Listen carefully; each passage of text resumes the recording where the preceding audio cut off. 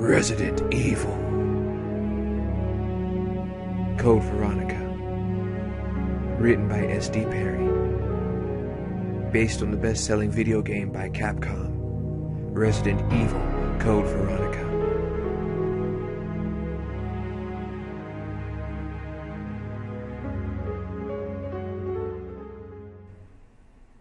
Prologue. Faced with his immediate death, surrounded by the diseased and dying as pieces of flaming helicopter rained down from the skies, all Rodrigo Juan Raval could think about was the girl. That, and getting the hell out of the way. She'll die too. Move! He dove for cover behind an unmarked tombstone as the small cemetery rumbled and shook. With the shattering metal sound of high impact, a massive chunk of smoking copper crashed into the far corner of the yard, spraying the nearest rotting prisoners and soldiers with burning fuel. Bright, oily streamers of it spattered across the ground like sticky lava. And when Rodrigo hit the dirt, he felt a tremendous bolt of pain, two of his ribs cracking against a wood-buried slab of dark marble. The pain was sudden and terrible, paralyzing, but somehow he managed not to pass out. He couldn't afford to. A rotor blade knifed into the dirt barely 2 feet from him, spraying sandy earth into the evening sky. He heard a new chorus of wordless moans, the virus carriers protesting the rain of fire. An infected guard shambled by, his hair blazing like a torch, his eyes sightless and searching. They don't feel it. Don't feel a thing. Rodrigo desperately reminded himself, concentrating on his breathing, afraid to move as the pain edged from shrieking to mere shouting. Not human anymore. The air was thick with dizzying fumes and the smells of rapid decay and burning meat. He heard a few gunshots somewhere else in the prison compound, but only a few. The battle was over, and they had all lost. Rodrigo closed his eyes for as long as he dared, fairly certain that he would never see another sunrise. Talk about having a crappy day. It had all started only 10 days before, in Paris. The Redfield girl had infiltrated HQ admin, and had put up one hell of a vicious fight before Rodrigo himself had gotten a draw on her. The truth was, he'd been lucky. She'd pulled her piece and came up empty. Yeah, real lucky, he thought bitterly. If he'd known what the immediate future was going to hold, he might have reloaded for her.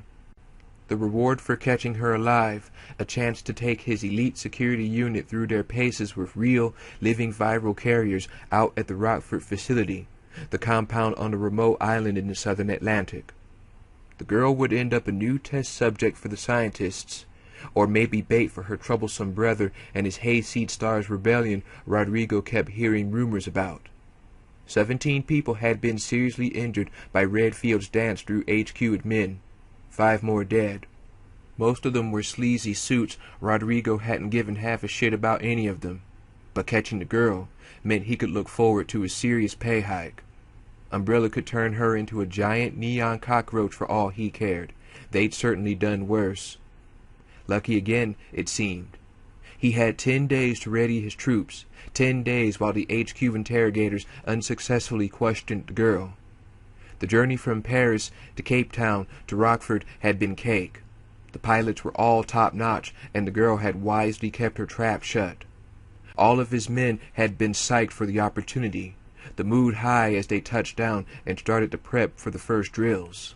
And then, less than 8 hours after reaching the island, only the second time he'd ever been there, the compound had been brutally attacked by persons unknown, a precision airstrike from out of the blue.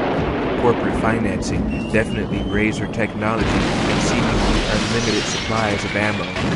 The copters and planes had rolled overhead like a thundering black nightmare, the attack well planned and merciless. As far as he could tell, everything was hit. The prison, the labs, the training facility. He thought the Ashford house might have been spared, but he wouldn't bet on it. The strike was devastating enough, but it was almost immediately trumped by what came next. The destroyed Hot Zone lab leaked out half a dozen variations on the T-virus, and a number of experimental BOWs, bioorganics, had escaped. The T-Series turned humans into brain-fried cannibals, an unfortunate side effect, but it hadn't been created for people. Through the questionable miracles of modern science, most of the new weapon subjects weren't even remotely human, and the virus turned them into killing machines. Chaos had ensued. The base commander, that creepy maniac Alfred Ashford, hadn't done a damn thing to organize, so it had been up to the ranking soldiers to lead.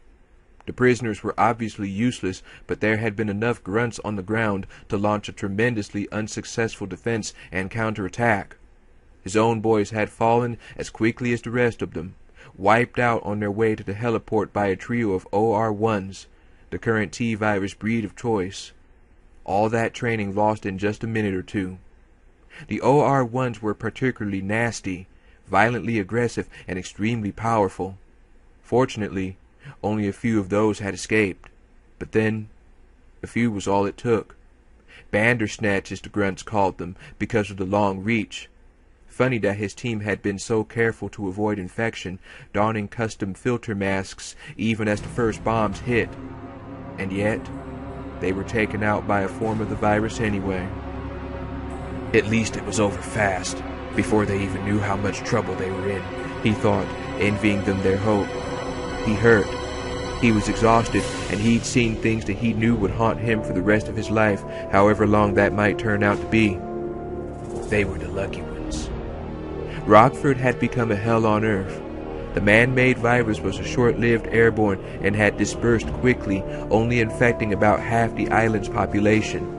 But the new carriers had promptly chomped down on most of the other half, spreading the disease. Some had escaped early on, but between the infected and the freed BOWs, getting out had become a bleak option. The entire island was overrun. Maybe that's the way it should be.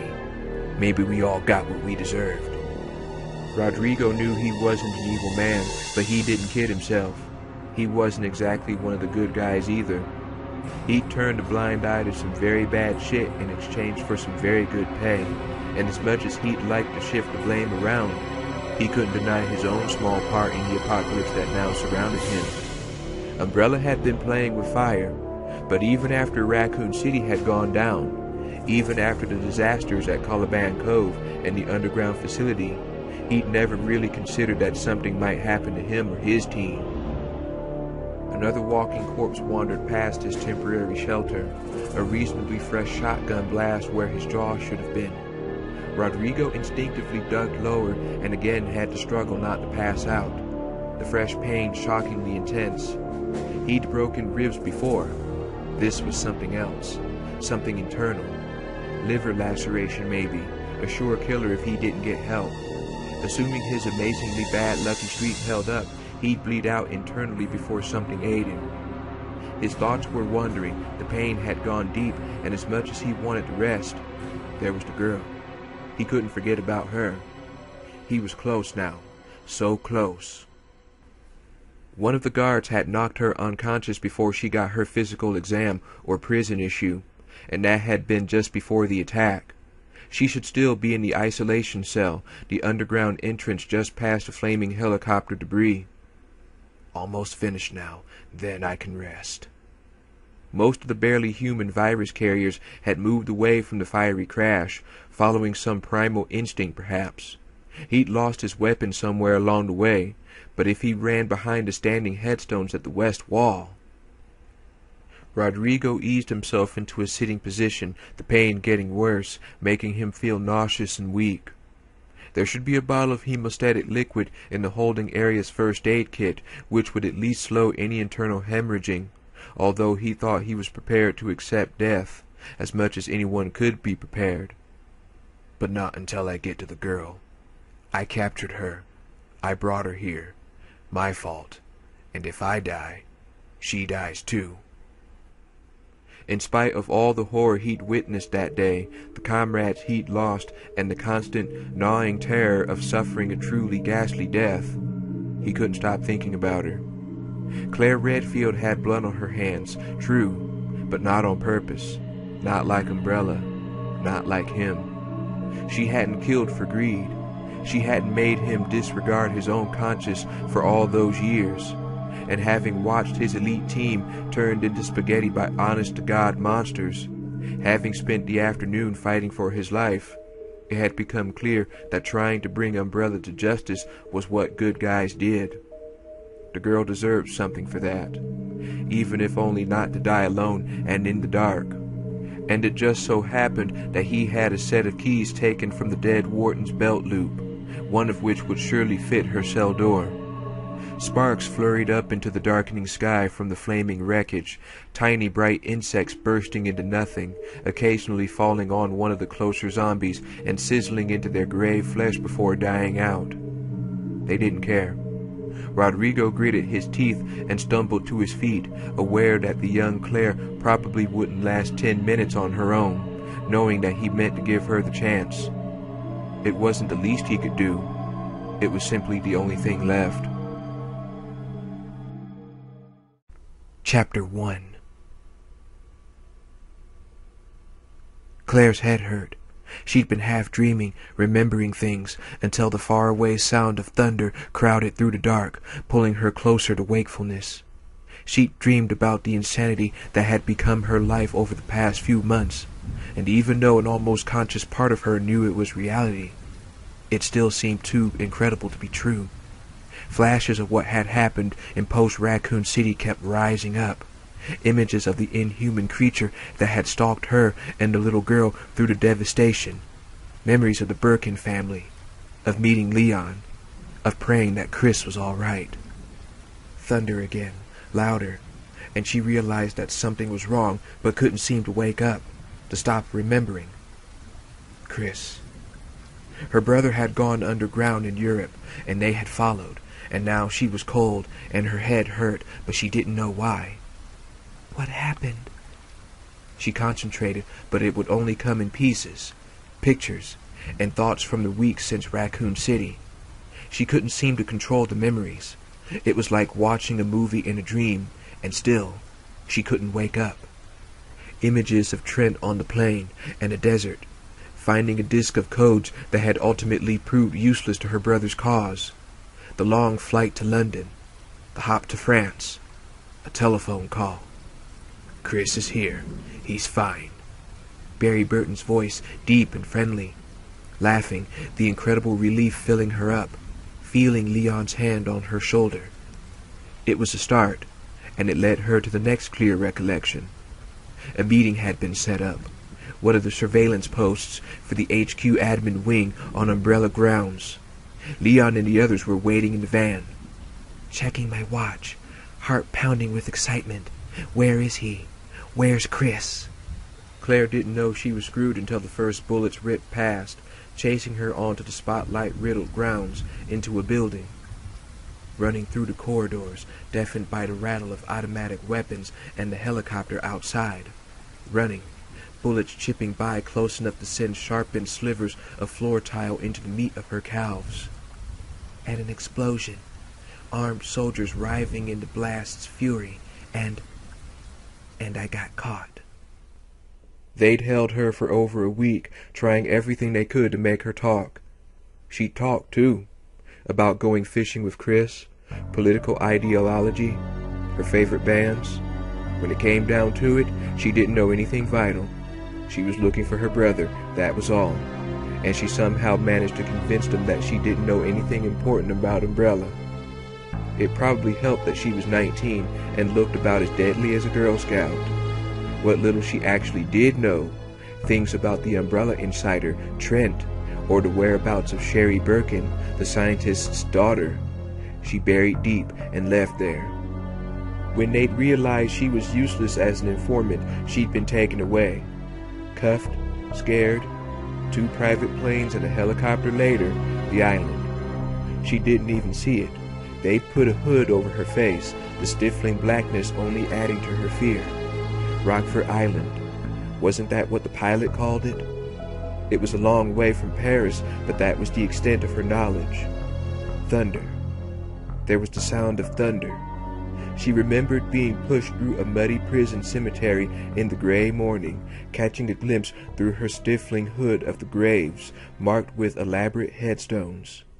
Down some stairs. Welcome to your new home, and The ground was shaking, rumbling.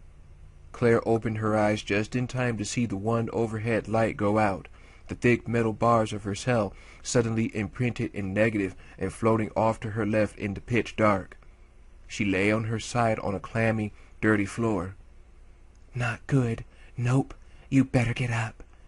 Steeling herself against the pounding of her skull, she crawled to her knees, her muscles stiff and sore. The blackness of the cold, dank room was very still, except for the sound of water dripping, a slow and lonely sound. It appeared she was alone. "Not for long. Oh, man, I'm in it deep now." Umbrella had her, and considering the havoc she'd created back in Paris, it was unlikely that they were going to treat her to ice cream and send her on her way. The renewed awareness of her situation gnawed at her stomach, but she did her best to put the fear aside. She needed to think straight, to figure out her options, and she needed to be ready to act. She wouldn't have survived Raccoon City if she'd given in to panic. "Except you're on an island run by Umbrella. Even if you get past the guards, where can you possibly go?" One predicament at a time. First thing, she should probably try to stand up. Except for the painful lump at her right temple from the asshole who'd knocked her out, she didn't think she'd been injured. There was another rumble, muffled and far away, and a bit of rock dust drifted down from above. She could feel it on the back of her neck. She had integrated the rumbling sounds into her half-conscious dreams as thunder, but it definitely sounded like heavy artillery had come to Rockford. Or Godzilla. What the hell was going on out there? She crept to her feet, wincing at her rifle butt headache as she brushed dust off her bare arms, stretching chilled muscles. The underground room was making her wish she'd worn something warmer than jeans and a cut-off vest for her meeting with Chris. "Chris! Oh, please be safe." In Paris, she'd deliberately led the Umbrella security team away from Leon and the others, Rebecca and the two executor stars. If Chris hadn't also been caught, Claire figured he'd have hooked up with the team by now. If she could get to a computer with an uplink, she should be able to send a message to Leon. "Yeah, just bend those steel bars, find a couple of machine guns, and mow down the population of the island. Oh, then hack into a tightly secured relay system, assuming you can find an unmanned computer. Also, you can tell Leon that you don't actually know where Rockford is." A louder, internal voice cut in. "Think positive, damn it. You can be sarcastic later, assuming you survive. What do you have to work with?" Good question. There was no guard, for one thing. It was also extremely dark, a bare hint of light coming from somewhere off to the right, which could be an advantage if... Claire patted her pockets suddenly, wildly hoping that no one had searched her when she'd been unconscious, sure that someone must have... Left inside vest pocket. There it was. "Idiots," she whispered, pulling out an old metal lighter that Chris had given her a while back, the comforting weight of it warm in her hand. When they'd patted her down for weapons, a soldier reeking of tobacco had taken it out, but given it back to her when she said that she smoked. Claire put the lighter back in her pocket, not wanting to blind herself now that her eyes were getting used to the dark. There was enough ambient light for her to make out most of the small room. A desk and a couple of cabinets directly across from her cell, an open door to the left, the same door she'd entered by, a chair and some miscellaneous crap stacked off to the right. "Okay, good. You know the environment. What else you got?" Thankfully, her inner voice was a lot calmer than she was. She quickly went through her other pockets, turning up a couple of ponytail elastics and 2 breath mints in a crumpled roll. Terrific. Unless she wanted to take on the enemy with a very small, refreshingly peppermint slingshot, she was shit out of luck. Footsteps, in the corridor outside the cell room, coming closer. Her muscles tensed and her mouth went dry. She was unarmed and trapped, and the way a few of those guards had been looking at her on the transport. "Bring it on. I'm unarmed maybe, but not defenseless." If someone meant to assault her, sexually or otherwise, she'd make a point of doing some major damage in return. If she was going to die anyway, She didn't plan on going out alone. There was only one person out there, she decided, and whoever it was, he or she was hurting. The steps were erratic and slow, shuffling, almost like... No. No way. Claire held her breath as a lone male figure stepped haltingly into the room, his arms out in front of him. He moved like one of the virus zombies, like a drunk, reeling and unsteady, and immediately staggered for the door to her cell.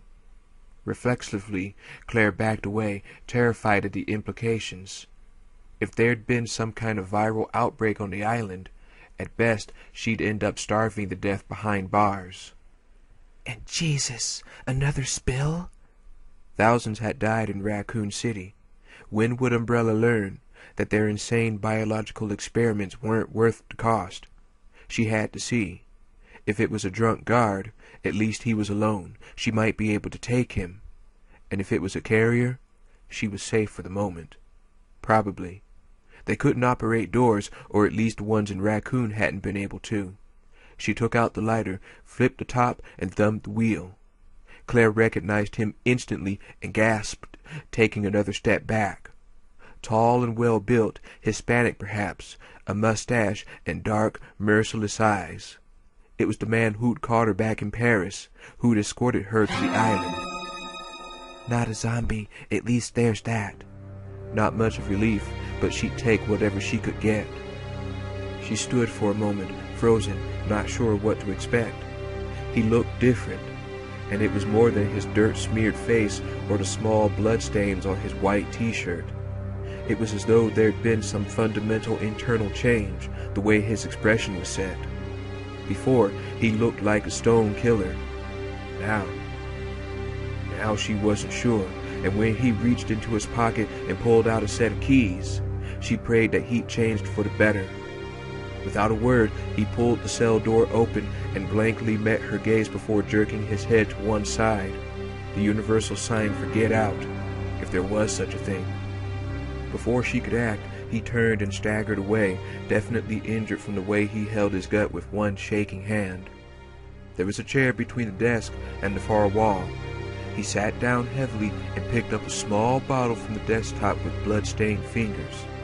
He shook the bottle, about the size of a small spool of thread, before weakly throwing it across the room, muttering to himself. Perfect. The presumably empty bottle clattered across the cement floor, rolling to a stop just outside the cell. He glanced in her direction tiredly, his voice thick with exhaustion. Go on. Get out of here. Claire took a step toward the open cell door and hesitated, wondering if it was some kind of trick. Being shot trying to escape crossed her mind and didn't seem all that far-fetched, considering who he worked for. She still clearly remembered the look in his eyes when he shoved that gun in her face, the cold sneer that had twisted his mouth. She cleared her throat nervously, deciding to probe for an explanation. What are you telling me exactly? You're free, he said, muttering to himself again as he sank deeper into the chair, chin lowering to his chest. I don't know. Might have been some kind of special forces team. Troops were all wiped out. No chance of escape. He closed his eyes. Her instincts told her that he really meant to let her go, but wasn't going to take any chances. She stepped out of the cell and picked up the bottle he'd thrown, moving very slowly, watching him carefully as she approached. She didn't think his wounded act was a fake. He looked like hell, and as she wiped pallor over his dark skin like a transparent mask. He wasn't breathing all that evenly either, and his clothes smelled like sweat and chemical smoke. She glanced at the bottle, an empty syringe vial with an unpronounceable name on the label, catching the word hemostatic in the fine print. Hemo was blood. Some kind of bleeding stabilizer? Maybe an internal injury. She wanted to ask him why he was releasing her, what the situation was outside, where she should go, but she could see that he was on the verge of passing out, his eyelids fluttering. I can't just walk out, not without trying to help him. Screw that! Go! Go now! He might die. You might die. Run for it." The internal dispute was brief, but her conscience triumphed over reason, as usual. He obviously hadn't set her loose because of some personal affinity, but whatever the reason, she was grateful. He didn't have to let her go, and he'd done it anyway. "What about you?" she asked, wondering if there was anything she could do for him. She certainly couldn't carry him out, and she was no medic. "Don't worry about me," he said, raising his head to glare at her for a second, sounding irritated that she'd even brought it up. Before she could ask him what had happened outside, he lost consciousness, his shoulders slumping, his body growing still. He was breathing, but without a doctor. She wouldn't want to bet on how long.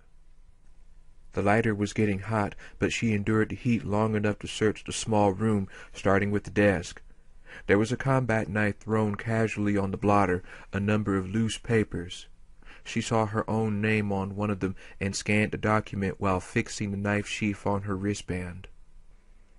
"Claire Redfield, prisoner number WKD4496, date of transfer, blah blah blah, escorted by Rodrigo Ron Rival, 3rd Security Unit CO, Umbrella Medical, Paris."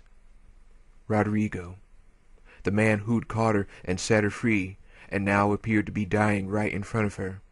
She couldn't do anything about it either, not unless she could find help. "Which I can't do down here," she thought, snapping the overheated lighter closed after she finished the rest of her search.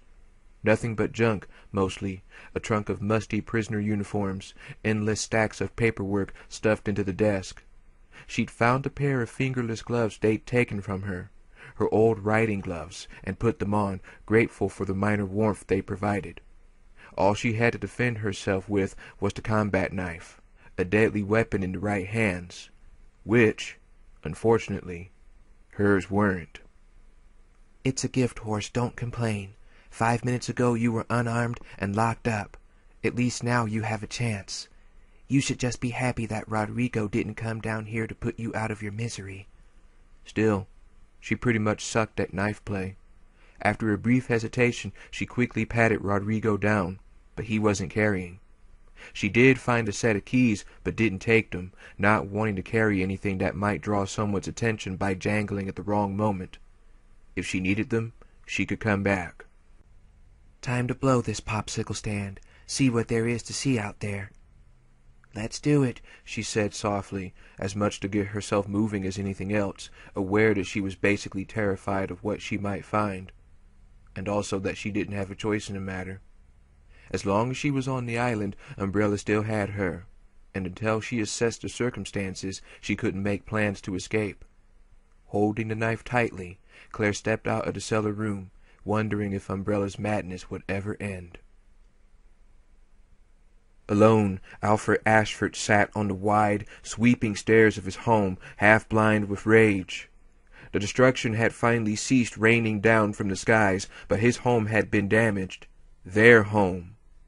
It had been built for his grandfather's great-grandmother, the brilliant and beautiful Veronica, God rest her soul, on the isolated oasis that she had named Rockford, where she had made a magical life for herself and her progeny over the generations. And now, in the blink of an eye, some horrible fanatic group had dared to try and destroy it. Most of the second-floor architecture had been warped and twisted, doors crushed shut, only their private rooms left whole. "Uncouth, uncultured miscreants! They can't even fathom the measure of their own ignorance!" Alexia was weeping upstairs, her delicate rose of a heart surely aching with the loss. The mere thought of his sister's needless pain fueled his rage to greater intensity, making him want to strike out. But there was no one to submit to his anger. All the commanding officers and chief scientists dead, even his own personal staff. He'd watched it happen from the safety of the private mansion's secret monitor room, each tiny screen telling a different story of brutal suffering and pathetic incompetence. Almost everyone had died, and the rest had run like frightened rabbits. Most of the island's planes were already gone. His personal cook had been the only survivor in the common receiving mansion, but she'd screamed so much that he himself had been forced to shoot her. We're still here, though, safe from the unwashed hands of the world. The Ashfords will survive and prosper, to dance on the graves of our adversaries, to drink champagne from the skulls of their children. He imagined dancing with Alexia, holding her close, waltzing to the dynamic music of their enemies' tortured screams. It would be nothing short of bliss, his twin's gaze locked to his, sharing the awareness of their superiority over the common man, over the stupidity of those who sought to destroy them. The question was, who was responsible for the attack? Umbrella had many enemies, from legitimate rival pharmaceutical companies to private shareholders. The loss of Raccoon City had been disastrous for the market. To the few closest competitors of White Umbrella, their covert bioweapons research department. Umbrella Pharmaceutical, the brainchild of Lord Oswald Spencer and Alfred's own grandfather, Edward Ashford, was extremely lucrative, an industrial empire. But the real power lay with Umbrella's clandestine activities, the operations of which had become too vast to remain entirely unnoticed. And there were spies everywhere. Alfred clenched his fists, frustrated, his entire body a live wire of furious tension, and was suddenly aware of Alexia's presence behind him, a trace of gardenia in the air. He'd been so intent on his emotional chaos that he hadn't even heard her approach. You mustn't let yourself despair, my brother, she said gently, and stepped down to sit beside him. We will prevail. We always have. She knew him so well. When she'd been away from Rockford all those years ago, he'd been so lonely, so afraid that they might lose some of their special connection. But if anything, they were closer now than ever before. They never spoke about their separation, about the things that had happened after the experiments at the Antarctic facility, both of them just so happy to be together that they would say nothing to spoil it. She felt the same way, he was certain. He gazed at her for long seconds, soothed by her graceful presence, astounded as always by the depths of her beauty. If he hadn't heard her weeping in her bedroom, he wouldn't have known that she'd shed a tear. Her porcelain skin was radiant, her sky-blue eyes clear and shining. Even today, this darkest of days, the very sight of her gave him such pleasure.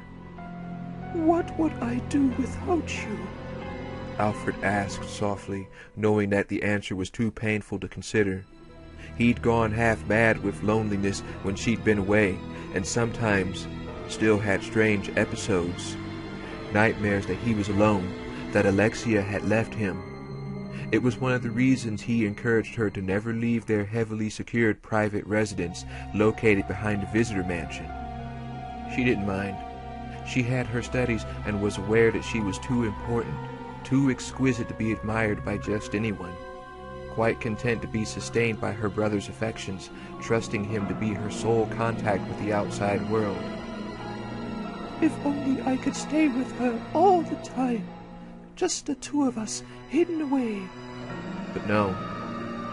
He was an Ashford, responsible for the Ashford stake and umbrella, accountable for the entire Rockford compound. When their basically incompetent father, Alexander Ashford, had gone missing some 15 years before, the young Alfred had stepped up to take his place. The key players behind Umbrella's bioweapons research had tried to keep him out of the loop, but only because he intimidated them, cowed them by the natural supremacy of his family name. Now, they sent him regular reports, respectfully explaining the decisions they made on his behalf, making it clear that they would get in touch with him immediately if the need arose. I suppose I should contact them, tell them what's happened. He'd always left those matters to his personal secretary, Robert Dorson, but Robert had left his service some weeks before to join the other prisoners after expressing a bit too much curiosity about Alexia. She was smiling at him now, her face glowing with understanding and adoration. Yes, she was so much better to him since her return to Rockford, truly as devoted to him as he'd always been to her. You'll protect me, won't you? She said, not a question. You'll find out who did this to us. and then show them what one gets for trying to destroy a legacy as powerful as ours. Overcome with love, Alfred reached out to touch her, but stopped short, all too aware that she didn't like physical contact. He nodded instead, some of his rage returning as he thought of someone trying to harm his beloved Alexia. Never, not as long as he lived, would he allow that to happen. Yes, Alexia, He said passionately. I'll make them suffer, I swear it. He could see in her eyes that she believed him, and his heart filled with pride, just as his thoughts turned to the discovery of their enemy. An absolute hatred for Rockford's assailants was growing inside of him, for the stain of weakness they had tried to paint on the Ashford name. I'll teach them regret, Alexia, and they'll never forget the lesson. His sister relied on him. Alfred would die before letting her down.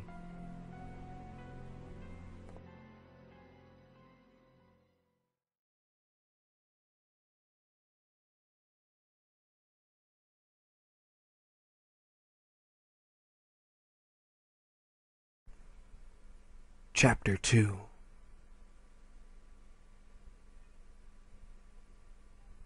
Claire snapped the lighter closed at the base of the covered stairs and took a deep breath, trying to psych herself up for whatever came next. The chill of the dark corridor behind her pressed at her back like an icy hand, but still she hesitated, the knife half sweaty beneath her fingers as she slipped the warm lighter into her vest pocket. She wasn't particularly looking forward to ascending into the unknown, but she had nowhere else to go, not unless she meant to go back to the cell. She could smell oily smoke, and she guessed that the flickering shadows at the top of the wide cement steps meant fire. But what's up there? This is an umbrella facility.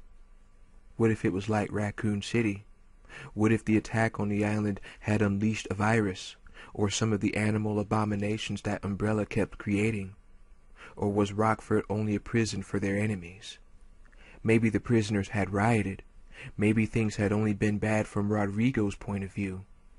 Maybe you could walk up the goddamn stairs and find out instead of guessing all day, Her pulse thumping, Claire forced herself to take the first step up, vaguely wondering why movies always made it seem so easy to bravely throw oneself into probable danger. After Raccoon, she knew better. Maybe she didn't have much of a choice about what she had to do, but that didn't mean she wasn't scared. Considering the circumstances, only a complete moron wouldn't be afraid. She climbed slowly, opening her senses as new adrenaline flushed her system, replaying the brief glimpse she had of the small graveyard when the guards had let her through. No help there. She'd only seen a few headstones, remembered them as bizarrely ornate for a prison cemetery. There was definitely a fire close to the top of the stairs, but apparently not a big one. There was no heat filtering down, only a cool and humid breeze that carried the pervasive smoke smell. It seemed quiet, and as she neared the top, she heard drops of rain hissing down as they met the flames, an oddly comforting sound. As she emerged from the stairwell, she saw the source of the fire, only meters away. A helicopter had crashed, a large portion of it merrily burning amid a thick, smoking haze. To her left was a wall, another just past a flaming wreck. To her right, the open space of the cemetery, gloomy and shrouded by the increasing rain and the oncoming night. Claire squinted into the rainy dusk and made out a number of dark shapes, though none of them seemed to be moving. More headstones, she thought. A whisper of relief edged through her anxiety. Whatever had happened seemed to be over. Amazing, she thought, that she could possibly be relieved to be alone in a cemetery at night. Even 6 months ago, her imagination would have conjured up all sorts of horrible things. It appeared that ghosts and cursed souls just didn't cut it on the scary meter anymore. Not after her run-ins with Umbrella. She took a right on the U-shaped path, moving slowly, remembering how she'd been led through the graveyard before being pushed to the stairs. She thought she could make out what looked like a gate past the line of graves in the center of the yard, or at least an open space in the far wall. And suddenly she was flying, the sound of an explosion assaulting her ears. a wave of broiling heat throwing her into the mud. The wet twilight was suddenly brighter, the reek of burning chemicals stinging her nose and eyes. She landed without grace, but managed not to stab herself with the combat knife, all of it happening so fast that she barely had time to register confusion. Don't think I'm hurt. Helicopter's fuel tank must have blown. Claire was on her feet instantly, the soft, pitiful, unmistakable moan inspiring a near panic of action, the sound joined by another, and another. She spun around and saw the first one stumbling toward her from what was left of the burning helicopter. A man, his clothes and hair on fire, the skin of his face blistering and black. She turned again and saw two more of them crawling up from the mud, their faces a sickening gray white, their skeletal fingers grasping in her direction, clutching air as they reeled toward her. Shit! Just as in Raccoon, Umbrella's viral synthesis had effectively turned them into zombies, stealing their humanity and their lives. She didn't have time for disbelief or dismay, not with three of them closing in, not when she realized that there were others farther along the path. They staggered out from the shadows, slack, brutalized faces all turning slowly toward her, mouths hanging open, their gazes blank and unchanging. Some wore shreds of uniforms, camo or plain gray, guards and prisoners. There had been a spill after all.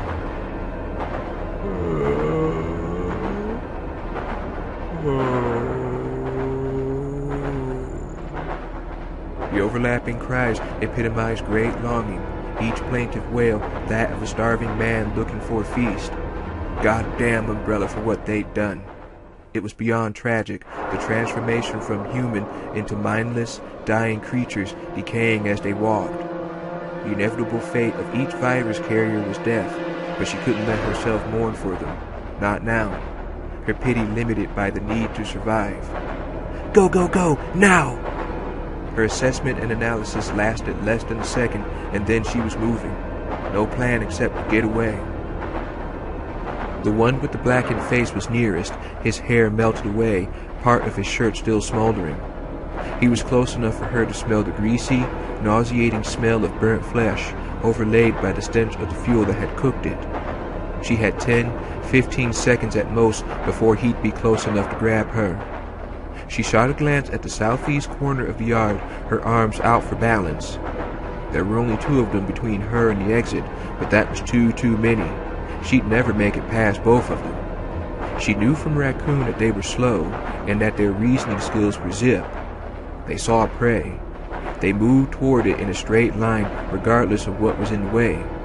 If she could just bait them away from the gate. Good idea. Except there were too many on the ground, 6 or 7 of them. She'd end up surrounded. But not if you stay on the headstones. There were multiple zombies to either side of the center row of graves, but only one standing at the end of the line, directly in front of her. And that one barely functional, an eye gouged out, an arm broken and hanging. It was a risky plan. One stumble and she was toast, but the burned man was already reaching for her ankle with his charred and shaking hands, rain sizzling on his upturned face. Claire leaped, arms wheeling as she landed with both feet on the narrow top of the next stone slab in line. She started to pitch forward, jerking and swiveling her body to maintain her center of gravity, but it was no good. She was going to fall, and without thinking, she quickly jumped again, then again, using the uneven stones like rocks in a river, using her lack of balance to propel her forward. An ashen-faced virus carrier snatched at her lower legs, moaning in feverish hunger, but she was already past it, leaping to the next headstone. She didn't have time to consider how she was going to stop, which was just as well, because the unlikely path ran out one jump later, and her next leap was into a sloppy shoulder roll against the muddy ground a meter below. Oof! A hard drop, but she followed through and came up on her feet just barely, her legs sliding unsteadily in the muck. The one-eyed zombie lurched toward her, gurgling, within easy reach, but she quickly stumbled around it, keeping on its blind side, the knife ready. The creature attempted to turn to find its meal once more, but she easily stayed out of its limited sight. She risked a glance away from her awkward, shuffling dance and saw the other zombies closing in. The rain intensified, sluicing the mud off of her. It's working. Just another few seconds. Frustrated by its lack of success, the carrier pawed at the air with its one good arm. The dirty, blackened nails scraped across her chest, and the zombie moaned anxiously, scrambling at the wet denim, but it couldn't get a solid grip. God, it's touching me. With a wordless cry of fear and disgust, Claire slashed out with a knife, deep, nearly bloodless cuts opening up across its wrist. The zombie continued to clutch at her, oblivious to the damage she was doing as it staggered closer, and Claire decided that it was time to leave. She pulled her arms back, hands fisted, and then drove them forward into the creature's chest, pushing as hard as she could. She turned again to the center line of graves as the creature fell backward, the others much closer now. How she managed to climb back up so quickly she didn't know. 1 second she was on the ground, the next she was on top of beveled granite. She saw that the exit was clear, the zombies now loosely grouped near the west wall. Her hopping second journey along the headstones was only slightly more controlled than the first, each leap like a leap of faith, as she wouldn't slip and seriously injure herself. The rain was tapering off, and she could hear the wet, sucking sounds of their plodding, slow-motion chase clearly. Unless one of them suddenly remembered how to jog, they were too far away to catch up to her. Now I just have to pray that the door isn't secured, she thought dizzily, jumping down from the last headstone. The gate was standing open, but the door just past it wasn't. If it turned out to be locked, she was probably doomed. 3 giant strides from where she landed, she was through the gate and reaching for the handle of a dented metal door, the exit set into the stone wall. It clicked open smoothly, and she held the knife ready, hoping that if there were more carriers on the other side, at least the odds might be better. Behind her, the chemical cannibals lamented their loss, moaning loudly as she stepped through. Some kind of courtyard, piled with pieces of random wreckage, overlooked by a low guard tower. There was an overturned transport to her left, a low fire burning inside. The night was coming on quickly, but the moon was also rising, either full or close to it, and as she secured the door behind her, she could see there was no immediate danger. No zombies headed toward her anyway. There were several bodies strewn about, none of them moving, and she mentally crossed her fingers that at least one of them had a gun and some ammo. A brilliant light suddenly snapped on, a spotlight on the guard tower, the force of it instantly blinding her.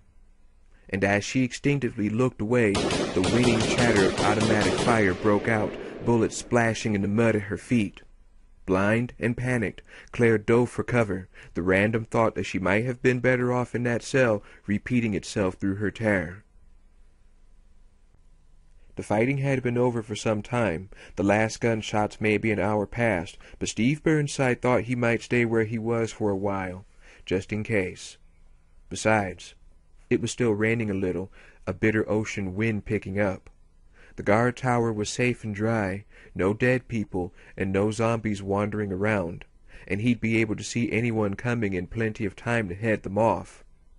With a little help from the machine gun mounted on the window ledge, of course, a seriously kick-ass weapon. He'd mowed down all the courtyard zombies without breaking a sweat. He had a handgun, too, a 9mm semi that he'd taken off one of the past tense guards, which also kicked ass, though not quite as much. So hang here another hour or so, assuming it doesn't start pouring again, then go find a way off this rock. He thought he could handle a plane. He'd seen his. He'd been in cockpits often enough, but he thought a boat might be better. Not as far to fall if he screwed the pooch, so to speak. Steve leaned casually against the cement window ledge, looking out over the moonlit courtyard, wondering if he should try to find a kitchen before ditching out. The guards hadn't gotten around to serving lunch, being as how they were all dying, and it seemed they didn't stock the tower room with donuts or whatever. He'd already looked. He was starving. Maybe I should head for Europe, get myself some international cuisine. I can go anywhere I want now, anywhere at all. There's nothing holding me back. The thought was supposed to get him excited for all the possibilities, but it didn't. It made him feel anxious and kind of weird, so he went back to considering his escape. The main gate that led out of the prison was locked down, but he figured if he searched enough guards, he'd find one of the emblem keys. He'd already run across the warden, the late Paul Steiner, but all his keys were gone. So was most of his face, Steve thought, not particularly unhappy about it. Steiner had been a serious dick, strutting around like he was King Turd of Shit Mountain, always smiling when another prisoner got led off to the infirmary. And nobody ever came back from the infirmary. Steve froze, staring at the metal door straight across from the tower. The graveyard was on the other side, and he knew for a fact it was full of zombies. He'd sneaked a look right after plugging the courtyard corpses. Jesus, they could open doors? They were walking vegetables, mush brains. They weren't supposed to be able to open doors. And if they could do that, what else were they capable of? Don't panic. You've got the machine gun, remember? All of the other prisoners were dead. If it was a person, he or she was no friend of his. And if it wasn't human or was a zombie, he'd be putting it out of its misery. Either way, he wasn't going to hesitate, and he wasn't going to be afraid. Fear was for pussies. Steve grabbed for the searchlight handle with his right hand, his left already on the trigger guard of the heavy black rifle. As the door swung open, he swallowed dryly and snapped the light on, firing as soon as he had the target pinned down. The weapon rattled out a stream of bullets, the handle jouncing against his hand, rounds kicking up tiny fountains of mud. He caught a glimpse of something pink, a shirt maybe, and then his target was moving out of the line of fire, moving way too fast to be one of the cannibals. He'd heard about some of the monsters Umbrella had cooked up, and machine gun or no, he hoped to God he wasn't about to meet one of them. I'm not afraid. I'm not. He tracked right with the searchlight and kept firing, a sudden anxious sweat on his brow. The person or thing was behind the protruding wall near the base of the tower, out of sight, but if he couldn't kill it, he could at least scare it away. Cement chips flew, the high-intensity beam illuminating the lower half of a dead prison guard, mud and debris, but no target. And there was a lightning flash of motion from behind the wall, a glimpse of pale, upturned face. And the searchlight shattered, white-hot chunks of glass spraying across the tower room floor. Steve let out an involuntary yell as he jumped back from the machine gun. Somebody was shooting at him, and he didn't care if it was pussy. He was about to shit his pants. "Don't shoot!" he shouted, his voice breaking. "I give!" It was dead silent for a few seconds, and then a cool, female voice came out of the dark, low and somehow amused. "Say uncle." Steve blinked uncertainly, confused, and then remembered how to breathe again, feeling his cheeks go red as the fear fell away. I give. That was totally lame. So much for first impressions.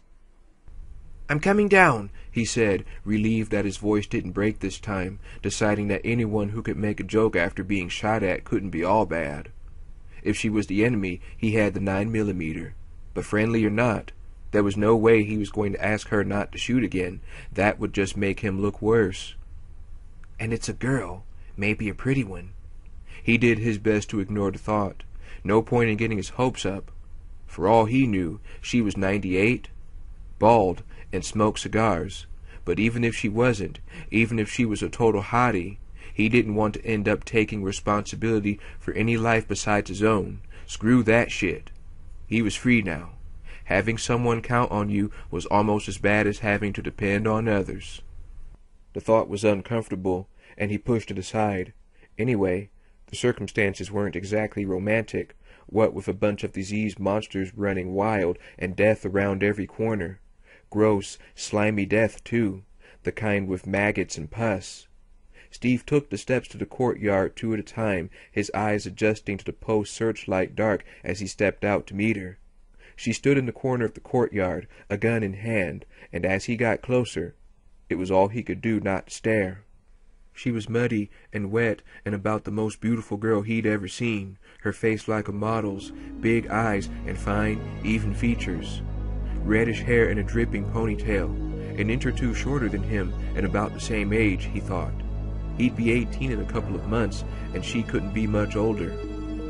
She wore jeans, boots, and a sleeveless pink vest over a tight black half-tee, her flat stomach showing, the entire outfit accentuating her lean, athletic body. And although she looked tired and weary, her gray-blue eyes sparkled brightly. Say something cool. Play it cool no matter what.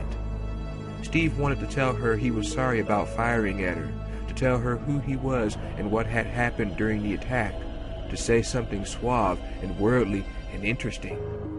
You're not a zombie, he blurted, inwardly cursing even as it came out. Brilliant.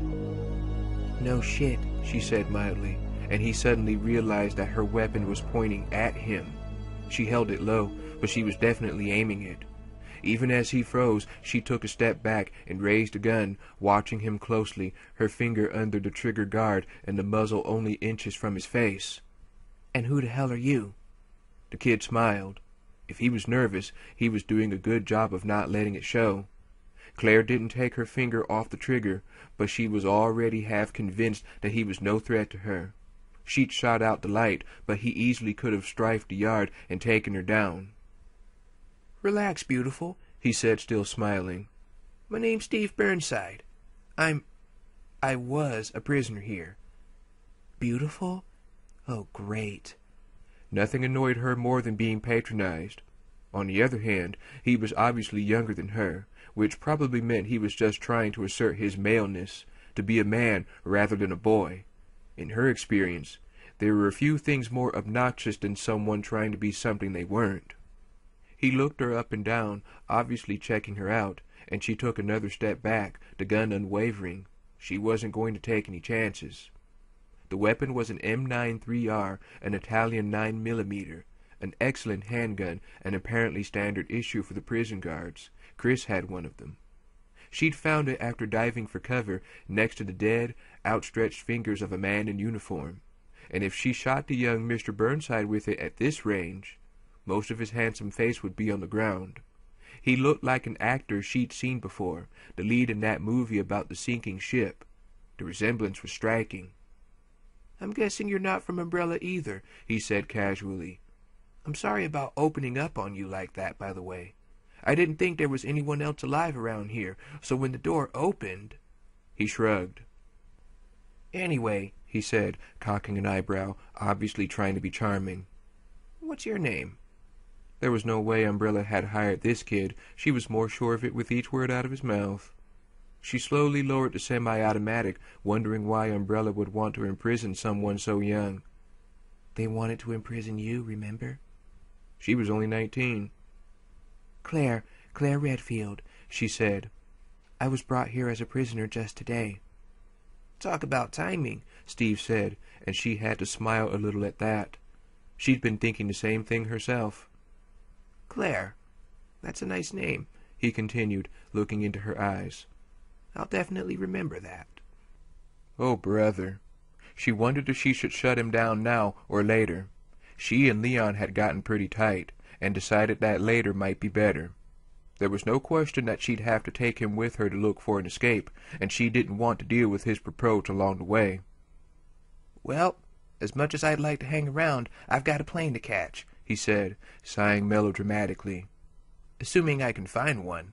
I'll look for you before I take off. Be careful, this place is dangerous. He started toward a door next to the guard tower, directly opposite from the one she'd come through. Catch you later. She was so surprised that she almost couldn't find her voice in time. Was he nuts or just stupid? He was at the door before she spoke up, jogging after him. Steve, wait! We should stick together! He turned and shook his head, his expression incredibly condescending. I don't want you following me, okay? No offense, but you'll just slow me down. He smiled winningly again, working the eye contact as hard as he could. And you'd definitely be a distraction. Look, just keep your eyes and ears open and you'll be fine. He was through the door and gone before she could say anything. Dumbfounded and thoroughly annoyed, she watched the door settle closed, wondering how he had survived so far. His attitude suggested that he thought this was just one big video game, where he possibly couldn't get hurt or killed. It appeared that sheer bravado counted for something, the one thing teenage boys seemed to have in abundance. That and testosterone. If being perceived as cool was his main concern, he wasn't going to make it very far. She had to go after him. She couldn't leave him to die. The terrible, lonely, ferocious sound that suddenly shattered the still night was one she'd heard before, in Raccoon City, and it was coming from behind the door that Steve had just gone through. There was no mistaking it for anything else. A dog, infected by the T-virus, turned from a domestic animal into a ruthless killer. After a fast search of the dead guards in the courtyard, she had 2 more full clips and part of a third. As ready as she was going to get, Claire took a few deep breaths and then slowly pushed the door open with the 9mm barrel, hoping that Steve Burnside would stay lucky until she found him, and that by beating him, her own luck hadn't just taken a serious turn for the worse. Chapter 3.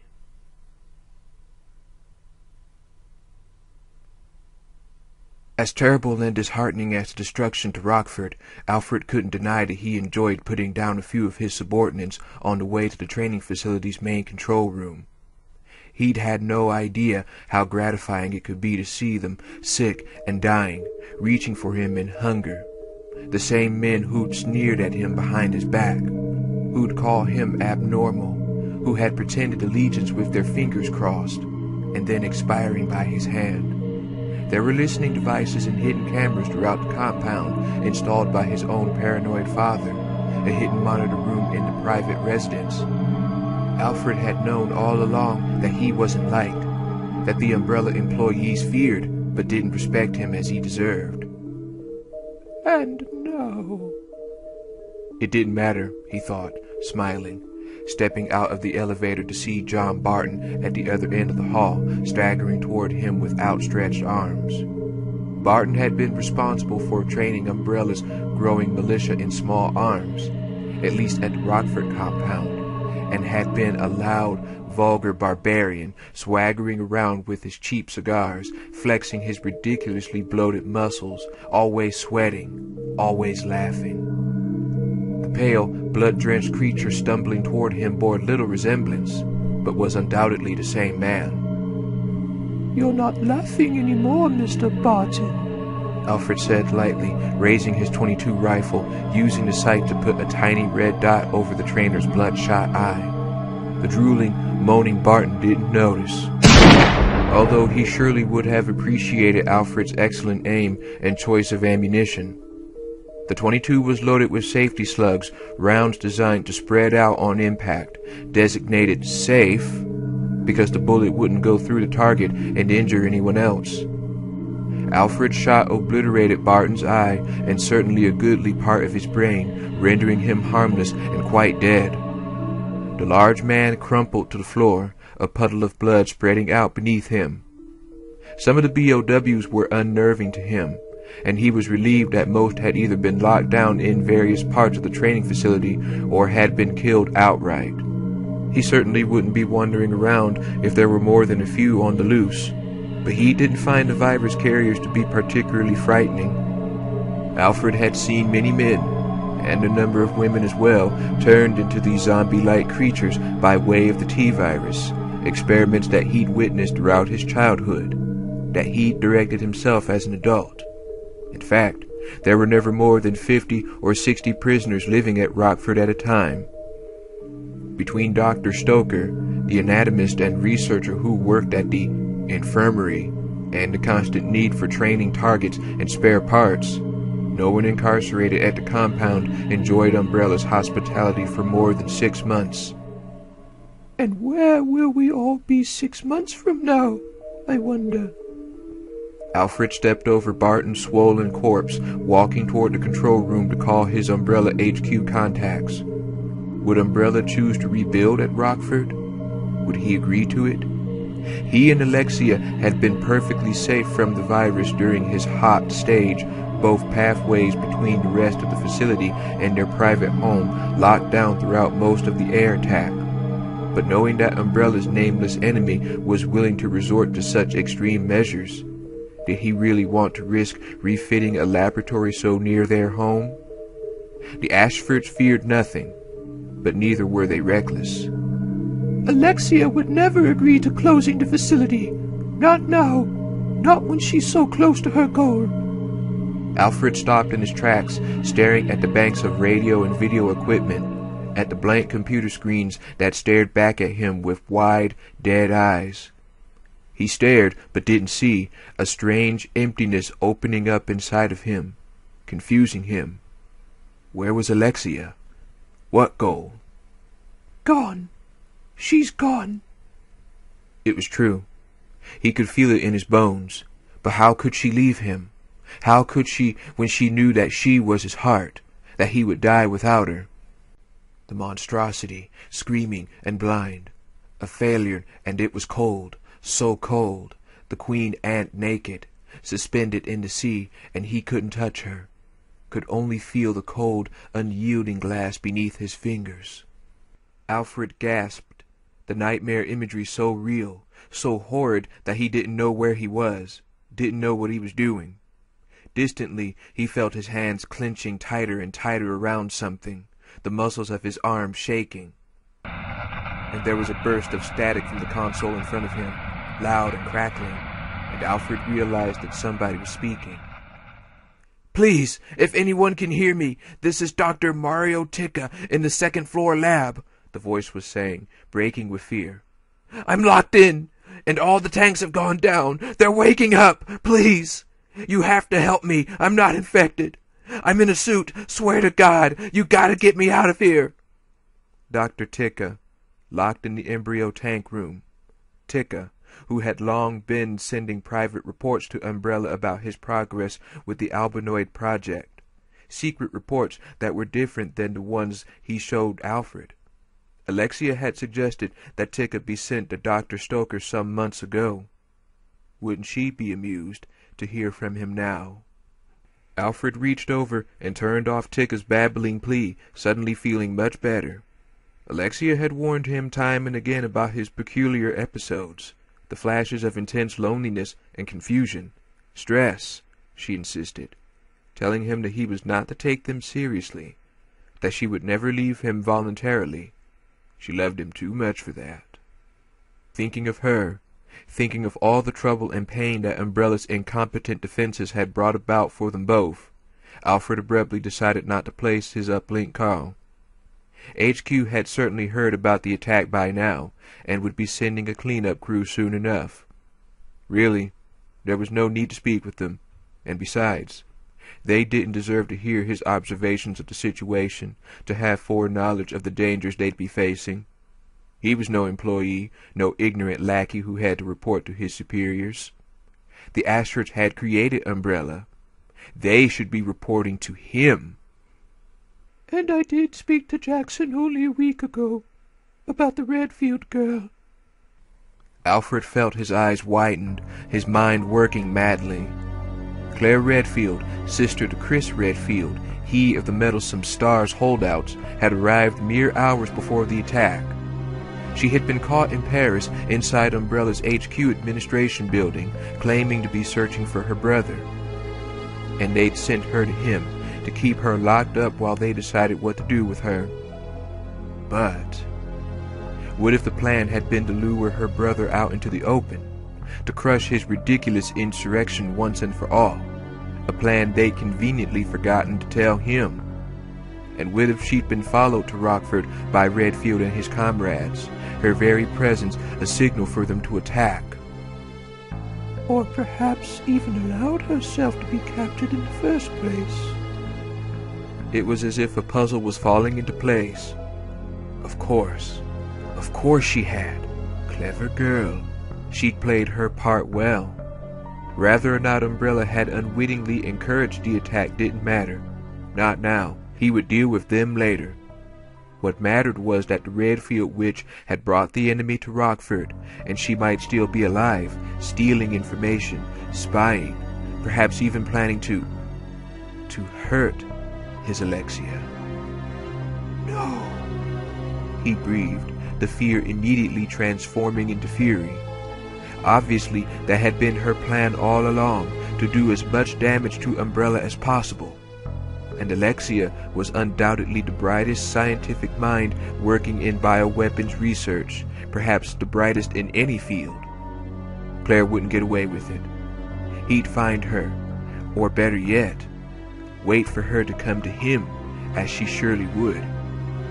He could watch for her, lay in wait like a hunter, the girl his prey.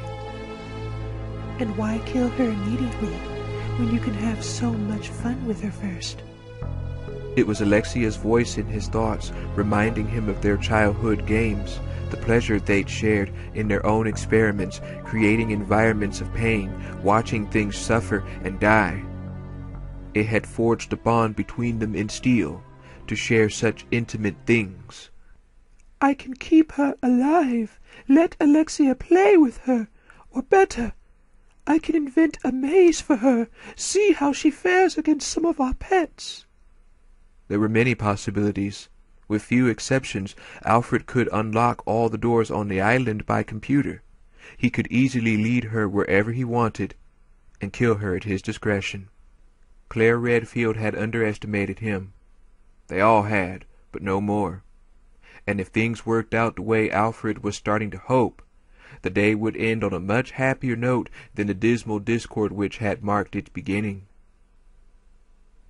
If there were infected dogs roaming the grounds, they were hiding.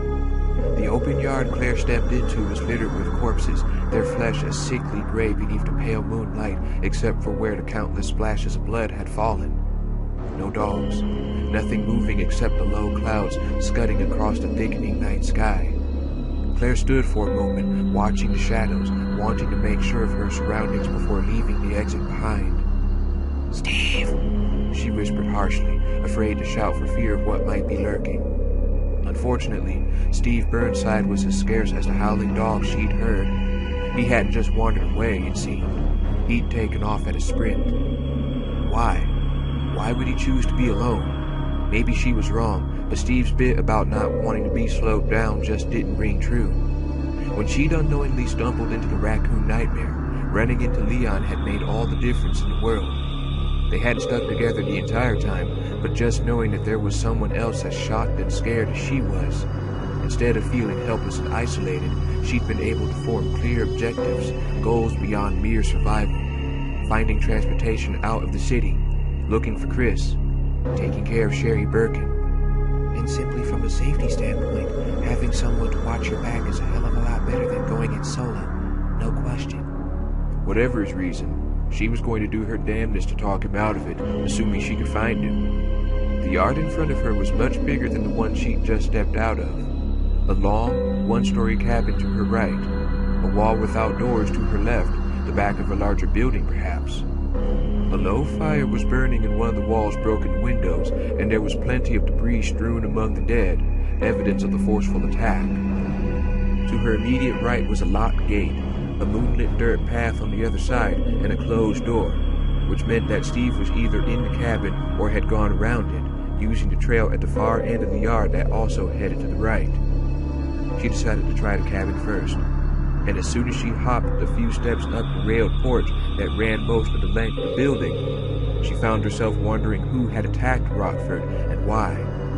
Rodrigo had said something about a special forces team, but if that was true, whose orders were they following? It seemed that Umbrella had its share of enemies, which was definitely good news, but the island attack was a tragedy nonetheless. Prisoners had died along with employees, and the T-virus, perhaps the G-virus too, and God only know how many others, didn't differentiate between the guilty and the innocent.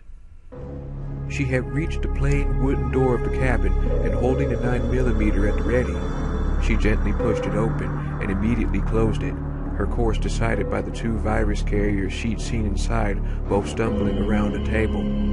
A second later there was a thump at the door, a low, pitiful moan filtering out. The trail it is, then. She doubted that the cocksure Steve would have left anyone standing had he gone into the cabin, and she probably would have heard the shots. Unless they got to him first. Claire didn't like it, but the grim reality of her situation was that she couldn't afford to waste the ammo to find out. She'd follow the path, see where that led, and if she couldn't find him then, he was on his own. She wanted to do the right thing, but she also felt pretty strongly about saving her own ass. She had to get back to Paris, to Chris and the others, which she certainly couldn't do if she blew her ammo and ended up being someone's lunch. She moved back along the porch, all of her senses on high as she neared the end of the building. She hadn't forgotten about the zombie dog, or dogs, and listened for the patter of claws against dirt, for the heavy breathing that she remembered from her previous experience in Raccoon. The damp, chill night was quiet, a shivering breeze sweeping lightly through the yard. The only breathing she heard was her own. A quick glance around the corner of the cabin. Nothing. Only a man's body lying half in and half out of the building's crawl space some 5 meters away. Another 10 past that, and the path turned right again, much to Claire's relief. She'd seen that leg of the trail through the locked gate, and it had been empty then. So he must have gone through that door, the one on the west wall. It was also a relief to know something, to know anything certain when it came to Umbrella. She started down the path, thinking about what it would take to convince the macho teen to stay with her. Maybe if she told him about Raccoon, explained that she had some practice with umbrella disasters. Claire was just about to step over the lone corpse's upper body when it moved. She jumped back, her semi pointed at the man's bloody head, her heart hammering, and she realized that he was dead, that someone or something in the shadows of the crawl space was pulling at him by his legs, a strong and steady series of jerks. Like a dog backing up with something heavy in its jaws. She didn't think anything after that, instinctively leaping over the dead man and sprinting away, aware that the dog, if that's what it was, wouldn't be preoccupied forever. The realization that it had been less than a meter away lent her speed as she took the corner, her boots slapping against the wet, hard-packed earth, her arms pumping. Zombies were slow, uncoordinated. The dogs that both she and Leon had run across were vicious and lightning quick. Even armed, she wasn't interested in facing off with one of them. A single bite and she'd be infected too. The gurgling howl came from further away than the crawl space, from somewhere back in the front part of the yard. Shit, how many? Didn't matter. She was almost there, her salvation ahead on the left. Not daring to look back, she didn't slow down a step until she reached the door, grabbed the handle, and shoved. It opened easily, and since she didn't see anything with teeth directly in front of her, she jumped in and slammed the door behind her. Only to hear the multiple wails of zombies, to smell the feverish rot of the dying virus carriers, even as something crashed into the door at her back and began to claw at it, growling like some feral monster. How many dogs? How many zombies? The thought flashed through her panicked mind, the need to conserve ammo deeply ingrained after Raccoon. And what if I'm about to hit a dead end? She almost turned back in spite of the risk until she saw where the zombies were. The passage she entered was thick with gloom, but she could see several stumbling men locked in a caged area to her left, all of them pretty far gone. One of them was beating on the mesh door, its nearly skeletal hands hanging with ribbons of damaged tissue, oblivious to the pain of its disintegrating body. Must be the kennel. Claire took a few steps farther in, focusing worriedly on the simple and somewhat flimsy lock holding the door closed, and saw the 3 uncaged zombies just as the first was reaching for her, its gaping mouth dripping with saliva and some other dark fluid, its bony fingers stretching out to touch her. She'd been so intent on the caged creatures she hadn't realized that there were more of them. She reflexively dropped her weight and snapped her left leg into its chest, a solid and effective sidekick that knocked the creature back. She could feel her boot sink into its deteriorating flesh, but didn't have time for disgust, already bringing the 9mm up. And with a thin metallic crash, the kennel door banged open, and suddenly she was facing 7 instead of 3. They crawled toward her, clumsily maneuvering past a dumpster, A few barrels, the bodies of their fallen brethren. She shot the closest one without thinking, a neat hole punching through its right temple, understanding that she was doomed as it crumpled and hit the dirt. Too many, too tightly grouped, she'd never make it. The barrels! One of them was marked flammable. Same trick I used in Paris. Claire dove for cover behind the dumpster, switching the gun to her left hand as she landed. The target marked in her mind's eye, she came up shooting, only her arm curling around the dumpster as the confused zombies teetered and searched, moaning hungrily.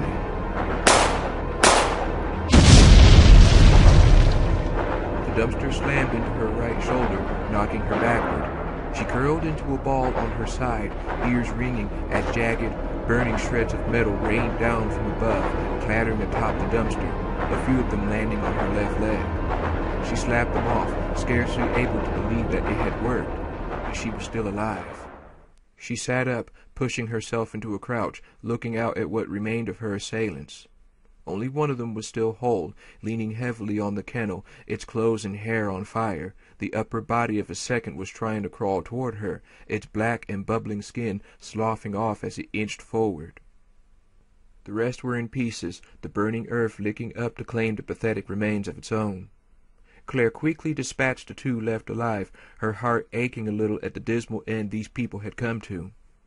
Ever since Raccoon City, her dreams were haunted by zombies, by the stinking, dripping creatures that sought live flesh as sustenance. Umbrella had unintentionally created these particular monsters, like nightmarish walking corpses straight out of the movies, and it was kill or be killed. There was no choice. Except they were people not so long ago. People with families and lives who hadn't deserved to die in such terrible ways, no matter what evils they may have committed. She looked down at the poor, burned bodies, feeling almost sick with pity, and a low but insistent fever of hatred for Umbrella. Claire shook her head and did her best to let it go, aware that allowing herself to carry all that pain might make her hesitate at some crucial moment. Like a soldier at war, she couldn't afford to humanize the enemy, although she had no doubts as to who the real enemy was, and hoped fervently that Umbrella's leaders would all burn in hell for what they'd done. Not wanting to be surprised again, she carefully and thoroughly checked the passage's shadows in her evaluation of next step choices. In the back of the kennel was an actual guillotine, stained with what appeared to be real blood. Just looking at it made her shudder, reminding her of RPD's Chief Irons and his hidden dungeon. Irons had been living proof that Umbrella didn't run psych tests on their undercover employees. Behind the nasty execution device was a door, but Steve obviously hadn't gone that way, not with the zombies locked in. Next to the kennel was a kind of metal sliding shutter, but it wouldn't open, and next to that, the only door he could have gone through, because the passage was a dead end just past it. Claire walked to the door, suddenly feeling very tired and very old, her emotions spent. She checked the handgun and then reached for the handle, absently wondering if she would ever see her brother again. Sometimes holding on to her hope was a tremendous burden, made all the heavier because she couldn't set it aside, not even for a moment. Steve jumped when he heard the explosion outside, reflexively looking around at the small, cluttered office as though expecting the walls to crumble. After a few beats he relaxed, figuring it was probably just another heat blast. Nothing to worry about. Ever since the attack, the unchecked fires burning throughout the prison compound occasionally rolled over something combustible, a canister of oxygen or kerosene or whatever, and then another explosion. It was just such a blast that had kept him alive, actually. He'd been knocked out by a flying chunk of wall when an oil barrel had blown up, the debris covering him completely, hiding him. When he'd finally come to, the big zombie chowdown was pretty much over, most of the prison guards and prisoners already dead. Bad train of thought. He shook it off and returned his attention to the computer screen, to the file directory he'd stumbled across while trying to find a map of the island.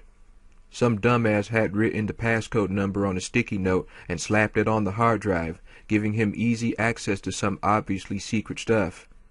Too bad most of it was dull as dishwater.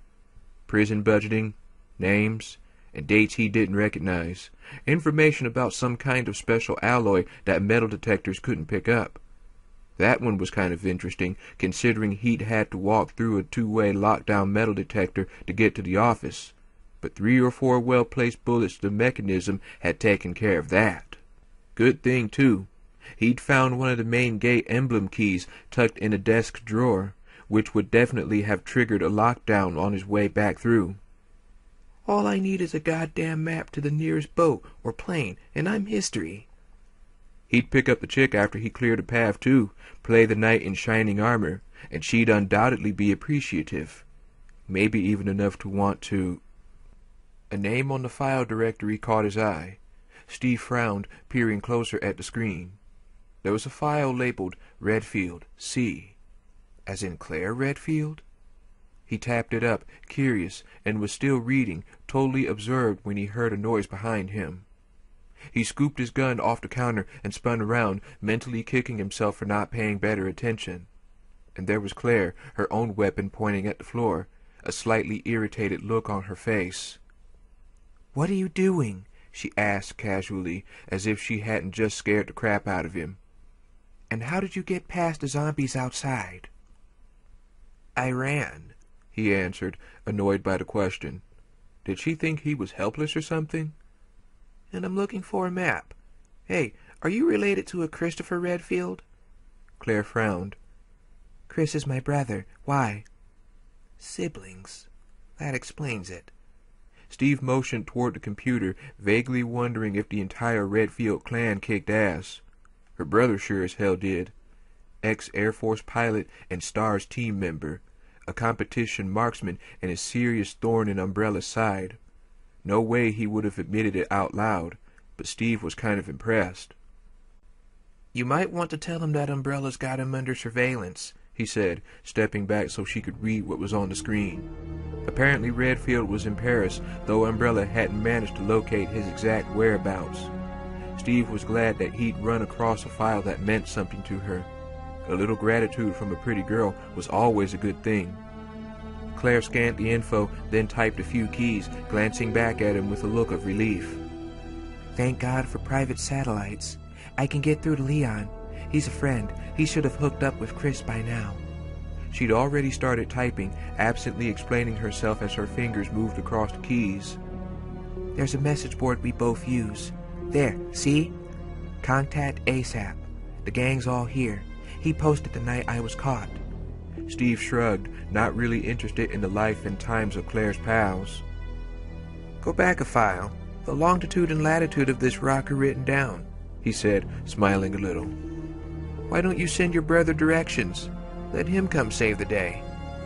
He expected another irritated look, but Claire only nodded, her expression dead serious. "Good idea. I'll say there's been a spill at these coordinates. They'll know what I mean." She was pretty, all right, but also pretty naive. "That was a joke," he said, shaking his head. They were in the middle of nowhere. She was staring at him. "Hilarious. I'll tell it to Chris when he shows up." Entirely without warning, a fiery rage welled up inside of him, a tornado of anger and despair, and a whole bunch of feelings he couldn't even begin to understand. What he did understand was that little Miss Claire was wrong. She was stupid and snotty and wrong. "Are you kidding? You actually expect him to show with what's going on here? And look at the coordinates!" The words came out hot and fast and louder than he intended, but he didn't care. "Don't be such an idiot. Believe me, you can't depend on people like that. You'll only get hurt in the end, and then you'll have nobody to blame but yourself." Now she was looking at him like he'd lost his mind, and on top of his fury came a crushing wave of shame, that he'd freaked out for no reason. He could feel tears threatening, only adding to his humiliation. And there was no way he was going to cry in front of her like some baby. No way. Before she could say anything, he turned and ran, blushing furiously.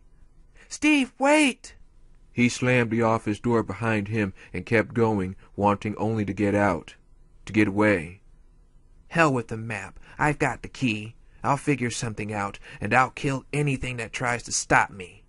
through the long hall, past the dead metal detector, and out, his weapon ready, a part of him bitterly disappointed as he ran past the kennel, twice nearly tripping over wet and smoldering body parts.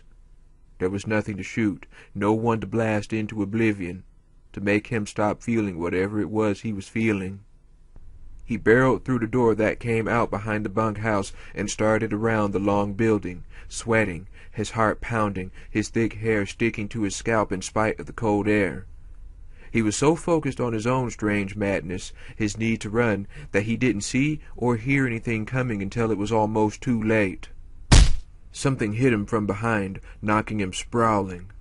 Steve immediately rolled onto his back, a sudden, mortal terror blocking out everything else. And there were two of them, two of the prison's guard dogs, one of them circling back from having jumped on him, the other growling deep in his throat, its legs stiff, head down as it slowly approached. Jesus, look at him! They had been Rottweilers, but not anymore. They'd been infected.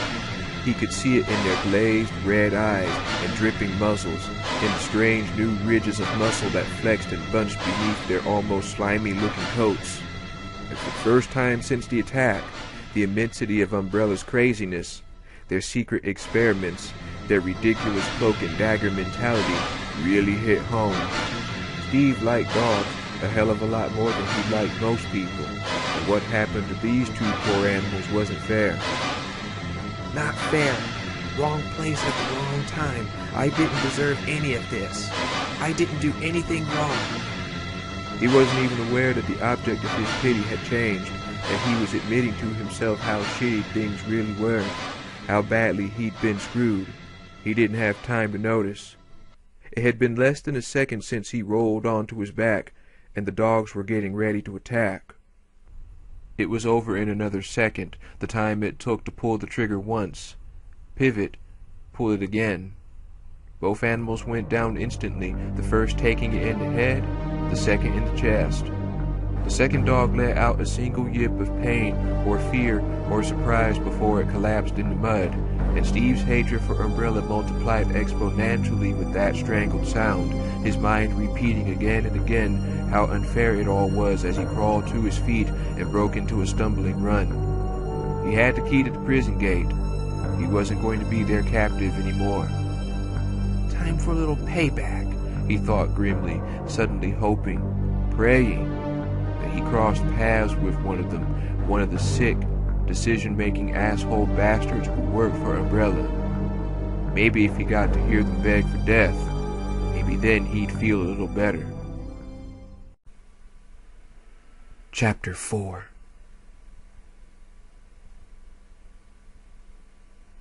Chris Redfield and Barry Burton were reloading rounds in the back room of the Paris safe house, silent and tense, neither of them speaking. It had been a bad 10 days, not knowing what had happened to Claire, not knowing if Umbrella still had her alive. Stop, his inner voice said firmly. She's alive. She has to be. To even entertain the alternative was unthinkable. He'd been telling himself that for 10 days, and it was wearing thin.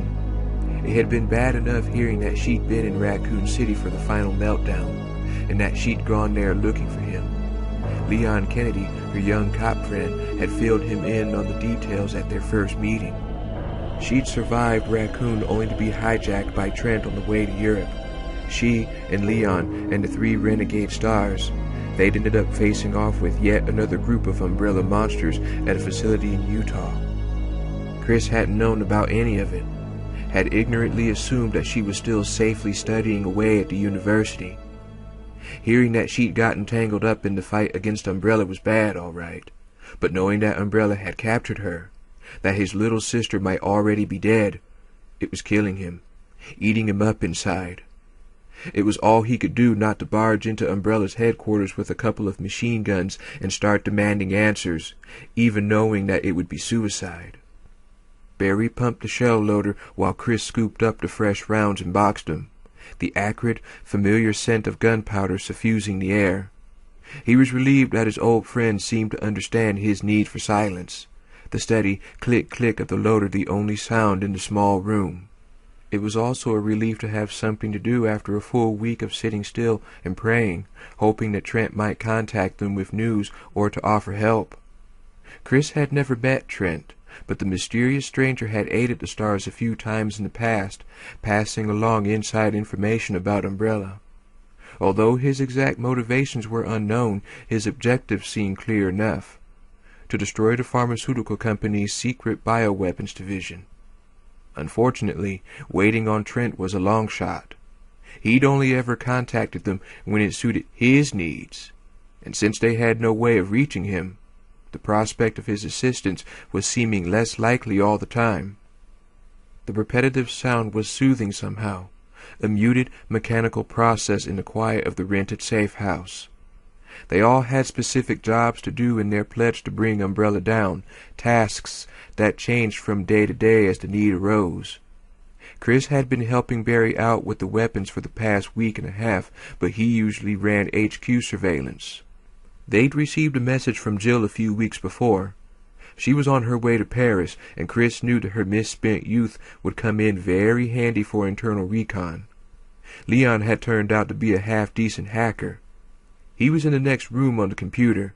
He'd hardly slept since Claire's capture, most of his time spent trying to track Umbrella's recent movements. And the trio of stars who'd come with Claire and Leon to Europe, Rebecca from the disbanded Raccoon Squad, and the 2 stars from Maine, David and John, were currently off in London meeting with an arms dealer. After all they'd been through together, the 3 of them worked well as a team. There aren't many of us, but we've got the skills and the determination. Claire, though. With both their parents dead, he and Claire had developed a close relationship, and he thought he knew her pretty well. She was smart and tough and resourceful, always had been. But she was also a college student, for Christ's sake. Unlike the rest of them, she didn't have any formal combat training. He couldn't help thinking that she'd been lucky so far, and when it came to Umbrella, luck just wasn't enough. "Chris, get in here!" Leon, and it sounded urgent. Chris and Barry looked at each other, Chris seeing his own worry mirrored in Barry's face, and they both stood up. His heart in his throat, Chris hurriedly led the way down the hall to where Leon was working, feeling eager and afraid at once. The young cop was standing next to the computer, his expression unreadable. "She's alive," Leon said simply. Chris hadn't even been aware of how bad things had been for him until those 2 words. It was like his heart had suddenly been released after being gripped in a vice for 10 days, the sense of relief as physical as it was emotional, his skin flushing with it. "Alive. She's alive." Barry clapped him on the shoulder, laughing. "Of course she is. She's a Redfield." Chris grinned, turned his attention back to Leon, and felt his smile slipping at the cop's carefully neutral expression. There was something else. Before he could ask, Leon motioned at the screen, taking a deep breath. "They've got her on an island, Chris, and there's been an accident." Chris was leaning over the computer in a single stride. He read the brief message twice, the reality of it slow to sink in. "Infection trouble approximately 37 south, 12 west, following attack. Perps unknown. No bad guys left, I think, but stuck at the moment.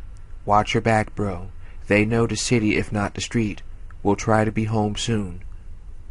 Chris stood up, silently locking gazes with Leon as Barry read the message. Leon smiled, but it looked forced. "You didn't see her in Raccoon," he said. "She knows how to handle herself, Chris, and she managed to get to a computer, right?" Barry straightened up, took his cue from Leon. "That means she's not locked down," he said seriously. "And if Umbrella's got its hands full with another viral spill, they're not going to be paying attention to anything else. The important thing is that she's alive." Chris nodded absently, mind already working on what he would need for the trip. The coordinate sheet listed put her in an incredibly isolated spot, deep in the South Atlantic, but he had an old Air Force buddy who owed him, could jet him down to Buenos Aires, maybe Cape Town.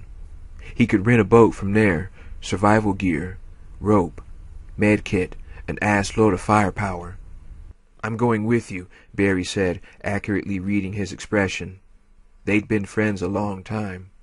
"Me too," Leon said. Chris shook his head. No, absolutely not. Both men started to protest, and Chris raised his voice, talking over them.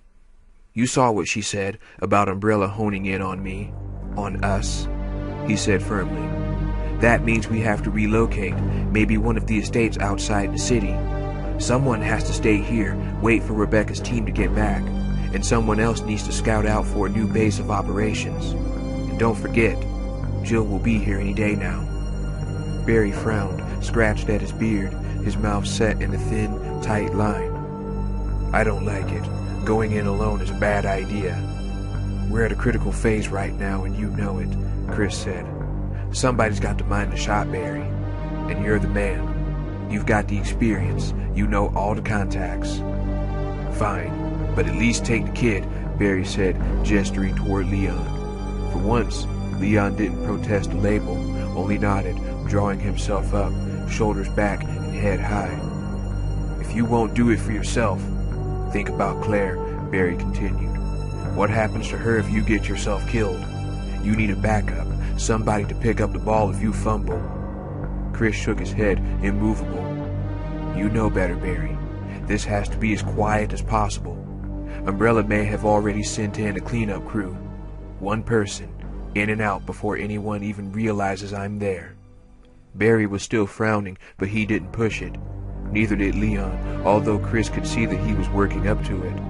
The cop and Claire had obviously gotten pretty close. I'll bring her back, Chris said, softening his tone, looking at Leon. Leon hesitated, then nodded, high color burning in his cheeks, making Chris wonder exactly how close Leon and his sister had become. Later, I can worry about his intentions if we make it back alive. When we make it back alive, he quickly amended. If was not an option. It's settled then, Chris said. Leon, find me a good map of the area, geographical, political, everything. You never know what might help. Also post back to Claire, just in case she gets another chance to check for messages. Tell her I'm on my way. Barry, I want to be packing major influence, but lightweight, something I can hike in without too much trouble. Maybe a Glock. You're the expert. You decide. Both men nodded, turned away to get started, and Chris closed his eyes for just a second, quickly offering up a silent prayer. Please, please stay safe until I get there, Claire. It wasn't much, but then Chris had the feeling he would be praying a lot more in the long hours to come. The hidden monitor room was behind a wall of books in the Ashfords' private residence. Upon his return to their home, secreted behind the official receiving mansion, Alfred slung his rifle and immediately walked to the wall, touching the spines of 3 books in quick succession. He felt 100 pairs of eyes observing him from the front hall shadows, and though he had long since grown used to Alexia's scattered collection of dolls, he often wished that they wouldn't always watch him so intently. There were times that he expected some privacy. As the wall pivoted open, he heard the whistling chitter of bats hiding in the eaves and frowned, pursing his lips. It seemed that the attic had been breached during the attack. No mind, no mind. Concerns for another day. He had more important business that demanded his attention. Alexia had apparently retreated to her rooms once more, which was just as well. Alfred didn't want her upset any further, and news of a possible assassin at Rockford would certainly achieve that. He stepped inside the hidden room and pushed the carefully balanced wall closed behind him. There were usually 75 different camera shots that he could choose from, to watch on any of the 10 small monitors in the small room, but much of the equipment around the compound had been damaged or destroyed, leaving him with only 31 usable images. Knowing Claire's foul objectives, to steal information and search for Alexia, Alfred decided to focus on her approach from the prison compound. He had no doubt that she would appear shortly. One such as her would not have the good manners to die in the attack or its aftermath. Though as his expectations built, his interest in the game growing, he began to feel anxious that she might, in fact, have expired. Thankfully, his initial assumption had been correct. Another of the prisoners came through the main gate first, but he was followed shortly by the Redfield girl. Amused at their halting progress, Alfred watched as Claire tried to catch up to the young man, prisoner 267 according to the back of his uniform, who seemingly had no idea that he was being pursued. As the young man topped the stairs that led up from the prison area, stood uncertainly looking between the palace grounds and the training facility, Alfred entered 267 into the keypad beneath his left hand and found a name, Steve Burnside. It meant nothing to him, and as the boy hesitated indecisively, Alfred found his attention moving back to his quarry, curious about the young woman who was soon to be his short-term playmate. Claire was walking across the damaged chasm bridge only a moment or two behind Burnside, walking high on the balls of her feet like an athlete. She seemed quite self-possessed, cautious but unapologetic about her right to cross the span. But she was also careful not to look down into the mist-filled darkness, the massive crevice walls extending down hundreds of feet, nor did she linger. In the warm security of his home, Alfred smiled, imagining her delicious fear, and found himself remembering the trick that he and Alexia had once played on a guard. They'd been 6 or 7 years old, and Francois Salot had been a shift commander, one of their father's favorites. He'd been a fawning sycophant, a bootlick, but only to Alexander Ashford. Behind their father's back, he had dared to laugh cruelly at Alexia one afternoon when she had tripped in a pouring rain, splashing her new blue dress with mud. Such an offense was not to be withstood. Oh, how we planned, talking late into the night about a suitable punishment for his unforgivable behavior, our child minds alive and whirling with all the possibilities. The final plan had been simple, and they'd executed it perfectly only 2 days later when Francois had duty as guard of the main gate. Alfred had sweetly begged the cook to let him bring Francois his morning espresso, a chore he'd often performed for favored employees. And on the way to the chasm bridge, Alexia had added a special twist to the strong, bitter brew, just a few drops of a curare-like substance she'd synthesized herself.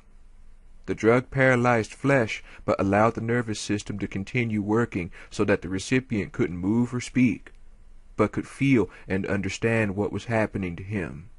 Alfred had approached the prison gate slowly, so slowly that the impatient Francois had stalked out to meet him. Smiling, aware that Alexia had returned to the residence, was watching and listening from the monitor room. Alfred had been wearing a small microphone. He'd stepped close to the railing before apologetically offering the dematized cup to Francois. Both twins had watched in secret delight as the guard swelled it down, and in seconds he was gasping for air, leaning heavily against the bridge rail.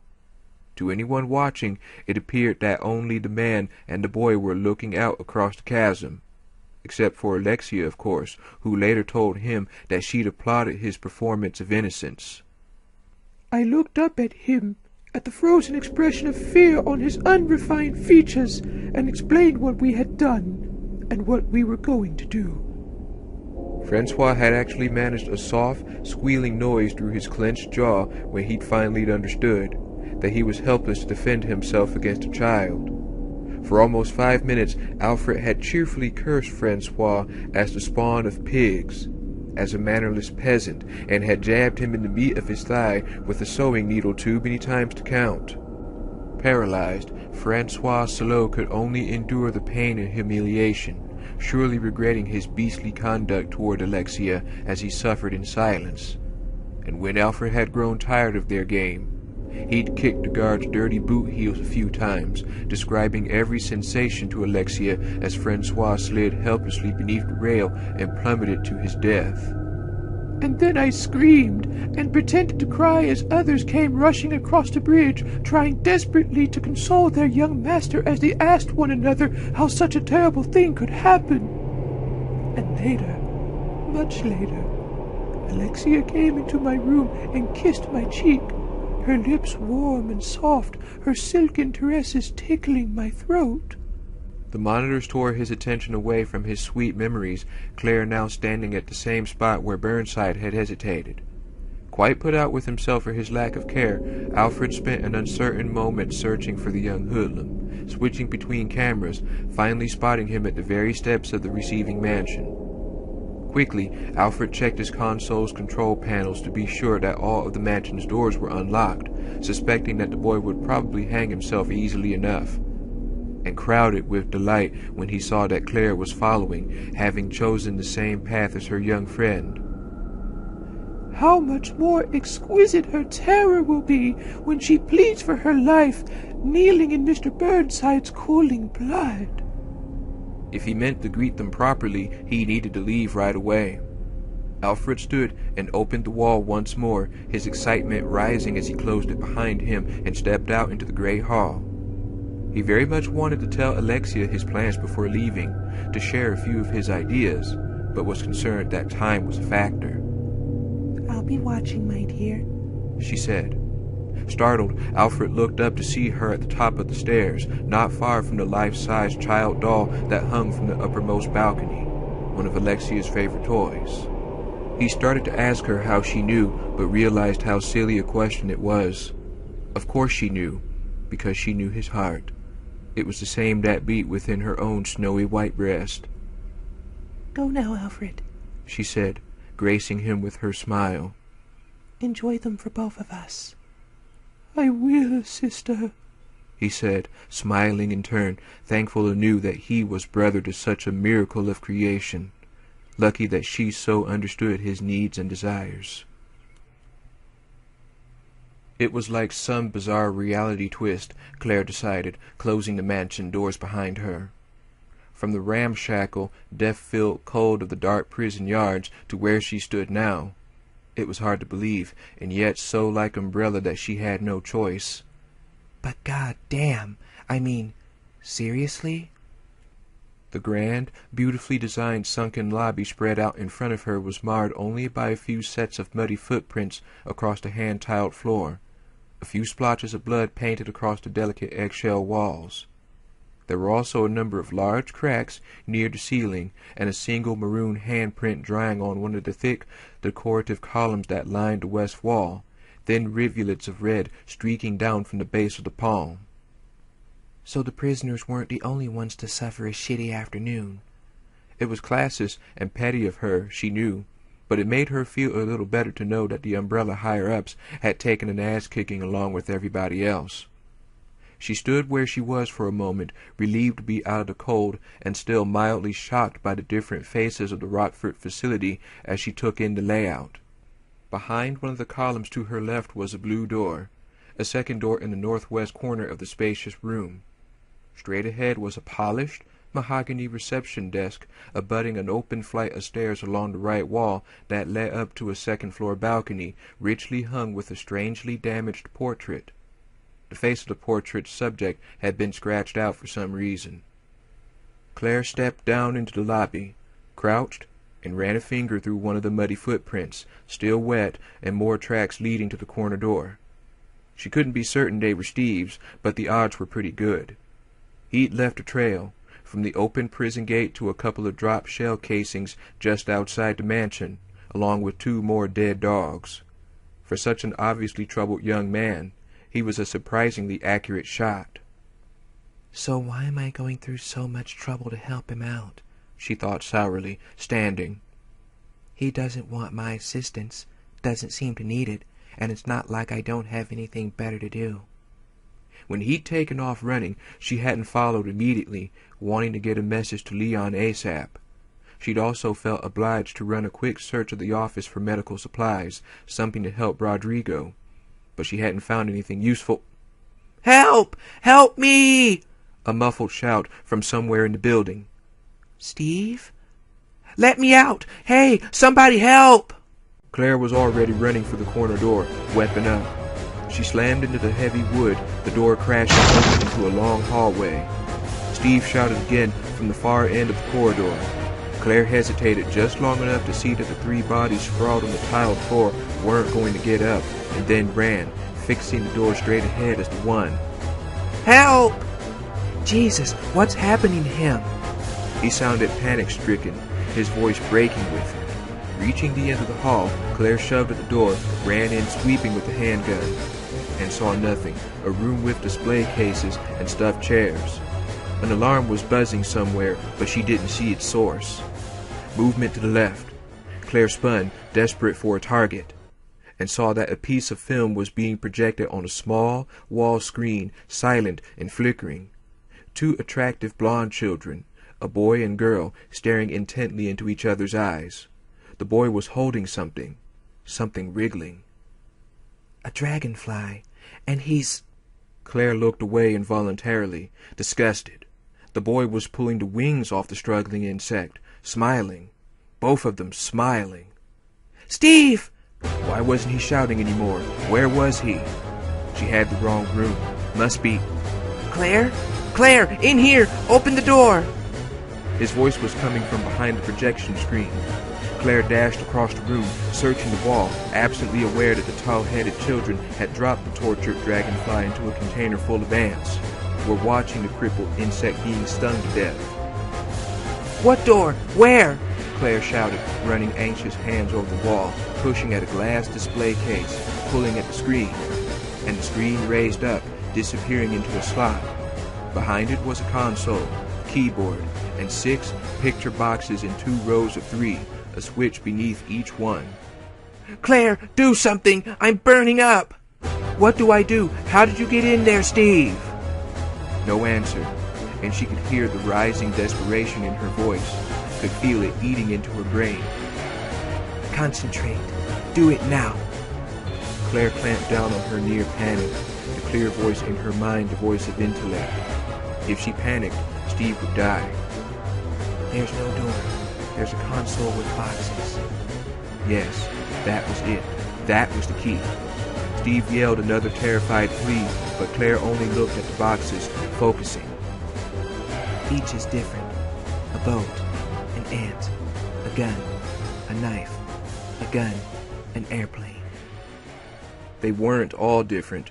There were 2 guns, a semi-automatic handgun and a revolver, the switches labeled C and E. Nothing else matched, and her first thought was that it was like one of those grade school tests, which 2 are alike. Without questioning her reasoning, Claire reached out and flipped the 2 switches, the 2 boxes lighting up, and to her right, a display case slid out from the wall. The buzzing alarm stopped, and a blast of dry, baking heat expelled from the opening, washing over her. A half-second later, Steve stumbled out and dropped to his knees, his arms and face beet red. He was holding a pair of matching handguns, what looked like gilded Lugers. Guess I picked the right boxes. She leaned over him, trying to remember what the signs of heat stroke were. Dizziness and nausea, she thought. Are you okay? Steve gazed up at her with his flushed cheeks and vaguely embarrassed expression. He resembled nothing so much as a little boy who'd had too much sun. Then he grinned, and the illusion was lost. What took you so long? He cracked, pushing himself to his feet. Claire straightened, scowling. You're welcome. His grin softened, and he ducked his head, pushing thick bangs away from his forehead. Sorry. And I'm sorry about before, too. Thanks, seriously. Claire sighed. Just when she'd decided he was a total asshole, he decided to be nice. And look what I got, he said, snapping both handguns up and aiming at one of the display cases. They were hanging on a wall back there, fully loaded and everything. Cool, huh? She had to resist a sudden urge to grab his shoulders and shake some sense into him. He had nerve, she'd give him that, and he obviously had at least a few survival skills. But did he not understand that he would have died if she hadn't heard him calling for help? This place is probably full of booby traps, too. How do I keep him from running off again? She watched him pretend shoot a bookshelf, wondering absently if the whole macho thing was just his way of dealing with fear. And a different approach suddenly occurred to her, one that she thought might actually work. He wants to play Mr. Tough Guy? Let him. Appeal to his ego. Steve, I understand you're not looking for a partner, but I am, she said, doing her best to look sincere. I don't want to be alone out there. She could actually see his chest puff out and felt a huge sense of relief knowing that it had worked before he said a word. She also felt a little guilty for manipulating him, but only a little. This was for the best. Besides, it's not lying exactly. I really don't want to be alone out there. I guess you could tag along, he said expansively. I mean, if you're scared. She only smiled, teeth gritted, aware that if she opened her mouth to thank him, she didn't know what would come out. And anyway, I know how to get us out of here, he added, his bluff manner slipping, his youthful enthusiasm spilling out. There's a little map under the counter at the front desk. According to that, there's a dock just west of here, and an airstrip somewhere past that, which means we have a choice. But my piloting skills are a little iffy, so I vote cruise. We can go right now. Maybe she had underestimated him a bit. Really? Great. That's... Claire trailed off. Rodrigo. She couldn't forget about Rodrigo. Between the two of us, we could probably get him to the dock. Would you come with me back to the prison first? She asked. The guy who let me out of my cell is back there. He's pretty badly wounded. One of the prisoners? Steve asked, perking up. Uh-oh. She could lie, but he'd know the truth soon enough. I don't think so. But he did let me go, and I kind of feel like I owe him. Steve was frowning, and she quickly added, And it seems like the, honorable thing to do.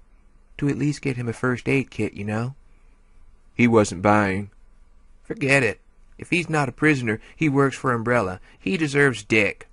Besides, they'll be sending troops in soon enough. It's their problem. Let them deal with it.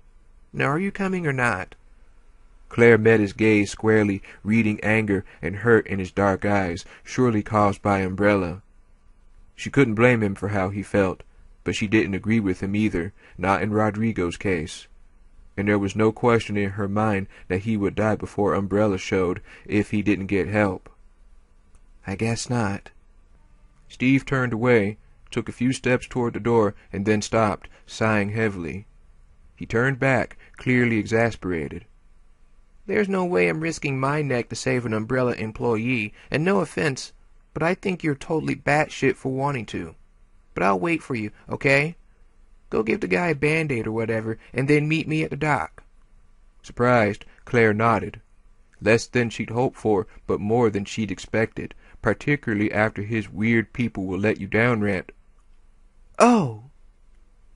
For the first time, it occurred to her why Steve might have said those things, why he was denying the trauma of what had happened, what was still happening. He was here by himself, after all. How could he not have abandonment issues? Claire smiled warmly at him, remembering how angry she'd felt as a child when her father had died. Being snatched away from one's family couldn't be much better. It'll be nice to go home, she said gently.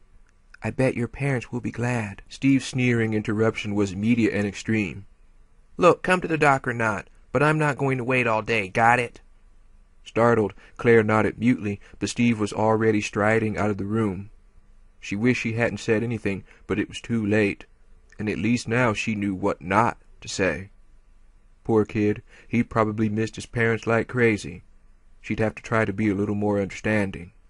With a last look around the strange little den, Claire started back toward the front door, wondering what to do about Rodrigo.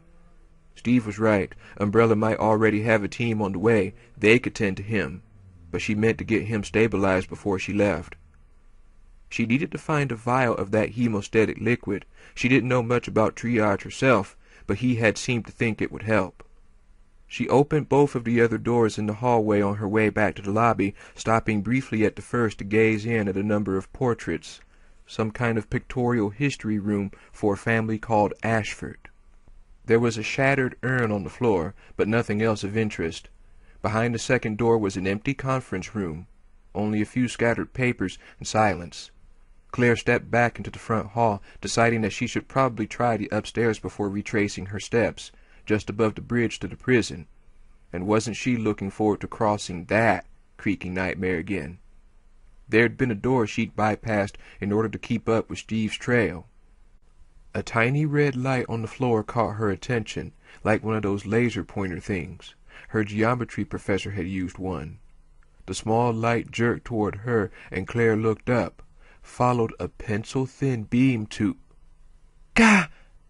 She dove for cover as the first shot bit into the tiles mere inches from where she'd stood, ceramic shards flying. She crashed behind one of the ornamental pillars as the second shot thundered through the lobby, shattering more tile. She scrambled to her feet, trying to make herself as tiny as possible, wondering if she'd actually seen what she thought she'd seen. A thin blond man with a rifle and laser sight, wearing what looked like a dress uniform jacket from a yacht club, deep red, complete with puffy white cravat and gold braid, like a child's idea of what noble authority should wear. My name is Alfred Ashford, a pinched, snobby voice called out. I am the commander of this base, and I demand that you tell me who you're working for. What? Claire wished she had something brilliant to say, some snappy comeback, but she couldn't get any further than that. What? She asked loudly. Oh, there's no point in your feigned ignorance, he continued, his jeering voice moving a little as though he were descending the stairs. Miss Claire Redfield. I know what you've been planning, I've known from the start, but you're not dealing with just any one Claire, not when you're dealing with an Ashford. He actually tittered, a high, girlish giggle, and Claire was suddenly, absolutely positive that he was a wacko. She was talking to a wacko. Yeah, and keep him talking. You don't want to lose his position. She could see the tiny red light flicker on the wall behind her as he worked to keep the pillar in his sights. Okay, Alfred, what is it that I'm planning? She jacked the action on her semi as quietly as possible, making sure there was a round in the chamber. It was as though she hadn't spoken. Our legacy of profundity, supremacy, and innovation is beyond question, Alfred said haughtily. We can trace our heritage to European royalty, my sister and I, and to some of the greatest minds in history. But then, I don't suppose your masters told you that, did they? My masters? I don't have any idea what you're talking about, Claire called out, watching the flickering red dot, deciding that she could dart a glance from behind the pillar's other side, maybe get off a shot before he could target her. The longer Alfred talked, the more strongly she felt that meeting him face to face would be a bad idea. Dangerously mentally ill people were unpredictable at best. He'd mentioned a sister, the children in that movie, with the dragonfly? She didn't have proof, but her instinct shouted a resounding yes. It seemed he'd stayed the course, from creepy kid to creep. Of course, if you were willing to surrender yourself to me now, Alfred purred. I might be persuaded to spare you your life, providing that you confess to treason against your superiors. Now! Claire ducked her head around the pillar, gun up, and... Wood and plaster exploded next to her face, the shot splintering the pillar's molding as she pulled back. She leaned heavily against the pillar, her breathing fast and gulping. If he'd been a hair more accurate... Aren't you the fast little rabbit? Alfred said, his amusement unmistakable. Or should I say, rat? That's what you are, Claire. A rat. Just a rat in a cage. Again, that insane, unnatural giggle, but it was receding, following him back up the stairs. Footsteps, and then a door closed, and he was gone. Well, doesn't that round out things nicely? What's a biohazardous disaster without a crazy or two? It'd almost be funny if she wasn't so totally weirded out. Alfred was a Fruit Loop. Claire waited a moment to be sure he was gone, then exhaled heavily, relieved but not relaxed.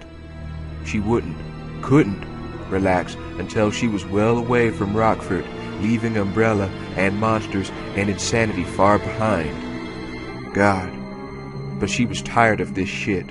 She was a second-year lit major. She liked dancing and motorcycles and a good latte on a rainy day. She wanted Chris, and she wanted to go home, and since neither of those seemed likely at the moment, she decided that she'd settle for a good, solid nervous breakdown, complete with screams and floor-pounding hysterics. It was almost tempting, but that would have to wait too. She sighed inwardly. Alfred had gone upstairs, so she thought she'd better check out that other door she'd passed back near the bridge, see if she could find something for Rodrigo there. At least things probably won't get any worse, she thought dismally, feeling a strange sense of déjà vu as she opened the front door. It felt so much like Raccoon City, but that had been a serious catastrophe rather than an isolated disaster. Big fat difference. All of it bites. Claire had no way of knowing that compared to what lay ahead. Things hadn't even started to get bad. Chapter 5. The alleged dock wasn't really a dock at all, much to Steve's disappointment, and there wasn't a boat in sight. He'd expected a long pier with pilings and seagulls, all that shit, and half a dozen ships to choose from, each of them stocked with full pantries and soft beds. Instead, he'd found a tiny, grungy platform that sat over an unpleasantly gray, lagoonish area, protected from the ocean by a ridge of jagged rock that he could barely make out in the dark. There was a pulpit kind of thing with a ship's steering wheel stuck on it at the edge of the platform. Probably some dumbass monument to the sea, or whatever. A decrepit table with some trash on it, and a ratty, moldy old life jacket heaped in a corner, the once bright orange stained to a murky mustard color. Nothing bigger than a canoe was ever going to dock at this particular pier. In a word, lame. Great. So how did all those people get off the island? Backstroke? And if there's an airstrip, where the hell is it? Bad enough that now he had to find another escape. He'd also told Claire that he'd meet her here. He couldn't just take off, but he didn't want to stand around waiting either. You could still ditch her. Steve scowled, irritably kicking at a rusted-out hunk of random machinery. Maybe she was a little nosy, a little naive, but she'd saved his ass, no question, and her wanting to go back to help some wounded umbrella hand just because he'd set her free. That was, well, it was nice. It was a nice thing to do. Leaving her behind didn't seem right. Not sure what to do next, he walked over to the mounted steering wheel. Wasn't there some kind of sailor name for it? One of those port, starboard, ahoy words? He didn't know, and gave it a spin, surprised at how smoothly it turned considering how crappy the rest of the dock was. And with a low, mechanical hum, the platform beneath his feet abruptly detached from the rest and slid out over the water as giant bubbles started to break the water's surface in front of him. Christ! Steve held onto the wheel with one hand, pointed at one of the gold lugers at the rising bubbles with the other. If it was one of Umbrella's creatures, it was about to be breathing hot lead. And a small submarine rose out of the water like a dark, metal fish, the hatch conveniently popping open directly in front of his feet. A runged ladder led down into the sub, which appeared to be empty. Unlike the worn-out surroundings, the little sub looked sturdy and well-maintained. Steve stared at it, astounded. What was this shit? It was like some theme park ride, so weird that he wasn't sure what to think. Is it any weirder than anything else I've dealt with today? Point taken. The map he'd looked at back at the mansion had been vague, just a couple of arrows and the words dock and airstrip, and apparently you had to take a submarine ride to get there. Umbrella was one messed up company. He stepped down onto the top rung and then hesitated, his skin still red from the last unknown he'd stepped into. He didn't want to drown any more than he'd wanted to get baked alive. Ah, screw it. Won't know till you try. Again, point taken. Steve climbed down the ladder, and when he stepped off, he triggered a pressure plate in the floor of the sub. Above him, the hatch closed. He quickly stepped on it again, and the hatch reopened. It was good to know he wouldn't suffocate, at least. The interior of the submarine was very plain, maybe as big as a large bathroom, bisected by the narrow ladder. There was a small padded bench on one side, the rear of the sub, and a simple control console in front. "Let's see what we got here," Steve muttered, stepping up to the controls. They were ridiculously simple, a single lever with 2 settings. The handle was currently next to the upper setting, marked Main. The lower setting was marked Transport, and Steve grinned, amazed that it could be this easy. Talk about user-friendly. He tapped the pressure plate again, sealing the hatch, wondering if Claire would be impressed by his discovery as he pulled the lever down. He heard a soft, metallic thunk, and then the submarine was moving, descending. There was a single porthole, but it was too dark to see anything besides a few rising bubbles. The anticlimactic ride was over in about 10 seconds. The sub seemed to stop moving, and he heard a sharper, metallic sound coming from the hatch, like it was brushing against something. Definitely not an underwater sound. Onward and upward. The hatch opened as he started to climb the ladder, gun firmly in hand, and he stepped out onto a metal platform, walled in glass for plexi, surrounded by black water on either side. There were a few steps leading down to a well-lit hallway where only the left-hand wall was made out of water. Yeesh. It was like the displays at some aquariums where you could go through an underwater tunnel, look at the fish. He'd never liked those things, finding it way too easy to imagine the glass breaking just as a shark decided to cruise by, or something worse. Enough of that. Steve stepped down into the hall and followed it around 2 bends, deliberately staring straight ahead.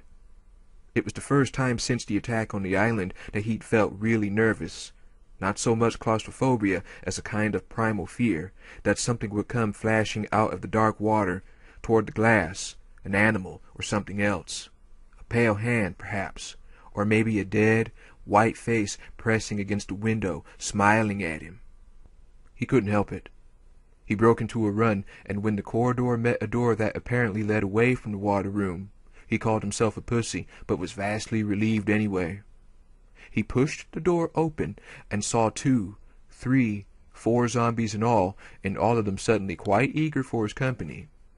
Each of them turned and began to limp or stagger toward him, the rags of their clothing, umbrella uniforms no question, hanging from their outstretched arms. There was a smell like dead fish. One of them moaned, and the others chimed in, the wail strangely gentle in a way, kind of sad and lost-sounding. Considering what Umbrella had put him through, though, he didn't feel a whole lot of sympathy. None, in fact. The room was half split by a wall, the 3 zombies on the left unable to see the Lone Ranger on the right, though maybe they could, he thought, peering closer. Each of the trio had eyes that seemed to glow a strange dark red. They reminded him of a movie he'd seen once about a man with super X-ray vision who saw all kinds of shit. Guess we'll never know what they see. Steve took aim at the nearest, closed one eye, and right through the old frontal lobe, a clean hole appearing in its gray-green forehead like magic. The creature's red eyes seemed to fade and go out as it dropped, first to its knees, then flat down on its face. Gross. The zombie's comrades took no notice, kept coming. The Lone Ranger's progress had been stopped by a desk. He continued to walk anyway, apparently not noticing that he wasn't going anywhere. Steve took out the next in line same as the first, 1-shot kill, but for some reason, he didn't feel all that great about it. Shooting them down like that. It hadn't bothered him before, back at the prison. Then it had felt good, powerful even. He'd been stuck in that hellhole long enough to be pretty righteously pissed, and having some control again had been like Christmas. Like a great, big Christmas present that some little kid had been waiting for all year, like he used to wait. Shut up. Steve didn't want to think about it. It was bullshit. So he didn't feel like clapping every time he wasted another one of them. So what? All it meant was that he was getting bored. He hurriedly shot the last 2, the shots seeming louder than before, practically deafening. A quick look around for anything useful. If paper clips and dirty old coffee mugs were useful, he was sitting pretty, and he was ready to move on. There were 2 doors on the back wall, one on either side of the room. He picked left on general principles. He'd read somewhere that when given a choice, most people picked right. After checking his ammo, he walked past a big, empty fish tank that dominated the left side of the room and cautiously pushed the door open, taking in as much as he could in a single glance. Dark, cavernous, smells of salt water and oil. Nothing moving. He stepped inside, sweeping with the Luger, and laughed out loud, a rush of pure joy washing through his system as his laugh echoed back at him. It was a seaplane hangar, and there was one big-ass seaplane sitting right in front of him. Big to him, anyway. He'd mostly flown in a little twin-engine private plane. Thoroughly pleased, Steve walked toward the plane, which sat just below the mesh platform under his feet. He was an inexperienced pilot, but he figured he probably knew enough not to crash the thing. First things first. Board her and check fuel. General condition, learn the controls. He stopped at the edge of the platform and looked down, frowning. He was at least 10 feet above the front hatch, which looked to be locked down tight. There was a bank of machinery to his left, a few panels lit up. Steve walked over and looked at them, smiling when he saw a control to power up the boarding lift. The system should also open the plane door, according to the tiny diagram. "Presto," he said, flipping the switch. A loud and grating mechanical noise bellowed through the giant hangar, making him wince, but it stopped after a few seconds as a 2-man lift slid to a halt at the platform's edge. He stepped onto the lift, studied the standing control panel, and started to curse every bad word he could think of twice. Next to a trio of hexagonally shaped spaces were the words, "Insert proof keys here." No keys, no power. They could be anywhere on the whole goddamn island. And what are the chances that all goddamn 3 of them will be goddamn together? He took a deep breath, made himself calm a little, and spent the next few minutes figuring out how the plane's controls were hooked up to the rest of the system, looking for a way to bypass the keys. And after a careful, thoughtful deliberation, he started cursing again. When he finally got tired of that, he resigned himself to the inevitable. Steve turned around and started to search the area, peering into every dark crevice, formulating theories about where the proof keys might be as he ran his hands over the greasy, dust-slim machinery cabinets. And he decided that he was definitely going to dance all over the bones of the next Umbrella employee he gunned down, just for working at such an unnecessarily complicated place. Keys and emblems and proofs and submarines. It was a wonder they ever got shit done. The virus carrier was wearing a lab coat, and its lower jaw had fallen off somewhere, or been broken off. It gurgled and spluttered horribly, its wormy tongue flopping limply across its neck. Claire couldn't tell if it had been a man or a woman, although she supposed it didn't really matter. As pitiful as it was revolting, she put it out of its misery with a single shot to the temple, and then searched the area, working laboratory office, small inventory room, before stepping back into the hall, discouraged at her overwhelming lack of success.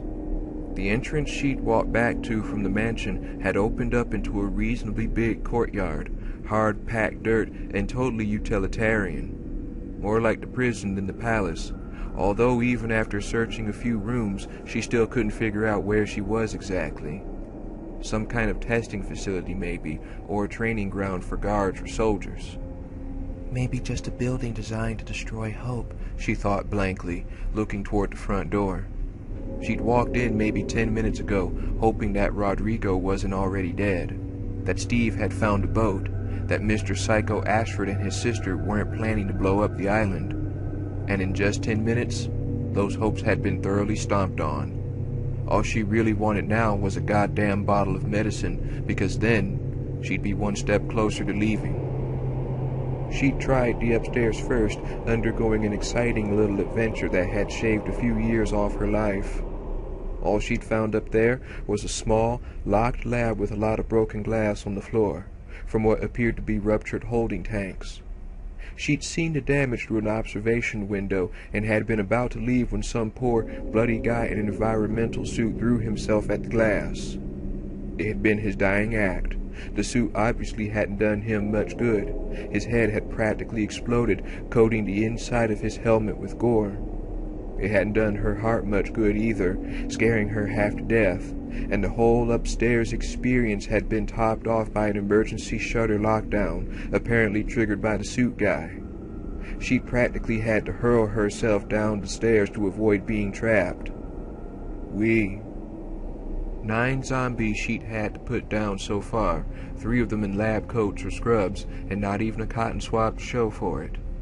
Nothing in the locker room, and she'd looked through practically every damn one of the lockers, turning up jock straps and porn, but little else. Nothing in the odd little shower room, zip and zilch. She'd have thought that a pharmaceutical company might actually have a few pharmaceuticals lying around, but it was looking more doubtful by the moment. Claire walked back to the long hall that branched off from the building's first floor that opened into an outdoor courtyard. She'd hoped to find something for Rodrigo without having to leave the building proper, but there was no help for it. If I get lost, I can just follow the trail of corpses back, she thought, walking quickly down the nondescript corridor. Not funny, but she wasn't feeling all that politically correct at the moment. She was starting to run low on ammo too, which made her even less inclined to a positive frame of mind. She stepped from the relative warmth of the hall into the mist-cloaked courtyard, smells of the ocean permeating the cold gray night. A small fire burned against one wall. The whole Rockford facility was strangely laid out, she thought. An unlike mix of new and old. Inefficient, but interesting. The little courtyard was actually cobblestoned, definitely not a recent addition. Claire froze. The narrow red beam of a laser scope sliced through the mist in front of her, swept toward her from somewhere above. A low balcony to her right, the stairs for it set against the east wall. "Stairs! Cover!" It was all she had time to think before the little red dot was stuttering across her chest. She threw herself out of the way as the first shot blasted through the cold air, burying itself in a miniature fountain of stone chips.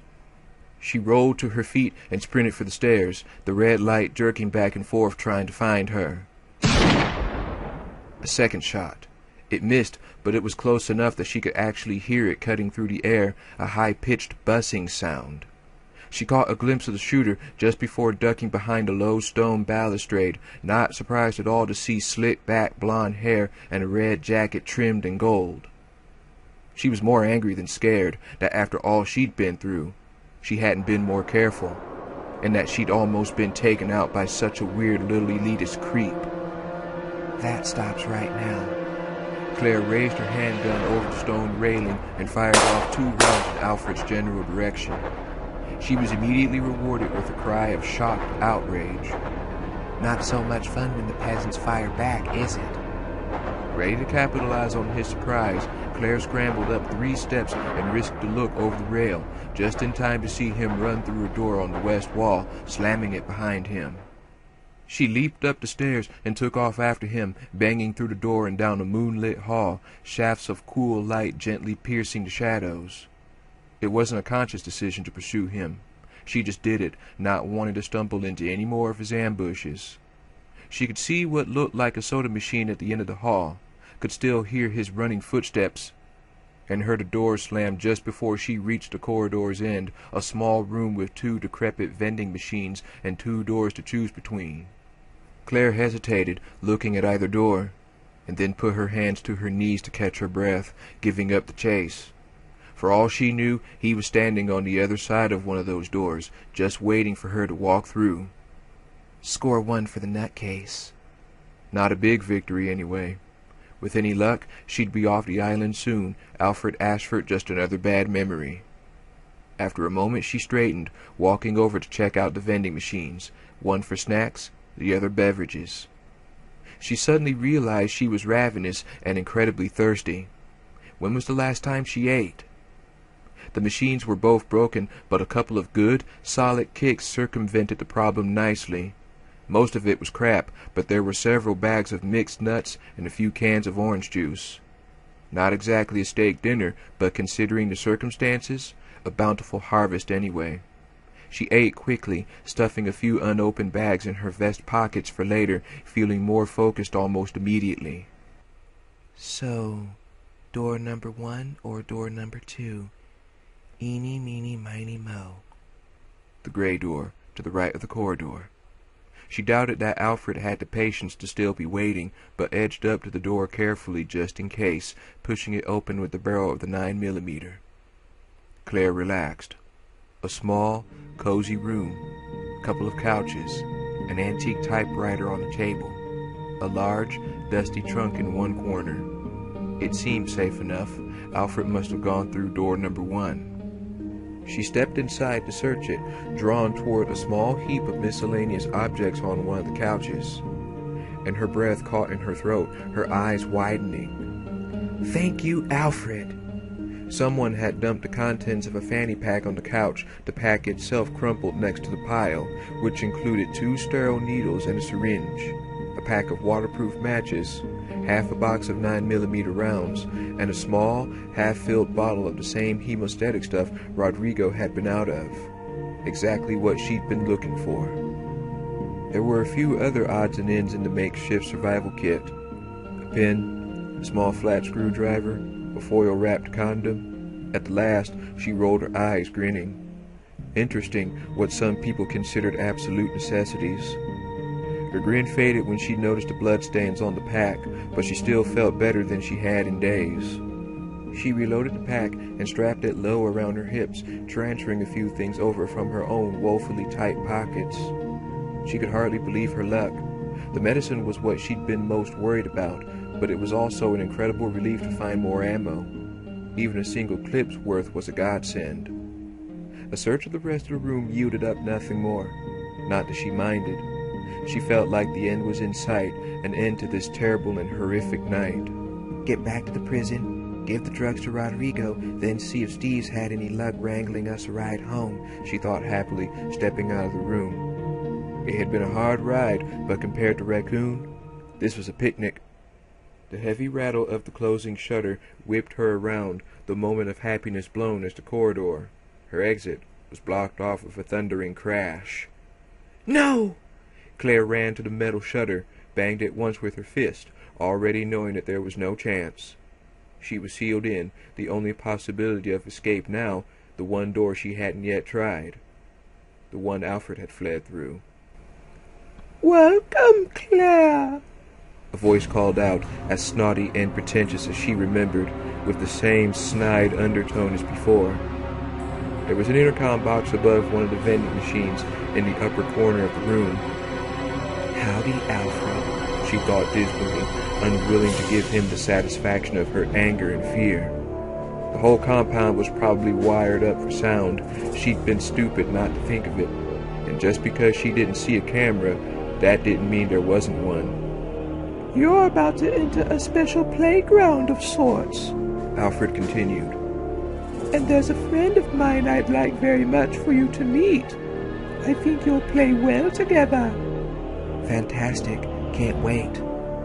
Don't die too soon, Claire. I want to enjoy this. He laughed, that insane, annoying, distinctly unnatural giggle of his. Then he was gone. Claire stared blankly at the door she was supposed to go through, considering her options. It was probably the best thing Chris had ever taught her. That there were always options. They might all totally suck, but there was always a choice regardless, and thinking over her alternatives now had a calming effect. I can hide in the safe room, live on snack food and pop while I wait for Umbrella to show up. I can sit here and pray that some friendly party will miraculously come to my rescue. I can try to get through the steel shutter or through one of the walls. With that screwdriver and some elbow grease, I can probably break out in about 10,000 years.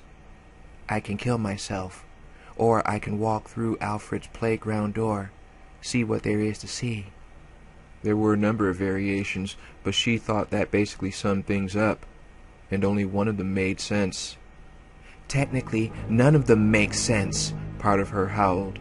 I should be in my dorm room eating cold pizza and cramming for some test. Objection noted, she thought dryly, reaching into her new Pack 4 full clip, tucking another in her bra for fast access. Time to see what Alfred and his underlings had been up to out here. See if Umbrella had finally come up with a formula for the perfect bio-organic warrior. Claire stepped up to the door and paused, wondering if she should go into battle with some profound thought about her life or love, wondering if she was ready to die, and decided that she could worry about all that stuff later. If there wasn't a later, she wouldn't have to worry about it, would she? Boy, am I smart, she murmured, and pushed the door open before she could lose her nerve.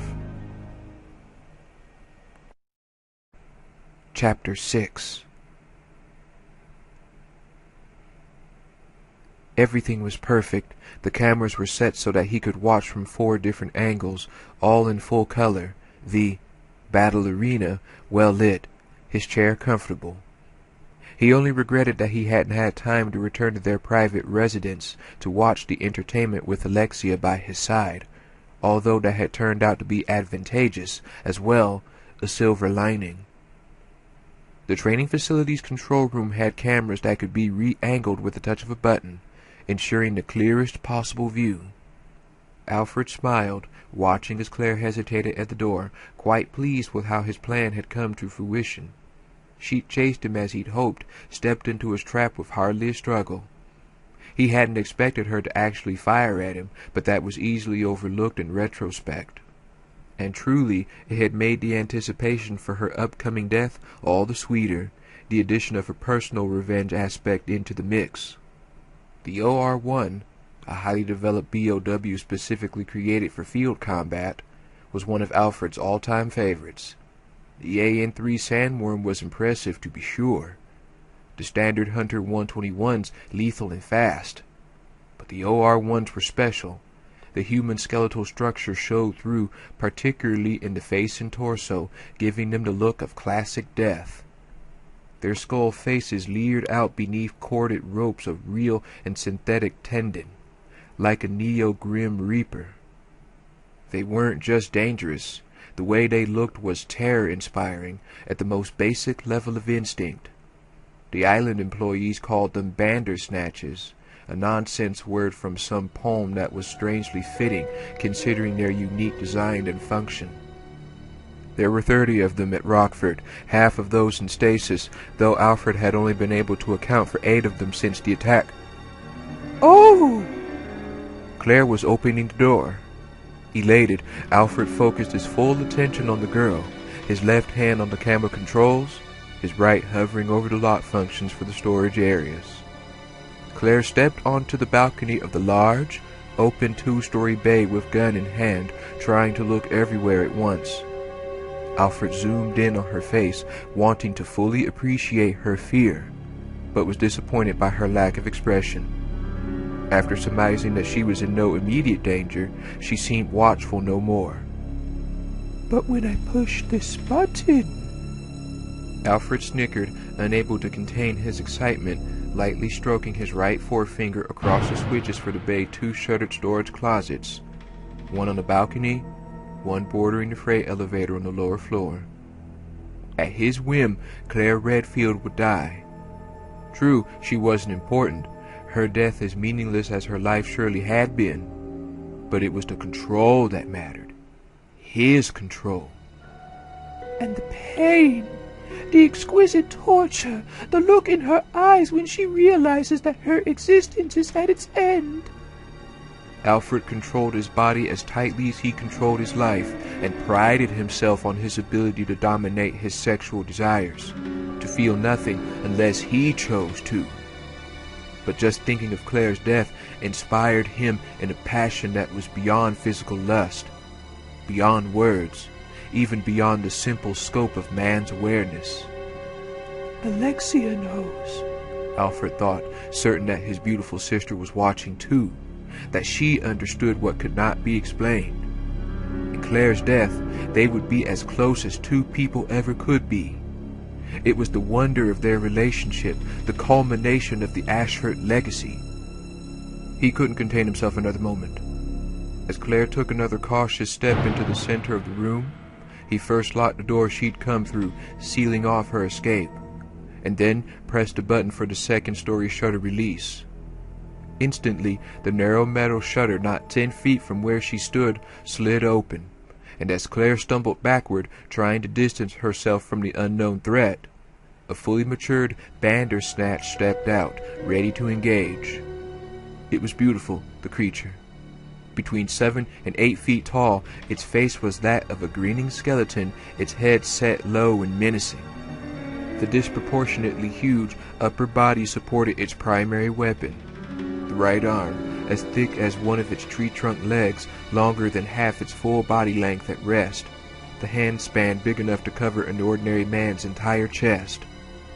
Its left arm was withered, tiny and misshapen, but a Bandersnatch only needed the one. Alfred had hoped for some exclamation from her, a curse or a scream, but she was silent as she retreated to what she believed to be a safe distance. She opened fire almost immediately. The Bandersnatch roared, a rough, guttural scream, then performed its trick. Alfred had seen it a dozen times, but never tired of watching. The massive right arm snapped toward Claire, probably 15 feet away, the engineered muscles hyperextending, the elastic tendons and legitimate stretching. And it slapped Claire to the ground with scarcely any effort, the girl knocked sprawling before the Bandersnatch's arm snapped back into place. Yes! Oh, yes! Claire crabbed backward as fast as she could, stopping only when her back hit the wall. Alfred zoomed in to see that a fine sheen of sweat had broken out across her face, but she still wore no expression beyond a kind of intense watchfulness. She pulled herself to her feet and sidestepped along the wall, moving fast, obviously not wanting to be knocked off the balcony by the creature's next blow. Alfred grinned, ignoring the disappointment that her apparent lack of terror had brought about. She'd be out of wall in another few seconds, backed into a corner. And then a series of blows, beating her to death against the wall, or a simple neck snap, a grasp of her head and a simple, solid shake. Or will it toy with her, tossing her around like one of Alexia's rag dolls?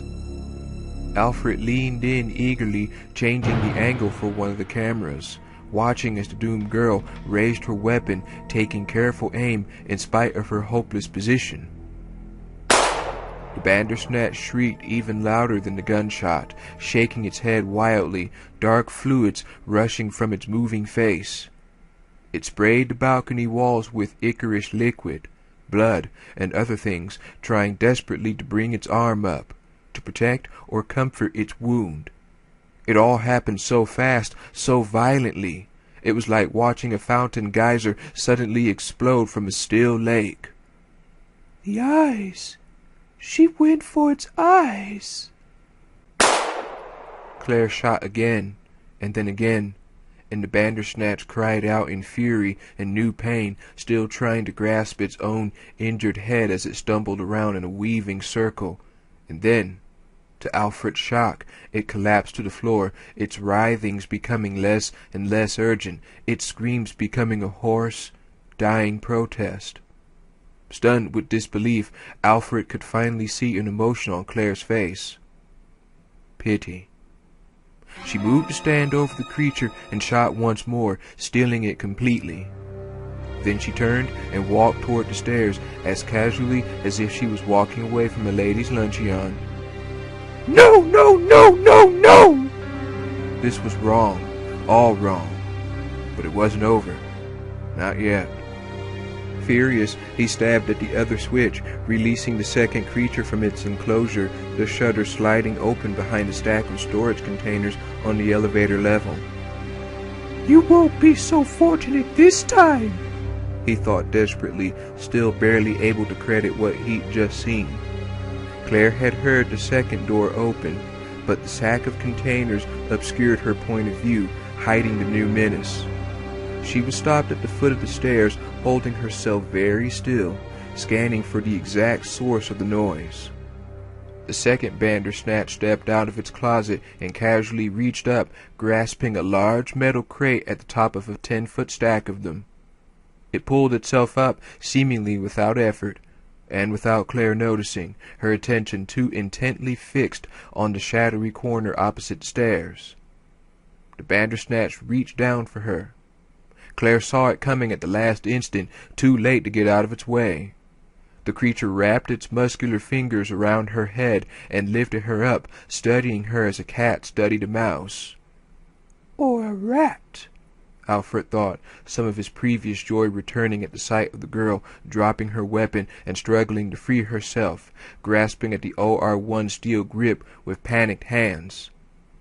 And Alfred's focus was broken at the sound of shattering glass somewhere off-screen, and someone was shooting, the sudden flurry of noise and activity making the Bandersnatch shriek, making it drop Claire.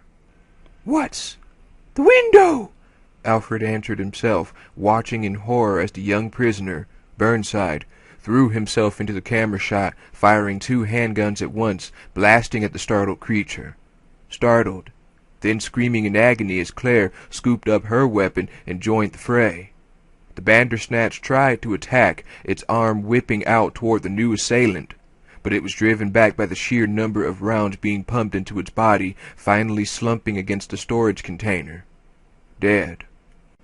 Without consciously deciding to do it, Alfred reached for the freight elevator controls, a part of him remembering that there was at least one more OR-1 below, as well as a number of virus carriers. The 2 youths stumbled as the floor beneath their feet began to go down, taking them to the basement of the training facility. There were no working cameras there, but enjoying their deaths was no longer Alfred's primary concern. Not so long as they died. "Can't be! This can't be happening!" The OR-1 should have dispatched Claire and her meddlesome friend effortlessly, but they were alive and his pets had suffered and died. He tried to convince himself that the 2 would soon perish in the basement, which had been locked down and isolated since the first viral leak. Suddenly, nothing seemed certain anymore. "Alexia," Alfred whispered, feeling the blood drain from his face, feeling his very being flushed with shame. He had to make her see that it wasn't his fault, that his trap had worked perfectly, that the impossible had occurred. And he'd had to accept the subsequent coolness in her gaze, the undertone of disappointment in her sweet voice as she reassured him that she understood.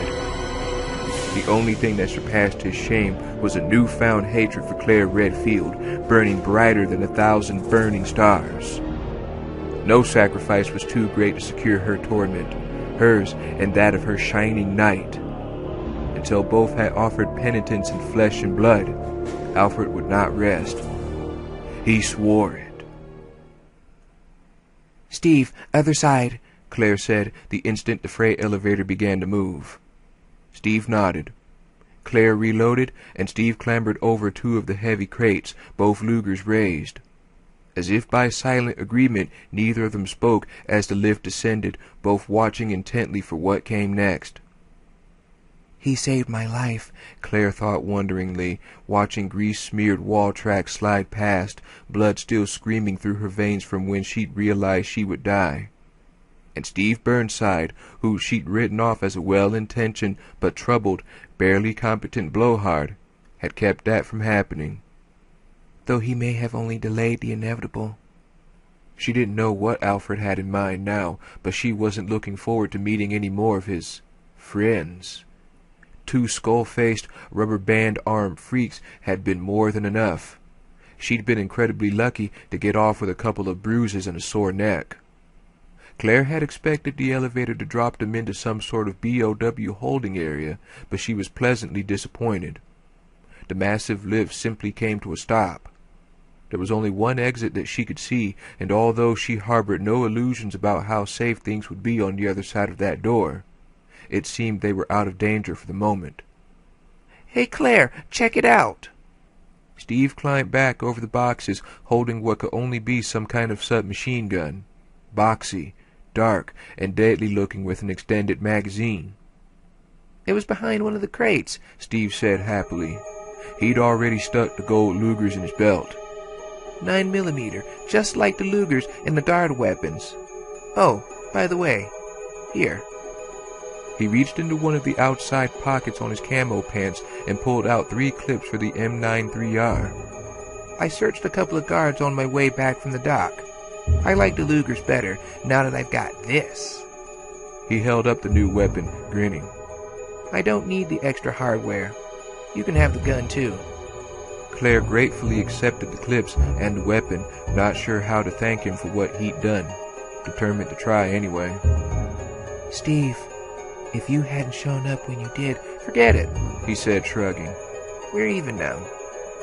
Well, thanks all the same, Claire said, smiling warmly. He smiled back, and she saw a flicker of real interest in his gaze, a sincerity there that was quite different from his previous posturing. Not sure what to do about it, for him or for herself, she moved the conversation along. I thought you were going to wait at the dock, she said. It wasn't really a dock, Steve said, and told her what had happened since they'd separated. The seaplane was terrific news. Having to deal with Umbrella's bizarre key fetish yet again wasn't so terrific. And when I couldn't find them, I thought I'd wander over and see if you'd come across anything like that, he finished, shrugging again, working hard to look nonchalant. That's when I heard the shots. How about you? Anything interesting? Besides meeting up with a couple of Umbrella's monsters, I mean. I'll say. Do you know anything about Alfred Ashford? Only that him and his sister are total fruitcakes, Steve said promptly. And that the guards were scared of him. I could tell the way they avoided talking about him. He sent his own assistant to the infirmary, I heard. There was some kind of whacked-out doctor working there, I guess. A lot of prisoners got taken to the infirmary and never came back. Doesn't take a genius, you know. Claire nodded, fascinated in spite of herself. What about the sister? I never heard much about her, except she's some kind of shut-in, Steve said. No one even knows what she looks like. I think her name is Alexandria, maybe? I don't remember. Why?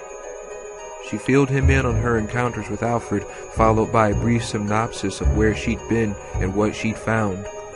When she mentioned that she had the medication she'd been looking for, Steve scowled, and then blinked, his face clearly expressing a sudden change of heart. Maybe this Umbrella guy, Rodrigo, Claire interjected. Okay, whatever, Steve said impatiently. Maybe he knows something about these proof key things, like where they are. Good idea. It would beat searching the entire island, wouldn't it? Claire said. You up for a trip back to the prison? Assuming we can get out of here, that is. Oh, I'll clear us a path, Steve said, not a trace of doubt in his voice. You just leave that part to me. Claire opened her mouth to comment on the pitfalls of overconfidence, particularly where Umbrella was concerned, then closed it again. Maybe it was his belief in himself that had carried him this far, that by not accepting the possibility of defeat, he was assuring himself a win. Fine in theory, dangerous in practice. She'd be there to cover him at least. We were on the first floor of the training facility, he continued, which means we're in the basement now. I know from my... Steve shook his head, flustered for some reason, but before she could ask about it, he continued on as if nothing had happened. There's a boiler room and a sewer area. Basically, we go that way, he said, gesturing at the door. Claire decided not to point out that since it was the only door, she'd already come to that conclusion. I'm right behind you. Stay close, Steve said roughly, walking to the door and looking back over the shoulder, trying to look fierce, his jaws set and his eyes narrowed. Claire was torn between irritation and laughter, finally choosing to think of it as endearing. Then he was opening the door, and the reality of their situation came back to her, floating in on the smell of gangrenous tissue. She stopped worrying about the little things, concentrating on the need to survive. What Steve knew about guns he could sum up in about 5 seconds, but he knew what he liked, and he decided immediately upon pulling the trigger of his newest find that it was the shit. Hands down. He stepped out of the freight elevator, ready to kick some rotten ass, and he saw his opportunity less than 10 feet away. There were 5 of them in all. Well, 5.5, including a crawling mess on the floor over by the shelves. And all he had to do was tap the trigger, and then he was trying like hell to keep the weapon from flying out of his hand. He swept the kicking gun left to right, releasing the trigger as the last zombie's Swiss cheese brain parted company with its Swiss cheese head. It was all over in just a few seconds, so fast that it seemed unreal, like he'd coughed and a building had blown up or something. Claire had taken care of the floor pizza during his sweep, and when he turned around, triumphant, he was a little surprised to see that she wasn't smiling, until he thought about it for a second, and then he felt a little ashamed of himself. As far as he was concerned, they weren't really people anymore. He knew that if he were ever infected, he'd want someone to plug him, to keep him from hurting anyone else, not to mention granting him a fast death rather than letting him rot on the hoof. But they were human once. What happened to them was entirely shitty and unfair, no question. True, and maybe he should be more respectful, but on the other hand, the gun was extremely cool, and they were zombies. It was a touchy subject, not one he was prepared to mess around with, but he decided he could at least not laugh about it in front of Claire. He didn't want her to think he was some bloodthirsty asshole. He pointed at the door ahead and to the right, fairly sure that they were heading in the right direction, at least roughly. The way he figured it, they'd come out at least close to the front yard of the training facility. Claire nodded, and Steve led the way once again, pushing the door open and stepping through. They were standing at the top of a half-flight of open stairs leading down into the boiler room. A room full of big, battered-looking, hissing machinery anyway. Steve didn't actually know what a boiler looked like. There were 4 zombies milling around between them and the steps leading up and out on the other side of the cold, hissing room. Steve raised the machine gun and was about to fire when Claire tapped his arm, moving to stand beside him. "Watch," she said, and pointed her 9mm at the zombie group. Not quite, he saw. She was aiming low at something just past him. And, pow! 3 of the creatures went down, blackened and smoking. Behind them, what was left of a small, obviously combustible container, only jagged curls of splayed metal surrounded by a smudge of toxic smoke. The 4th zombie had been hit, but not as hard. Claire took it out with a single headshot before speaking again. "Saves ammo," she said simply, and brushed past him to walk down the steps. Steve followed, slightly awed by her, but playing it detached, like he'd already thought of that. If there was one thing he knew about chicks, it was that they didn't like guys who mooned all over them, acting all goofy. "Not that I give a shit what she thinks about me," he told himself firmly. "She's just kind of cool is all." Claire reached the next door first and waited until he caught up, nodded that he was ready. As soon as she opened it, they both relaxed. He could see her shoulders loosen and felt his own heart beating again. A dark stone walkway, totally empty, opened on one side. There was water running somewhere below and some kind of narrow gate straight ahead, like an old-fashioned elevator door. "This is starting to seem a little too easy," Claire said softly. "Yeah," Steve whispered back. So much for Alfie Boy's evil playground shtick. They were about halfway across when they heard it, echoing up from somewhere in the black running waters below. A strangely high, piercing trill. Inhuman, but not like an animal either. Whatever it was, it sounded extremely pissed, and from the splashing noises, it was coming closer. Steve was ready to start shooting, but Claire grabbed his arm and took off running, practically jerking him off his feet. They were at the lift in about 2 seconds, Claire ripping the gate aside and shoving him into a tiny elevator cab, jumping in after him and slamming the gate closed. "Okay, geez, you don't have to push," Steve said, rubbing his arm indignantly. "Sorry," she said, pushing an errant strand of hair behind one ear, looking as rattled as he'd seen her get. "It's just, I've heard that sound before.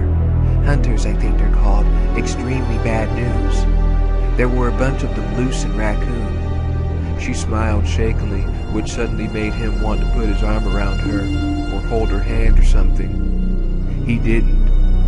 Brings up some bad memories, you know, she said. Raccoon.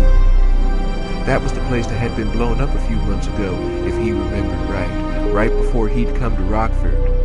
The town's own police chief had done it. Did Umbrella have something to do with Raccoon? Claire seemed surprised, but then smiled a little easier, turning her attention to the elevator controls. Long story. I'll tell you about it when we get out of here. So, first floor?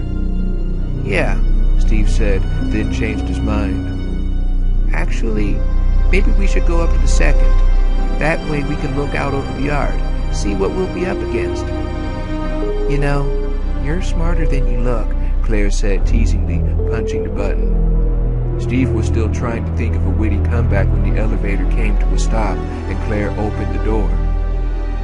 There was a shuttered, locked-down door to their right, so they went left, the short hallway empty. There was only one door in that direction, too, but they were in luck. The knob turned when Claire tried it. Again, there were no surprises. The door opened up to a cramped, wooden balcony thick with dust, overlooking a big room full of junk, a rusty military jeep, stacks of grungy old oil drums, broken boxes, and the like. It seemed more like a storage shed than anything else, and though it was well lit, there were enough piles of crap that it was impossible to see if anyone was down there. There was, though. Steve could hear shuffling noises. He took a few steps to the left, trying to see the corner beneath the balcony, and Claire followed. The boards creaked and shifted beneath their steps. Doesn't seem too sturdy, Claire started, and was cut off by a giant, splintering crack, pieces of the balcony floor flying up as both of them went down. Shit! Steve didn't even have time to tense for the impact. It was over so quick. He landed on his left side, jarring his shoulder, his left knee cracking against a random bit of wood. Almost immediately, a pyramid of empty barrels fell over behind him, clattering hollowly to the ground, and Steve heard a zombie's hungry wail. "Claire?" Steve called, crawling to his feet and turning, looking for her and the zombie. There she was, amid the barrels, still down, rubbing one ankle. Her handgun was about 10 feet away. Steve saw her eyes go wide and followed her gaze, a lone zombie teetering toward her. And all he could do was stare at it, his body suddenly a million miles away. Claire said something, but he couldn't hear her, too intent on the virus carrier. It had been a big man, leaning toward fat, but someone had blasted off part of his gut. The open, sticky, belly wounds were seeping, the dark shirt made even darker by the almost uniform layer of blood that had soaked the cloth. It was gray-faced and hollow-eyed, like all of them, and had either bitten through its tongue or had been eating his. Its mouth was smeared with blood. Claire said something else, but Steve was remembering something. A sudden, vivid flash of memory so real that it was almost like reliving the experience. He'd been 4 or 5 years old when his parents had taken him to his first parade, a Thanksgiving parade. He was sitting on his father's shoulder, watching the clowns go by, surrounded by loud, shouting people, and he'd started to cry. He couldn't remember why. What he remembered was his father looking up at him, his eyes concerned and full of love. When he'd asked what was wrong, his voice was so familiar and well-loved that Steve had wrapped his tiny arms around his father's neck and hidden his face, still crying, but knowing he was safe, that no harm could come to him so long as his father held him. "Steve!" Claire practically screaming his name, and he saw that the zombie was almost on top of her, its gray fingers closing around her vest, pulling her up to its drooling, bloody mouth. Steve screamed too, opening fire, the thunder of bullets ripping into his father's face and body, tearing him away from Claire. He kept firing, kept screaming until his father lay still and the thunder had stopped, only dry clicks coming from the gun. And then Claire was touching his shoulder, turning him away as he called out for his father, weeping. They sat for a while. When he could speak, he told her about it, parts of it, his arms around his knees and head down. told her about his father, who had worked for Umbrella as a truck driver, who had been caught trying to steal a formula from one of their labs. He told her about his mother, who had been gunned down by a trio of Umbrella soldiers in their own home, lay choking and bloody and dying on the living room floor when Steve came home from school. The men had taken them away, taken Steve and his father to Rockford. "I thought he was killed in the airstrike," Steve said, wiping at his eyes. "I wanted to feel bad about it. I did, but I just kept thinking about Mom, about how she looked. But I didn't want him to die. I didn't. I loved him too." Saying it out loud made him start crying again. Claire's arm was around him, but he barely felt it, so sad that he thought he might die. He knew he had to get up. He had to find the keys and go with Claire and fly the plane. But none of that seemed important anymore. Claire had been mostly quiet, only listening and holding him. But she stood up now and told him to stay where he was, that she'd be back soon, and then they could leave. That was okay. It was good. He wanted to be alone. And he was more exhausted than he'd ever been in his life, so tired and heavy that he didn't want to move. Claire went away, and Steve decided that he should go looking for the proof keys soon. Very soon. As soon as he stopped shaking.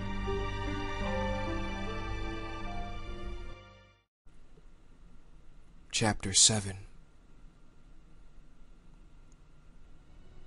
In the cool darkness, Rodrigo had been resting uneasily. Now he heard a noise out in the corridor and forced himself to open his eyes, to get ready. He lifted his weapon, bracing his wrist on the desk when he realized he hadn't the strength to hold it up. "I'll kill anyone who messes with me," he thought, more by habit than anything else, glad he had the gun even if he was already a dead man. A zombie guard had fallen down the stairs and crawled into the cell room some time after the girl had left, but Rodrigo had killed it with a boot to the head and taken its weapon, still holstered on its broken hip. He waited, wishing that he could go back to sleep, trying to stay alert. The gun eased his mind, took away a lot of his fear. He was going to die soon, it was inevitable, but he didn't want to become one of them, no matter what.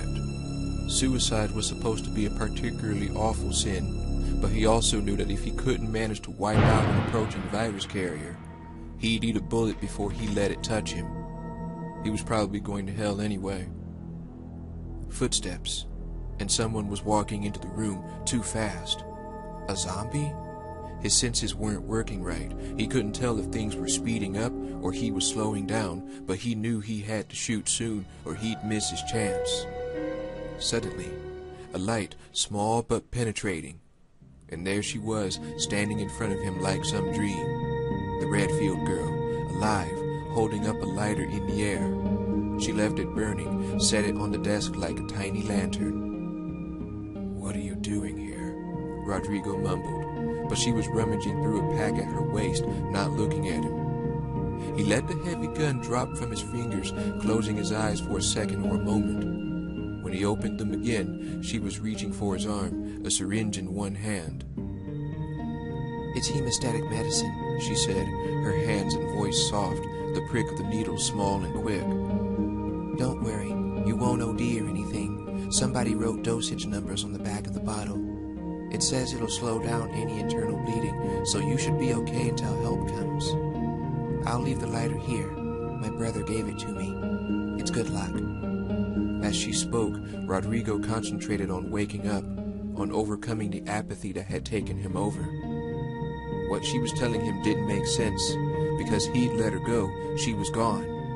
Why would she come back to help him? Because I let her go. The realization touched him, flooded him with feelings of shame and gratitude. You're very kind, he whispered, wishing there was something he could do for her, something he could say that would repay her for her compassion. He searched his memories, rumors, and facts about the island. Maybe she can escape. "The guillotine," he said, blinking up at her, trying not to slur his words too badly. "Infirmary's behind it. Keys in my pocket. Supposed to be secrets there. He knows things, puzzle pieces. You know where's the guillotine? Claire nodded. Yes, thank you, Rodrigo. That helps me a lot. You rest now, okay? She reached out and stroked his hair back from his forehead. A simple gesture, but so sweet, so nice he wanted to weep. Rest, she said again, and he closed his eyes, calmer, more at peace than he'd ever felt in his life. His last thought before he drifted off was that if she could forgive him after the things he'd done, show him mercy as if he deserved it, maybe he wouldn't go to hell after all. Rodrigo had been right about secrets. Claire stood at the end of the hidden basement corridor, steeling herself to open the unmarked door in front of her. The infirmary itself was small and unpleasant, not at all what she would have expected for an umbrella clinic. No medical equipment to be seen, nothing modern at all. There was only a single examination table in the front room, the splintery wooden floor around it stained with blood, a tray of medieval-looking tools nearby. The adjoining room had been burned beyond recognition. She couldn't tell what purpose it had served, but it looked like a cross between a recovery room and a crematorium. Smelled like one, too. There was a tiny, cluttered office just off the first room. A lone body sprawled in front of it. A man in a stained lab coat who had died with a look of horror on his narrow, ashen face. He didn't appear to have been infected, and since there were no virus carriers in the room and no obvious wounds, she guessed that he'd had a heart attack or something like it. The contorted expression on his pinched features, bulging eyes, and gaping, down-turned mouth suggested to her that he'd died of fright. Claire carefully stepped over him and found the first secret in the small office almost by accident. Her boot had nudged something when she walked in, a marble or stone that had rolled across the floor, which had turned out to be a most unusual key. It was a glass eye, one that belonged in the grotesque plastic face of the office's anatomical dummy, propped leering in the corner. Considering what Steve had said about no one coming back from the infirmary, and considering what she already knew about the kind of insanity that umbrellas seemed to attract, Claire wasn't surprised to find a hidden passage behind the office wall. A worn set of stone steps were revealed when she placed the eye back where it belonged, which hadn't really surprised her either. It was a secret, a trick, and Umbrella was all about secrets and tricks. So open the door already, get it over with. Right. She didn't have all day. She didn't want to leave Steve alone for too long either. She was worried about him. He'd had to kill his own father. She couldn't imagine the kind of psychological damage that would do to someone. Claire shook her head, irritated with her own dawdling. It didn't matter that she was in a barren, frightening place where lots of people had apparently died, where she could feel the pervasive atmosphere of terror emanating from the cold walls, trying to wrap around her like a burial shroud. Doesn't matter, she said, and opened the door. Immediately, 3 stumbling virus carriers started toward her, drawing her attention, keeping her from really seeing the details of the large room they'd been trapped in. All 3 were badly disfigured, missing limbs and long, ragged strips of skin, their putrefying flesh flayed and raw. They moved slowly, painfully dragging themselves toward her, and she could see older scars on the exposed, rotting tissue. Even as she targeted the first, the knot of dread in her stomach was expanding, making her feel sick. It was over quickly at least, but the terrible suspicion that had been growing in her mind, that she'd been hoping was false, was confirmed with a single good look around. Oh, Jesus. The room was strangely elegant, the muted lighting coming from a hanging chandelier.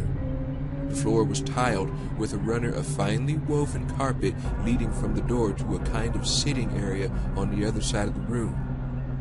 There was an overstuffed velvet chair and cherry wood end table there, the chair facing out so that someone sitting there would be able to see the entire room, which was worse than she could have imagined, worse than the Mad Chief Iron's dungeon hidden beneath the streets of Raccoon. There were 2 custom-built water wells, one with a pillory built into its rail, a steel cage suspended over the other. Chains hung from the walls, some with well-used manacles attached, some with leather collars. some with hooks. There were a few elaborate devices that she didn't look at too closely, things with gears and metal spikes. Swallowing back bile, Claire focused on the sitting area. The elegance of the furnishings and of the room itself made things worse somehow, adding a touch of warped ego to the obvious psychosis of its creator. Like it wasn't enough to enjoy torturing people, he, or she, wanted to observe it in luxury, like some mad aristocrat. She saw a book on the end table and walked over to retrieve it, keeping her gaze fixed straight ahead. Virus zombies and monsters and useless death were all horrible things, tragic or frightening or both. But the kind of sickness represented by the chains and devices all around her was appalling to her very soul, because it made her want to give up her faith in humanity. The book was actually a journal, leather-bound with thick, high-quality paper. The inner cover proclaimed that it was the property of a Dr. Enoch Stoker, no title or inscription otherwise. He knows things, puzzle pieces.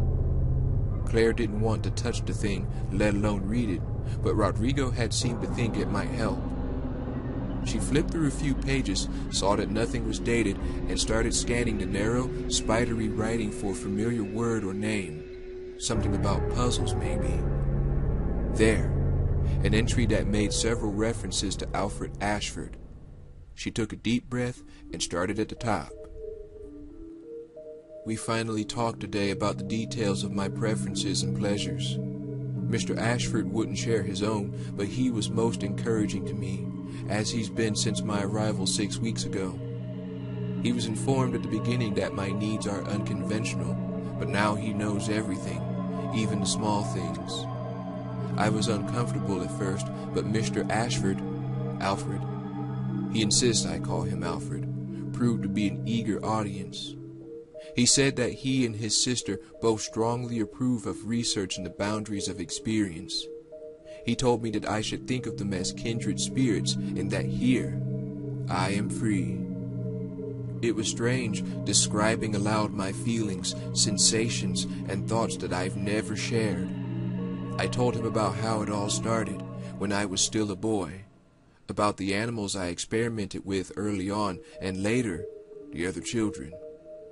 I didn't know then that I was capable of killing, but I knew that the sight of blood excited me, that causing pain filled an empty, lonely space inside with profound feelings of power and control.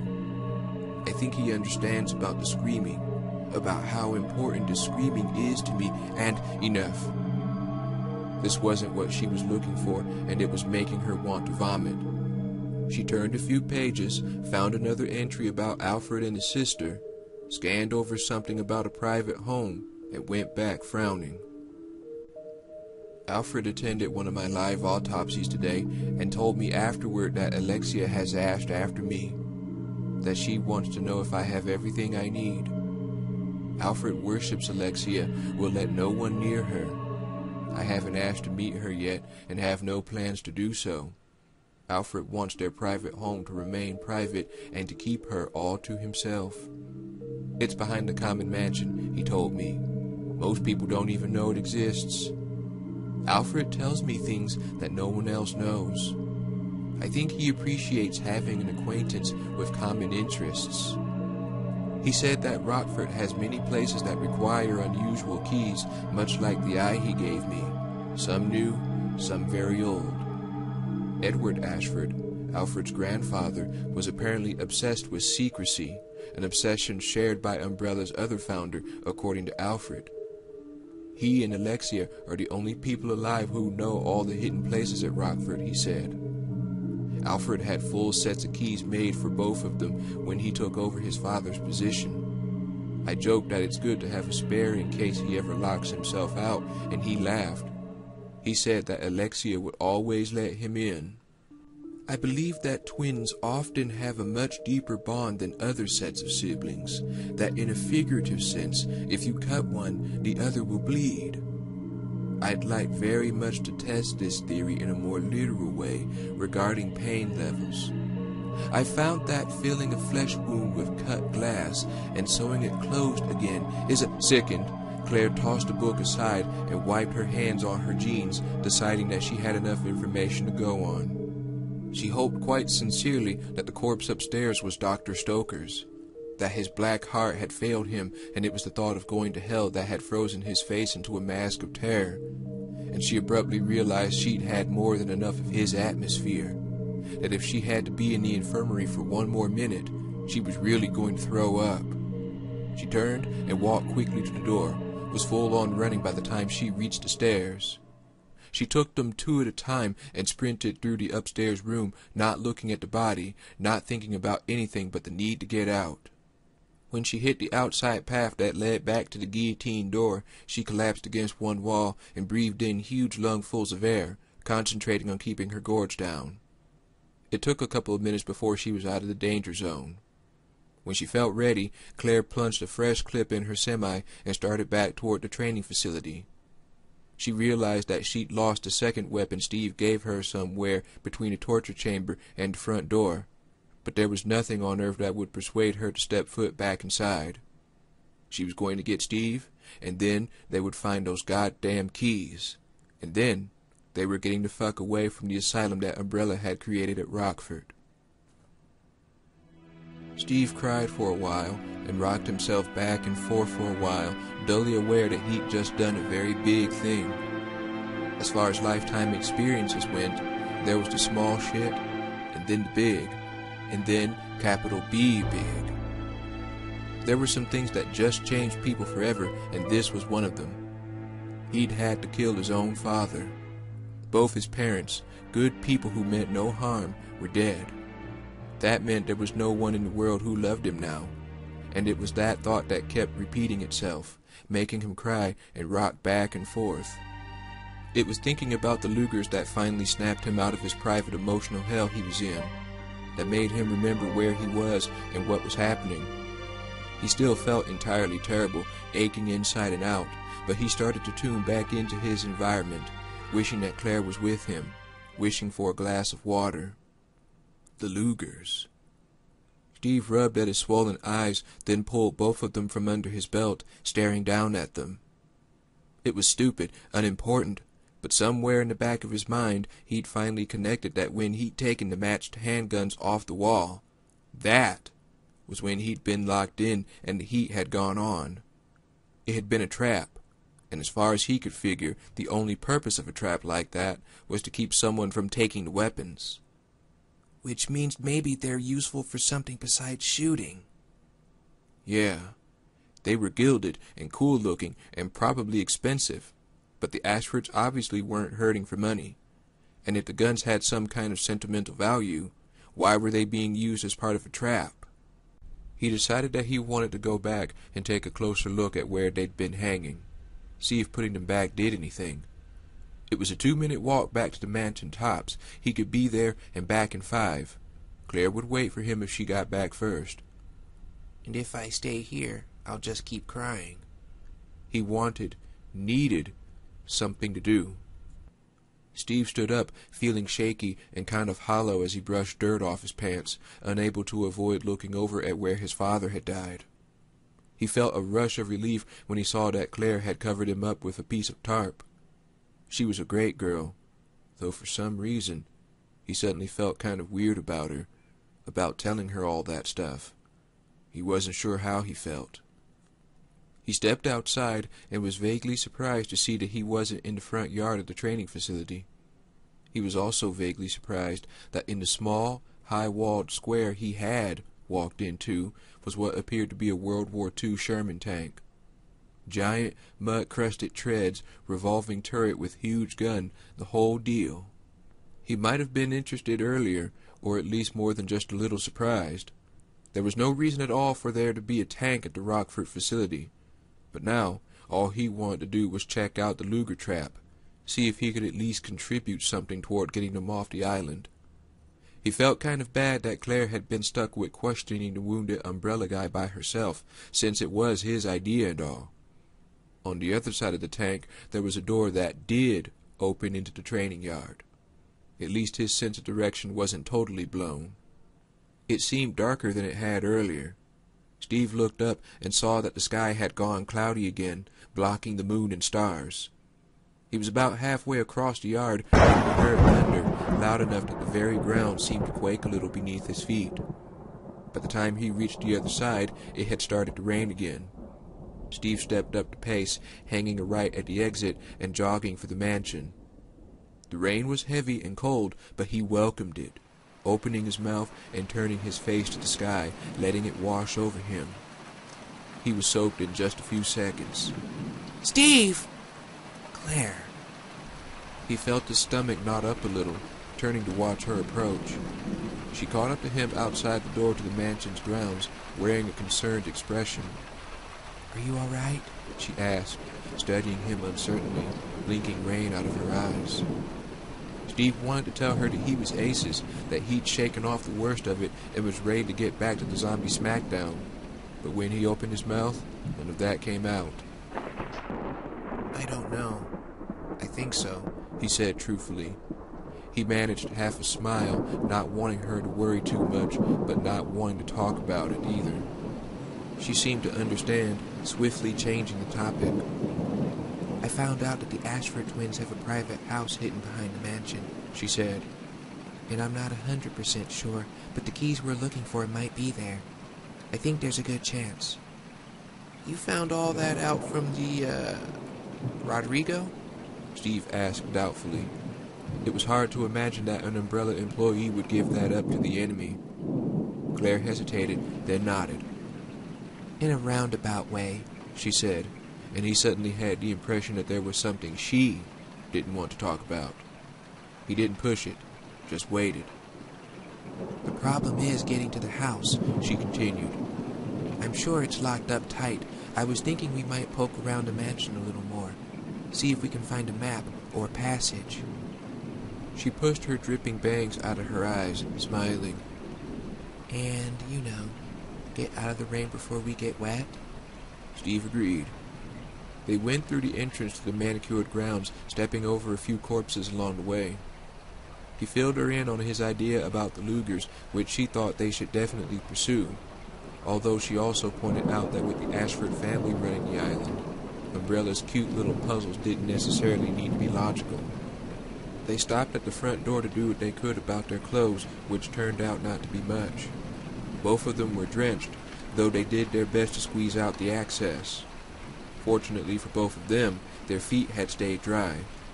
Wet clothes were a pain in the ass, but trying to get around in squelching boots seriously sucked the root. Weapons up, Steve pushed the door open.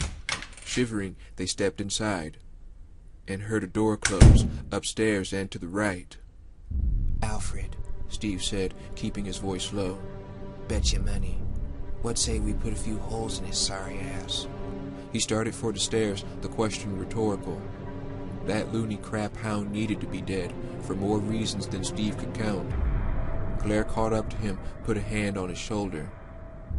"Listen, some of the stuff I found back at the prison, he's not just crazy, he's seriously deranged. Like, serial killer deranged." "Yeah, I got that," Steve said. "All the more reason to take him out ASAP. Let's just be careful, okay?" Claire seemed worried, and Steve felt protective all of a sudden, big time. "Oh yeah, he's going down," he thought grimly, but nodded for Claire's sake. "You got it." They moved quickly up the stairs, stopping outside the door they heard close. Steve stepped ahead of Claire, who cocked an eyebrow but said nothing. "On 3, he whispered, turning the knob very slowly, relieved that it was unlocked. 1, 2, 3.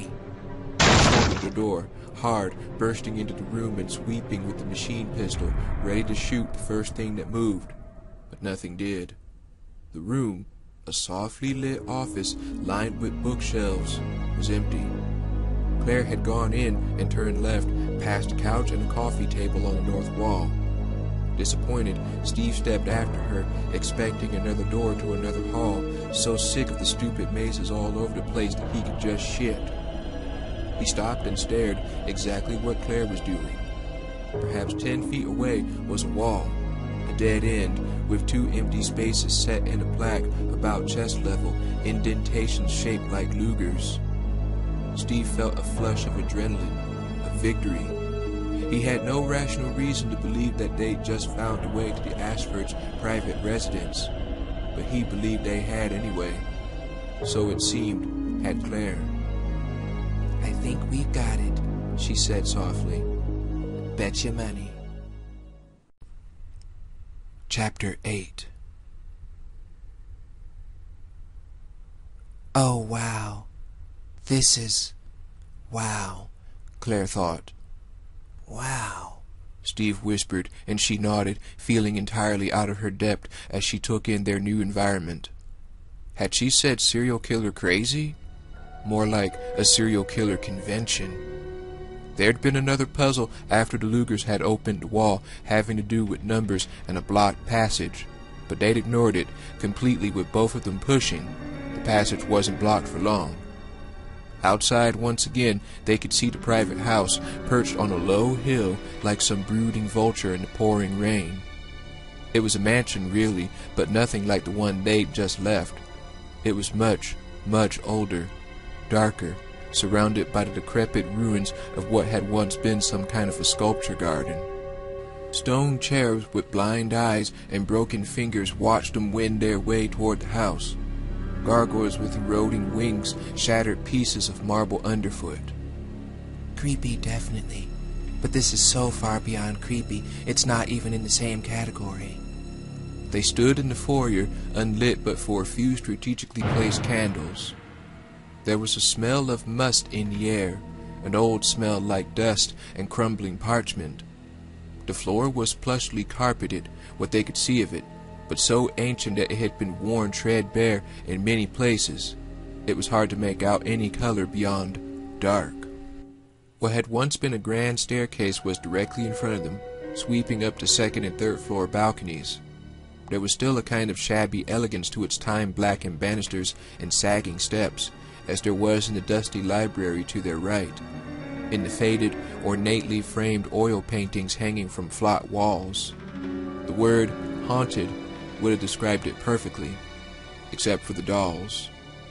Tiny faces stared out at them from every corner, china dolls of fragile porcelain, many of them chipped or discolored, dressed for high tea in water-stained taffeta.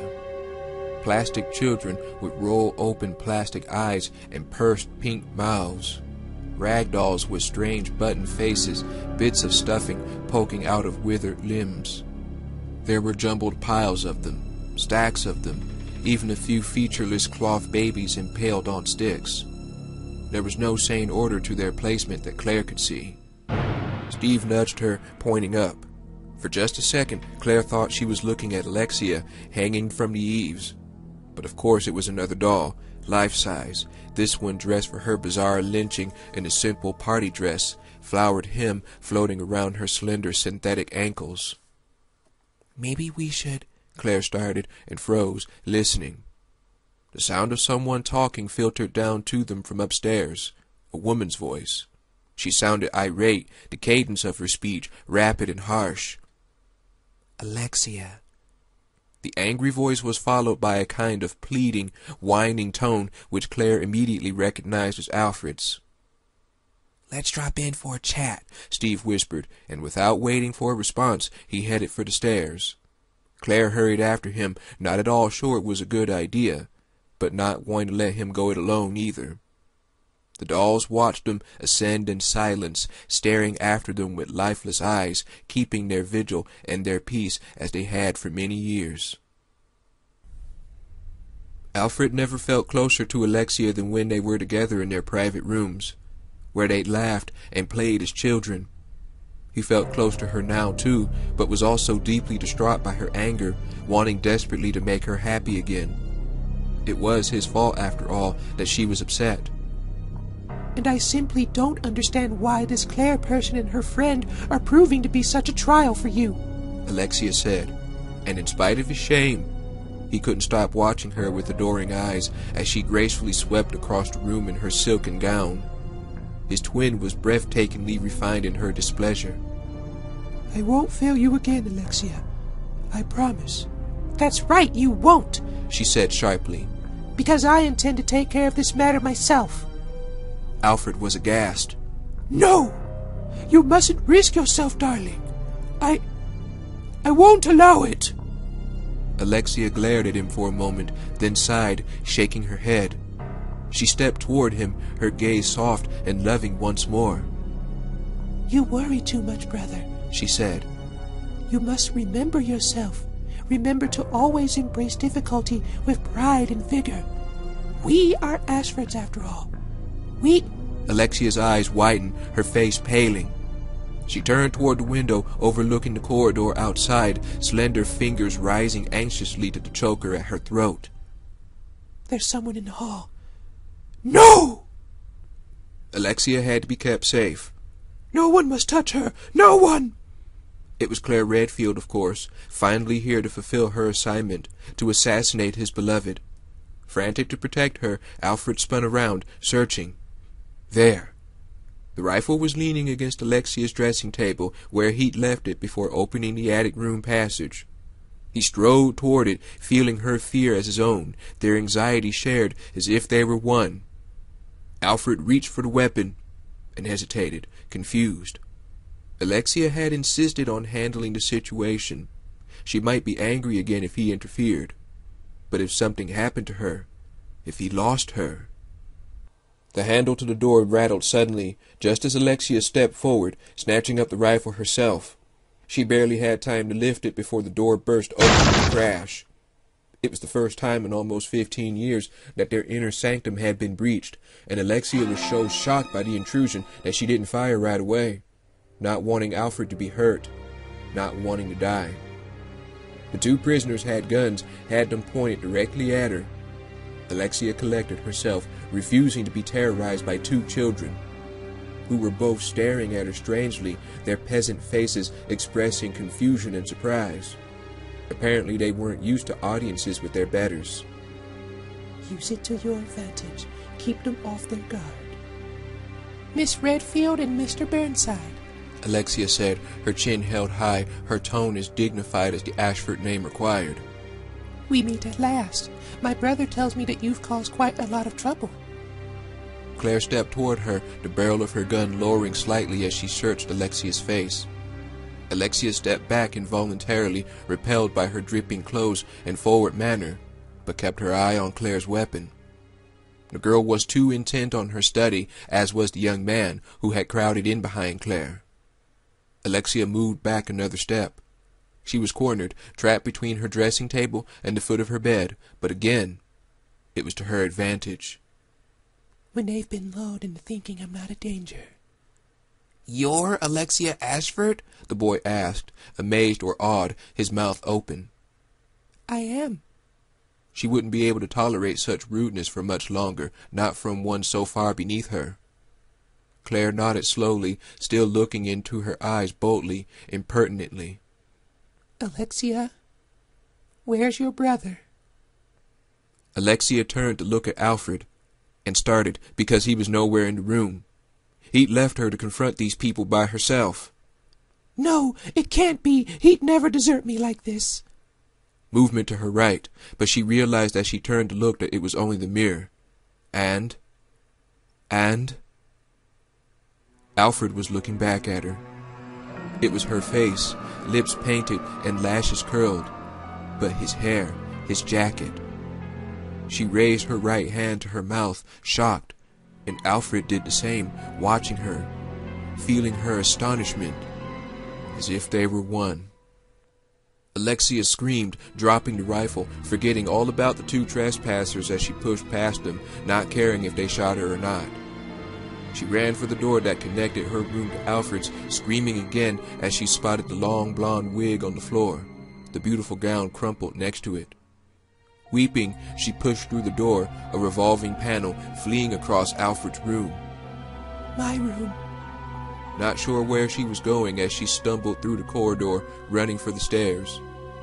It was over. It was all over, everything ruined, everything a lie. Alexia had gone away and never come back, and he had... She was... The twins suddenly knew what had to be done. the answer shining through the spinning blackness of their mind, showing them the way. They reached the stairs and headed down with plans forming, understanding that it was time, that they truly would be together now because it was finally time. But first, they'd destroy it all. Holy shit, Steve said, and when he couldn't think of anything else to say, he repeated it. So Lexia was never here, Claire said, wearing the same dumbfounded expression that he suspected was on his own face. She walked over and picked up the wig, shaking her head. Do you think she ever existed at all? Maybe as a kid, Steve said. There was this older guard at the prison who said he'd seen her once, like 20 years ago, back when Alexander Ashford ran things. For a few seconds they just stared around the room, Steve thinking about how Alfred had looked when he'd seen himself in the mirror. It had been so pathetic. He'd almost felt bad for the guy. Thinking all this time that his sister lived here. Probably the only person in the world who didn't think he was a total prick. And it turns out he doesn't even have that. Claire shook herself like she'd had a sudden chill and got them back on track. We'd better look for those keys before one of the twins comes back. She nodded toward the narrow ladder at the head of the bed. It led up to an open square in the ceiling. I'm going to look up there. You check around here.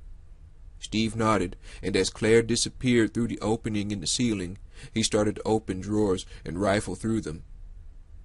You wouldn't believe what's up here, Claire called down, just as Steve discovered a drawer full of silky lingerie, panties and bras, and a bunch of other stuff he couldn't begin to guess at. Ditto, he called back, wondering what lengths Alfred had gone to in order to play Alexia. He decided he didn't really want to know. He heard Claire thumping around overhead as he went to the dressing table and started to dig. A lot of makeup and perfume and jewelry, but no proofs or emblems, not even a house key. Nothing yet, but hey, there's a ladder, Claire shouted. Good thing, Steve thought, finding a box of stationery with little white flowers on the paper. He was getting more nervous about Alfred coming back and wanted to get out of his freaky room of sister psychosis as soon as possible. There was a tiny white card on top of the stationery envelopes. Steve picked it up, noting the strong, feminine hand. Dearest Alfred, you are the brave, brilliant soldier, ever fighting to reinstate the Ashford name to its former glory. My thoughts are with you always, beloved. Alexia. Ick. Steve dropped the card, making a face. Was it just him, or had Alfred created a seriously unnatural relationship with his imagined sister? Yeah, but it wasn't real. It wasn't like they could do anything physical. Double ick. Again, Steve decided he'd rather not know. Steve! Steve, I think I found them. I'm coming down. Overwhelmed by an instant rush of hope and optimism, Steve grinned, turning toward the ladder, the words music to his ears. No shit. Claire's shapely legs appeared, her voice much clearer, and he could hear the same excitement in her response as she quickly descended. No shit. There was this little merry-go-round up there, and an attic room above that. Oh, and you gotta check out this dragonfly key. An alarm suddenly started blaring, echoing through the giant house, loud and insistent. Claire jumped off the bed, holding 3 proof keys and a slender metal object in her hand. They locked gazes, exchanging a look of confused fear, and Steve realized he could hear the alarm outside too, with the hollow, metallic sound of an announcement being made over a cheap sound system. It sounded like it was being broadcast over the entire island. Before either of them could say a word, a calm voice began speaking through the bleeding sirens, cool and female, the voice of a recorded loop. The self-destruct system has been activated. All personnel evacuate immediately. The self-destruct system has been activated. All personnel... That bastard! Claire spat, and Steve was right there with her, silently cursing the pompous little freak. But only for about 2 seconds. They had to get to that plane. Go, Steve said, scooping up Alfred's rifle and putting his hand on Claire's back, urging her toward the door. Umbrella's Rockford training facility and detainment center, the place where Steve had grieved his mother and lost his father, where the last descendant of the Ashford line had quietly gone mad and Umbrella's enemies had unleashed the beginning of the end, was about to go bye-bye, and he didn't particularly want to be around when it did. Claire didn't need any advice on the matter. Together, they hustled through the door and ran, leaving the sad remnants of Alfred's twisted fantasy behind. After triggering the destruct sequence at the common mansion, Alfred and Alexia hurried to the main control room, Alexia taking over to work the complicated console. All around them, lights flashed and the computer droned instructions over the sirens. It was all quite the ado, annoying to her but surely terrifying to the assassins. Alexia had an escape plan, a key to the underground room where the VTOL jets were kept, but she had to know that the peasant children would be left behind. Until she was certain that they would die, she and Alfred couldn't leave. Oh, they'll die, she thought, smiling, hoping that they weren't caught in any of the direct explosions. Better that they should be wounded by flying debris, that they should lie in torment as their lives slowly ebbed away. Or perhaps the island's surviving predators would stalk and kill them, swallowing them down in great bloody chunks. Alexia pulled up the security system cameras for the common mansion and grounds, eager to see Claire and her little knight cowering in fear or screaming in panic. She saw neither. The mansion was empty, the lights and sounds of the imminent disaster carrying on uselessly, alerting bare corridors and closed rooms. They might still be in our home, too afraid to leave, desperately hoping that the destruction will bypass them there. It wouldn't, of course. There was nowhere on the island that wouldn't be affected. Alexia saw them then and felt her good humor disappear, her hatred boiling back into rage. The screen showed them at the submarine dock, the boys spinning the wheel. The sky was starting to lighten, shading from black to deep blue, the setting moon's pale light defining their sly and furtive scheming. No. There was no chance for them. True, the empty cargo plane was still docked, the bridge raised, but Alfred had thrown the proofs into the sea after the airstrike. They couldn't possibly believe they had a chance. Except they were in my private rooms. No! Alexia shrieked, pounding her fist on the console, furious. She would not have it. Would not. She'd kill them herself, claw their eyes out, tear them up. There's the tyrant, Alfred whispered in her ear. Alexia's rage turned to passion, to exhilaration. Yes. Yes, there was the tyrant, still in stasis. And it was intelligent enough to follow directions, provided they were simple, provided one pointed it the right way. You won't escape, Alexia shouted, laughing, twirling around in joy and victory. And after a moment, Alfred joined in, unable to deny how deeply, wonderfully satisfying it was going to be, as the computer changed its tune and began the final countdown.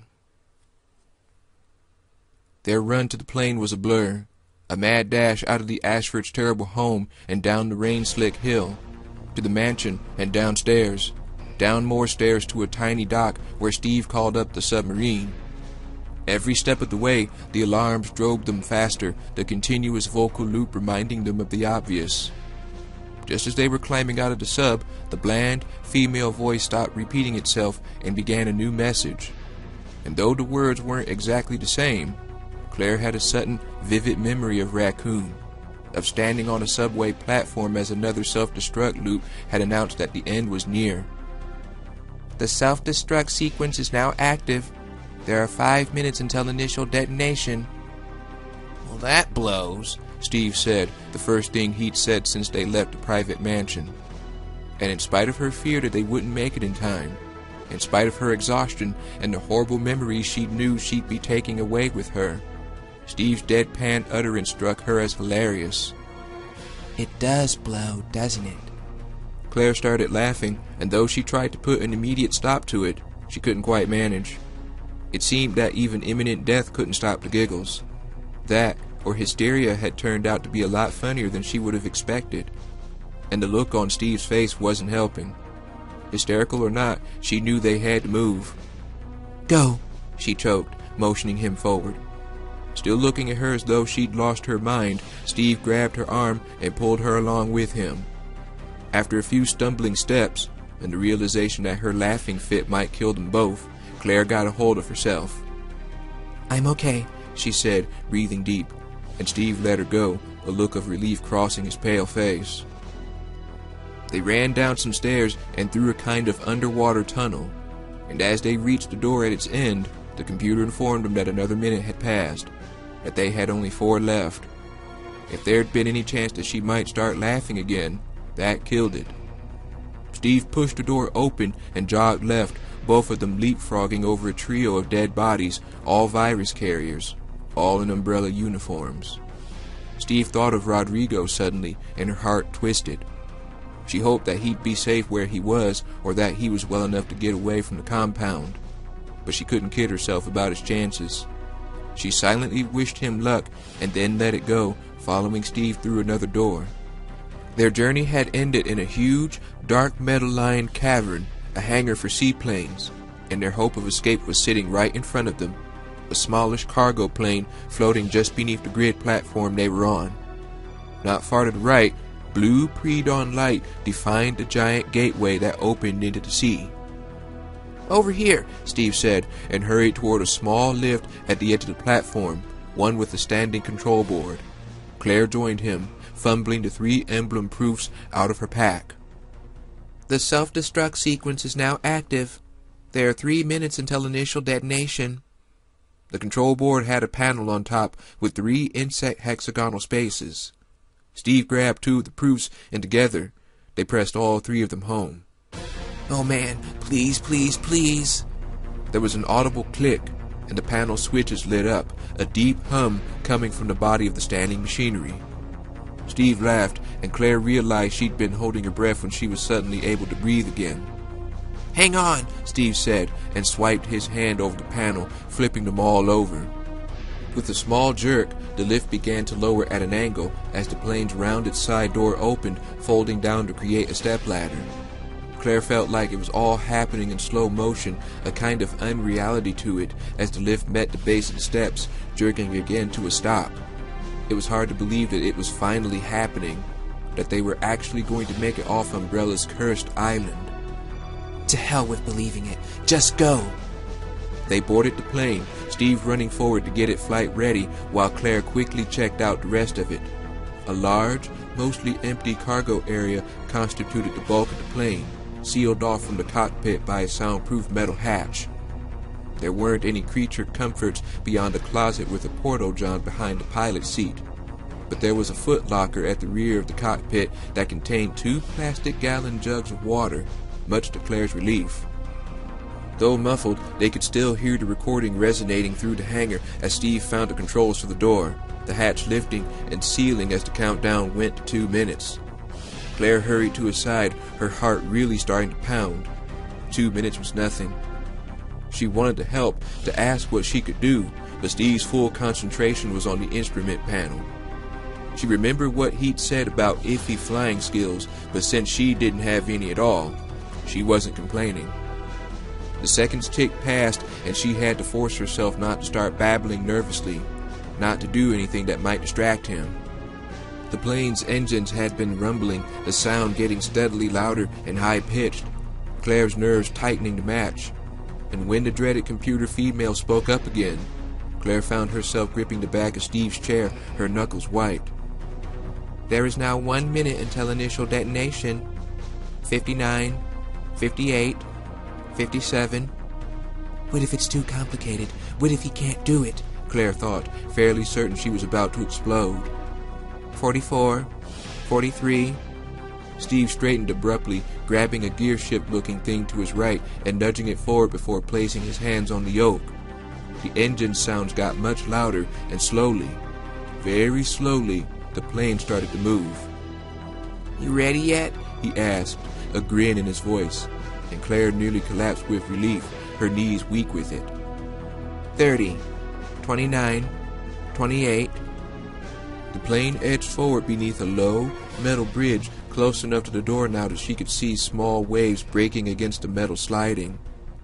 There was a loud thump overhead, as though the bridge had scraped the top of the plane, they kept moving, slow and steady. 17, 16. As Steve steered into the open water, the countdown reached 10, and then was too far away to be heard as the engines got impossibly louder and they picked up speed, the smooth ride turning bumpy as they started to run over the waves. There was just enough light in the sky now for Claire to see the island shore off to their right, rocky and treacherous. There were low cliffs bordering much of Rockford, rising up out of the water like rough fortress walls. Right before Steve started to pull back on the yoke to lift the speeding plane up and away, Claire saw the first explosions, the sounds hitting a second later, a series of deep, thundering booms that quickly grew distant, dropping off as Steve gently raised them up. As the cargo plane took to the air, giant billows of black smoke rose into the early dawn, casting shadows over the disintegrating compound. Flames were catching everywhere, and though she didn't know the exact layout of what she was looking at, she thought she saw the Ashford's private home being gutted by fire, an immense orange light rising up behind what was left of the mansion. There were still structures standing, but immense pieces of them were suddenly missing, blown into rubble and dust. Claire took a deep breath and let it out slowly, feeling knotted muscles begin to unclench. It was all over. Another umbrella facility lost because of the scientific integrity they continued to violate, because of a moral vacuum that seemed to be an elemental component of the company's policies. She hoped the tortured, twisted soul of Alfred Ashford had finally found some kind of peace, or whatever it was he truly deserved. So where to? Steve asked casually, and drawn back from her wandering thoughts, Claire turned away from the side window, grinning, ready to kiss the pilot. Steve caught her gaze with his, also grinning, and as they looked into each other's eyes, the seconds stretching, it occurred to her for the first time that he wasn't just a kid. No kid would look at her the way he was looking at her now, and in spite of her firm decision not to encourage him, she didn't look away. He was a good-looking guy, definitely, but she'd spent most of the last 12 hours thinking of him as an obnoxious kid brother. Not exactly easy to get past, even if she wanted to. On the other hand, after what they'd been through together, she also felt very close to him in a way that was solid, strong, an affection that seemed perfectly natural, and... Claire broke the eye contact first, looking away. They'd been free and safe for all of a minute and a half. She wanted to digest that for a little while before moving on. Steve returned his attention to the controls, looking a little flushed, and there was another thump on the roof, light back in the hangar. What is that? Claire asked, looking as though she actually expected to see something through the metal. No idea, Steve said, frowning. There's nothing up there, so... The plane seemed to bob in the air, and Steve hurried to compensate as Claire instinctively looked behind him. The destructive sound had come from the hold. The main cargo hatch came open, Steve said, tapping at a small flashing light on the console, punching another button. I can't get it to close. I'll go check it out, Claire said, and at Steve's unhappy expression, she smiled. You just keep us in the air, okay? I promise not to jump. She turned toward the hold, and as soon as Steve looked away, she casually grabbed a rifle hanging off the back of the co-pilot's chair, the one Alfred had dropped. She still had the semi, but the laser sight on the rifle meant pinpoint accuracy, and since she didn't want to shoot the plane full of holes, the .22 was a better choice. There had been a monster or two on the island, and maybe they'd ended up with a stowaway, but she didn't want Steve to worry or get involved. They both needed him at the controls. Whatever it is, I'll have to take care of it, she thought grimly, reaching for the door handle. Really, she was probably overreacting to some minor malfunction, a loose roof panel and a broken hinge. She opened the door and leapt inside, slamming it behind her before Steve could hear the noise. So much for minor. The entire rear of the hold was gone, the hatch torn away, clouds and sky whipping past at incredible speed. Confused, Claire took a single step forward and saw what the problem was. Mr. X, she thought wildly, remembering the monstrous thing in raccoon, the relentless pursuer in the long, dark coat. But the hulking creature straddling the hydraulic track wasn't the same. It was humanoid, giant-sized, and hairless like the X-monster, its flesh similar, an almost metallic dark gray. But it was also taller and more muscular, built like an 8-foot-tall bodybuilder, its shoulders impossibly broad, its abdomen ripped with muscle. It was sexless, a rounded hump at its groin, and the hands weren't human hands, were far more lethal. Its left fist was a metal spiked mace bigger than her entire head, its right hand a hybrid of flesh and curving knives, 2 of them at least a foot long. And it's not wearing a coat, she thought randomly as the monster turned its cataract white eyes to look at her before throwing its head back and roaring, an explosive howl of bloodlust and fury. Terrified but determined, Claire raised her suddenly pathetic weapon as the creature started for her, and put the red dot on its right unicolor eye. She squeezed the trigger, and heard the dry click of an empty chamber, deafeningly loud even over the raging winds that spun past the damaged plane.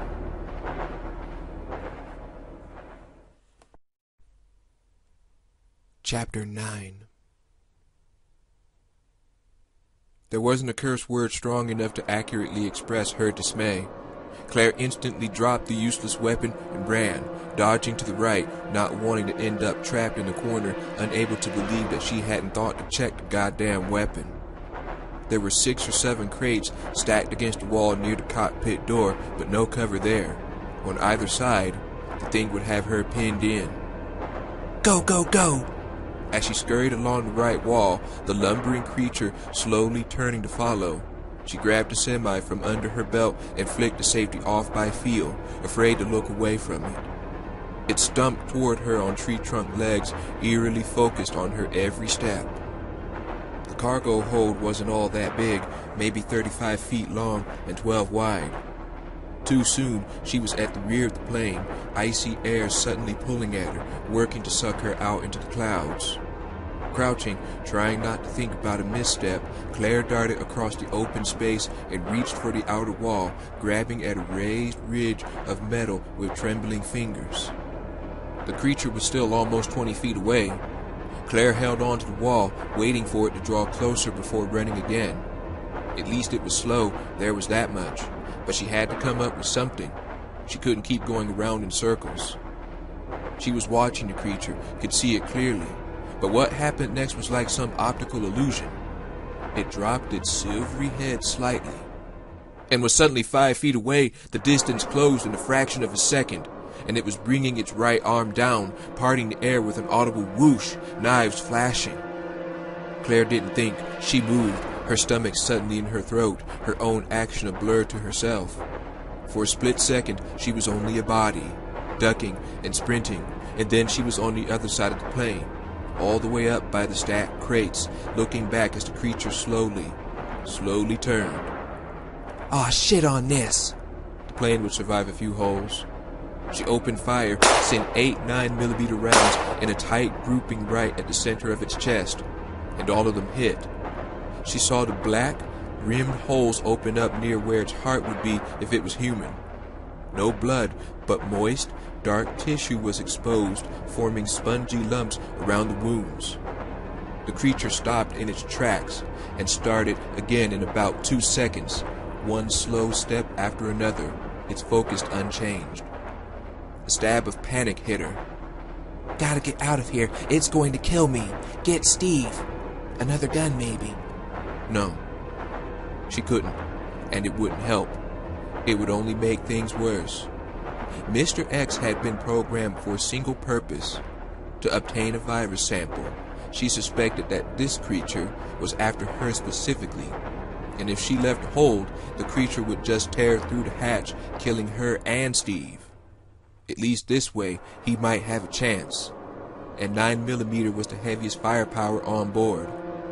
If it could take 8 rounds in the chest, another gun wasn't going to make a difference.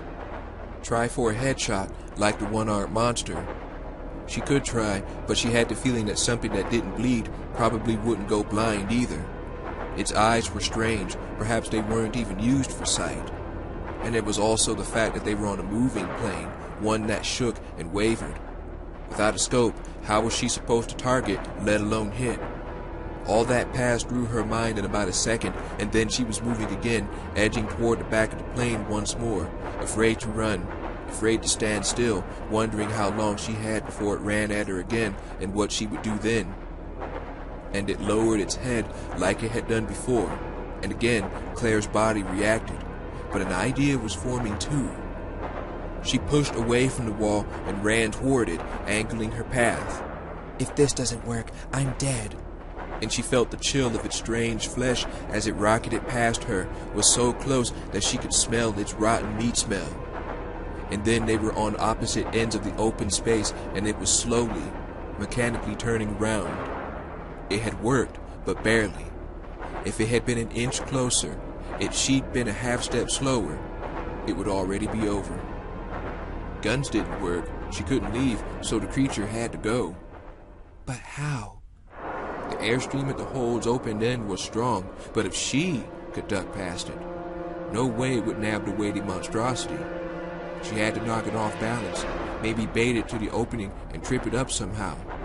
She wasn't strong enough to push it. Think, damn it! It was starting toward her again. 1 step, 2. She looked away long enough to scan the floor near the opening, looking for something it might stumble over. Maybe the hydraulic track. The hydraulic track. Used to push heavy crates to the rear of the plane, to be unloaded. In fact, 2 of the empty crates were sitting on the metal platform at the start of the track, just a few steps from the door to the cockpit. The controls were set into the outer wall right in front of the door. Too slow, there's no way. Except it was slow because it carried a heavy load. If there was only an empty container or 2 on the platform, how fast would it go then? She had to get to the controls, had to see. There was a blur of movement. And then the spiked mace was coming around, ripping toward the side of her head. Claire jumped forward, instinctively sidestepped, but not quite fast enough. The spikes didn't get her, but its powerful forearm did, bashing painfully into her ear, knocking her off her feet. Instantly the creature crouched and brought its right arm down, but she was already in motion, rolling the second she hit the floor.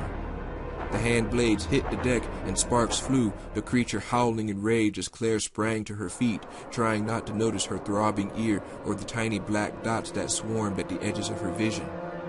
She ran for the hydraulic controls instead as the creature rose to its feet, its movements mechanical again, as emotionless as it had been furious only seconds before. A few running steps and she was looking down at a simple control panel. Power switch. A dial for entering approximate weight, buttons for back and forth, a tiny readout screen, an emergency shutoff. Claire hit the power switch, twisting the weight dial to the maximum limit, just under 3 tons. She shot a look at the creature, still at a safe distance, and saw that it was only a step or 2 from being in the direct path of the platform. Her hand hovered over the blue switch that would move it forward. That should send it bulleting down the hold at an incredible speed, with only a few pounds of empty container where 3 tons was expected. It would mow the creature down like a blade of grass. Almost. Now! When the creature was standing almost directly on the track, Claire punched the button, and nothing happened. Nothing at all. Shit! She fumbled for the power switch again. Maybe she hadn't turned it on, and saw what was on the little readout screen and groaned aloud. The simple instructions read, charging for load, wait for tone. Good God, how long will that be? The creature was still 20 feet away, walking almost directly along the track. She might not get a better shot at it because another blow could very well mean her death. But if she stayed where she was and the creature got to her before the platform was charged, she'd be trapped between the wall and the storage crates. It would bludgeon her into a pulp against the cockpit door. Better run for it, better stay put. Claire hesitated a touch too long, and the creature was in motion again. It swept toward her like a natural disaster, and it was too late, not even time to turn around and flee into the cockpit. and it brought its spiked left hand down just as Claire slammed the switch, her eyes squeezed closed, sure that the world was about to disappear in a blizzard of pain. As the creature shot away from her, roaring, the empty crates lifting it off its feet, powering it away. Before she could begin to accept that the plan was working, the creature used one of its incredible bursts of speed and got in front of the barreling container, just enough to get some leverage, to push against it. But Claire didn't wait to see which force was greater. She opened fire again, 2, 3 bullets hitting it in the head, bouncing harmlessly off its armored skull, but distracting it too. The creature struggled another half second, and then it and the 2 crates were gone, plunging into the dusky sky. Claire stared out at the passing stream of atmosphere for a time, knowing she should feel limp with relief. That she'd killed the monster. That she'd survived another umbrella disaster. That they were finally safe. But she was simply wrung out, any possibility for strong emotion having flown out the back along with Mr. X's big brother. "Please let it be over," she said softly, and then turned and opened the door back into the cockpit. As she hopped the 2 steps up to the pilot area, Steve glanced back at her, frowning.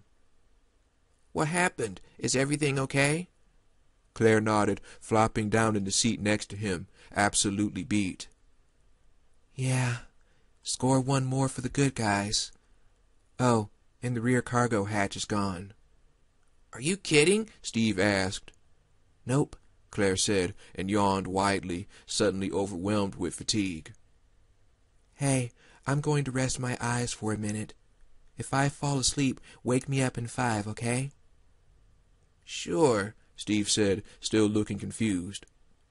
"The hatch is gone?"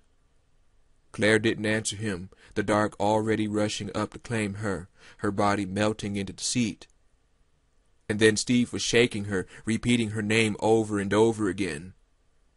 "Claire! Claire!" "Yeah," she mumbled, sure she hadn't slept as she cracked her eyes open, wondering why Steve would want to torture her like this. Until she saw his expression, and a bolt of alarm jolted her awake. "What? What is it?" she asked, sitting straight up. Steve looked really worried.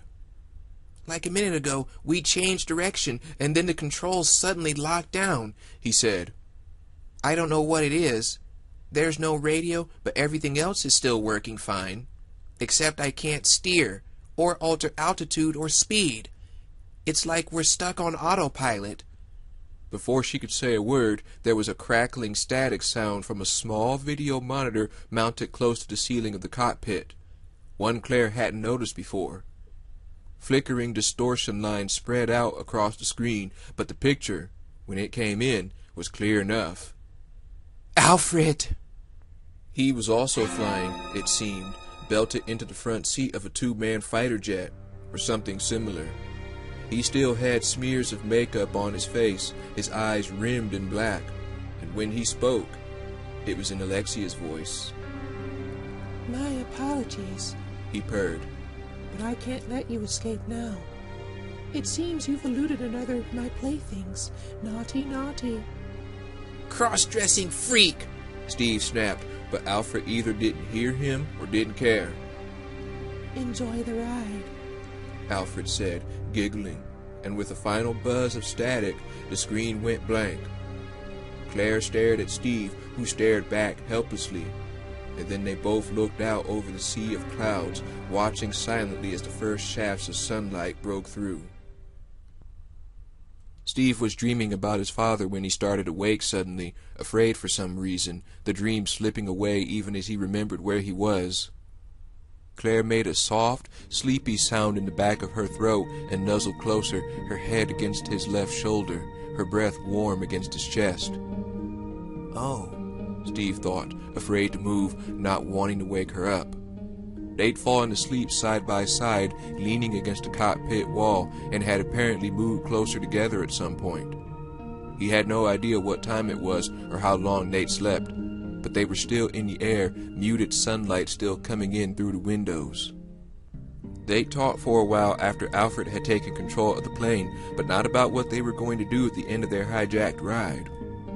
Claire had remarked that since they couldn't do anything about it, there was no point in worrying. Instead, they'd eaten.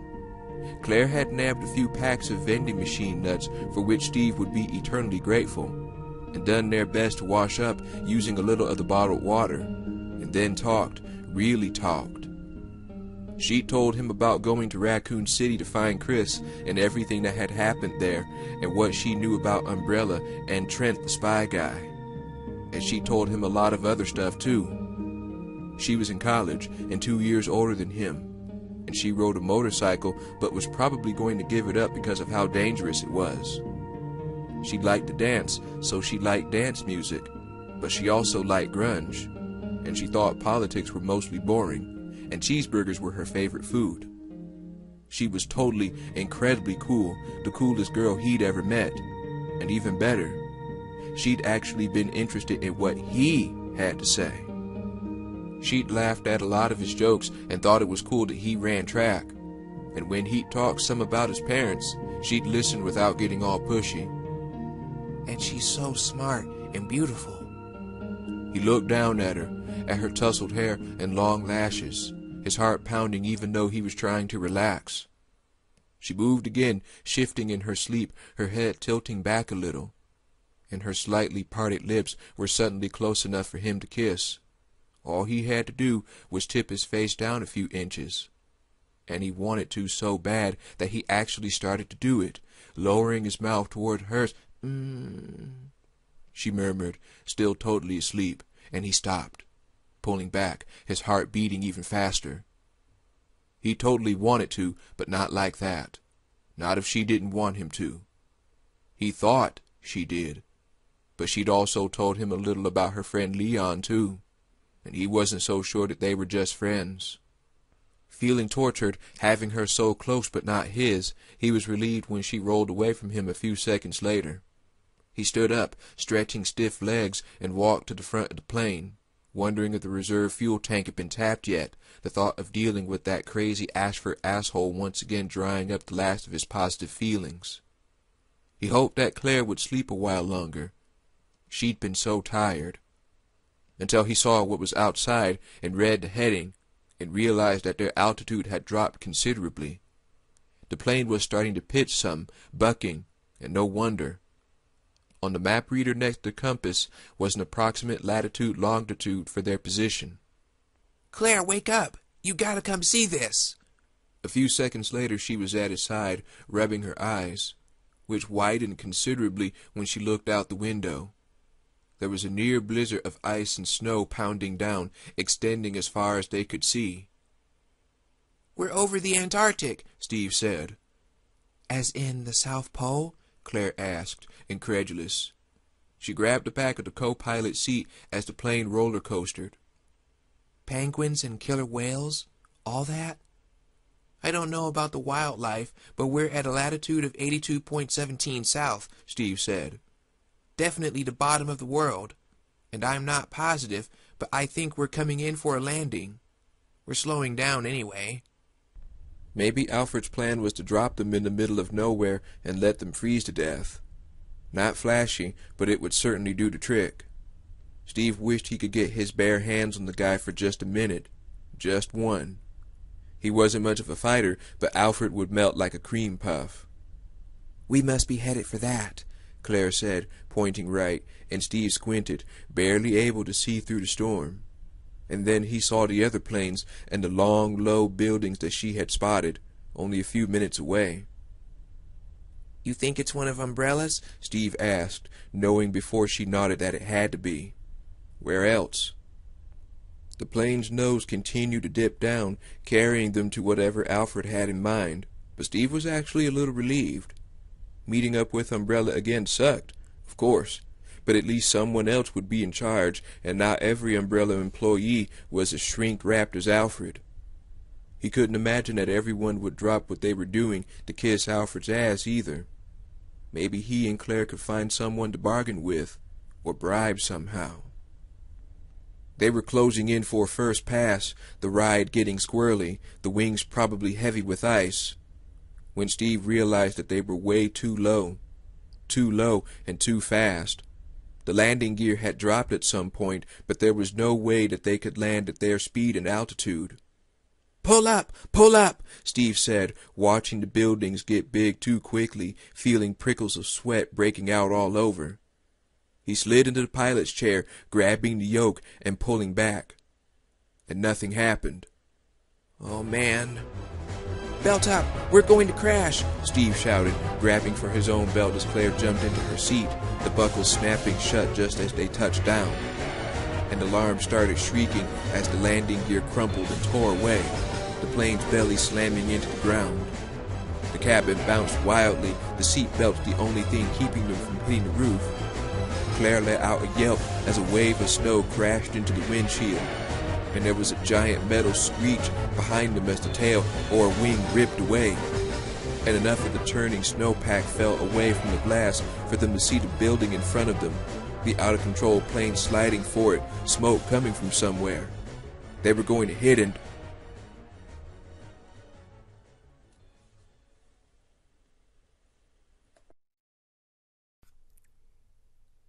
Chapter 10.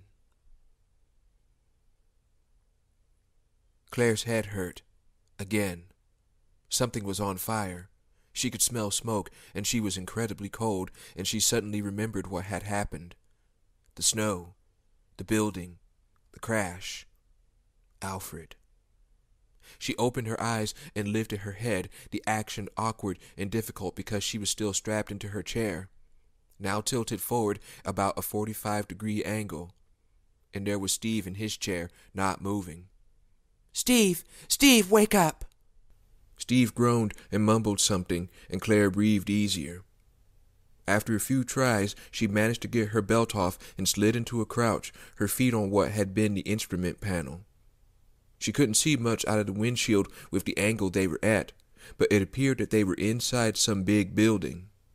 There was gray metal siding some 50 or 60 feet in front of them, and through the gaping hole on her side of the plane, she could see a bit of walkway with a railing maybe 8 or 9 feet below.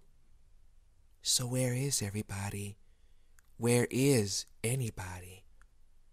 If it was an umbrella facility, why weren't there a dozen soldiers dragging them out of the wreckage? Or at least a few pissed-off janitors? Steve was coming around, though she could see a nasty bump at the edge of his hairline. She reached up and found that she had a matching bump just above her right temple, about an inch higher than the one she'd woken up with. Yesterday? The day before? My, how time flies when you keep getting knocked unconscious. "What's burning?" Steve asked, opening blurry eyes. "I don't know," Claire said. There was just a trace of smoke in the cabin. She figured it was coming from some other part of the plane. In any case, she didn't want to stick around, see if anything blew up. "But we should get out of here. Do you think you can walk?" "These boots were made for walking," Steve mumbled, and Claire grinned, helping him with his belt. They salvaged what they could from the weaponry that was piled at their feet, Steve's machine gun pistol and her 9mm. Unfortunately, they were low on ammo, and a couple of clips had gone missing. She had 27 rounds, he had 15. They split them up, and with nothing else to keep them aboard, Steve lowered himself out over the walkway, dropping the last few feet. "What's out there?" Claire asked, sitting on the edge of the hole and tucking her gun in her belt. It was cold enough for her to see her breath, but she thought she could manage for a little while. "Not a whole hell of a lot," Steve called back, looking around. "We're in a big round building. I think it's built around a mine shaft or something. There's a straight drop through the middle. There's nobody here." He looked up at her and raised his arms. "Come on down, I got ya." Claire doubted it. He was in good shape but had a runner's physique, not overly muscular. On the other hand, she couldn't stay in the plane all day, and she hated jumping off things higher than a few feet. She definitely wanted a helping hand. "Coming down," she said, and pushed herself off the hole's ledge, holding on as long as she could. And then she was dropping, and Steve emitted an oof sound. And then they were both on the ground, Steve on his back with his arms around her, Claire on top of him. Nice catch, she said. "Aw, 'tweren't nothing," Steve said, smiling. He was warm and attractive and sweet and obviously interested, and for a few seconds neither of them moved, Claire content to be held, and Steve wanting more.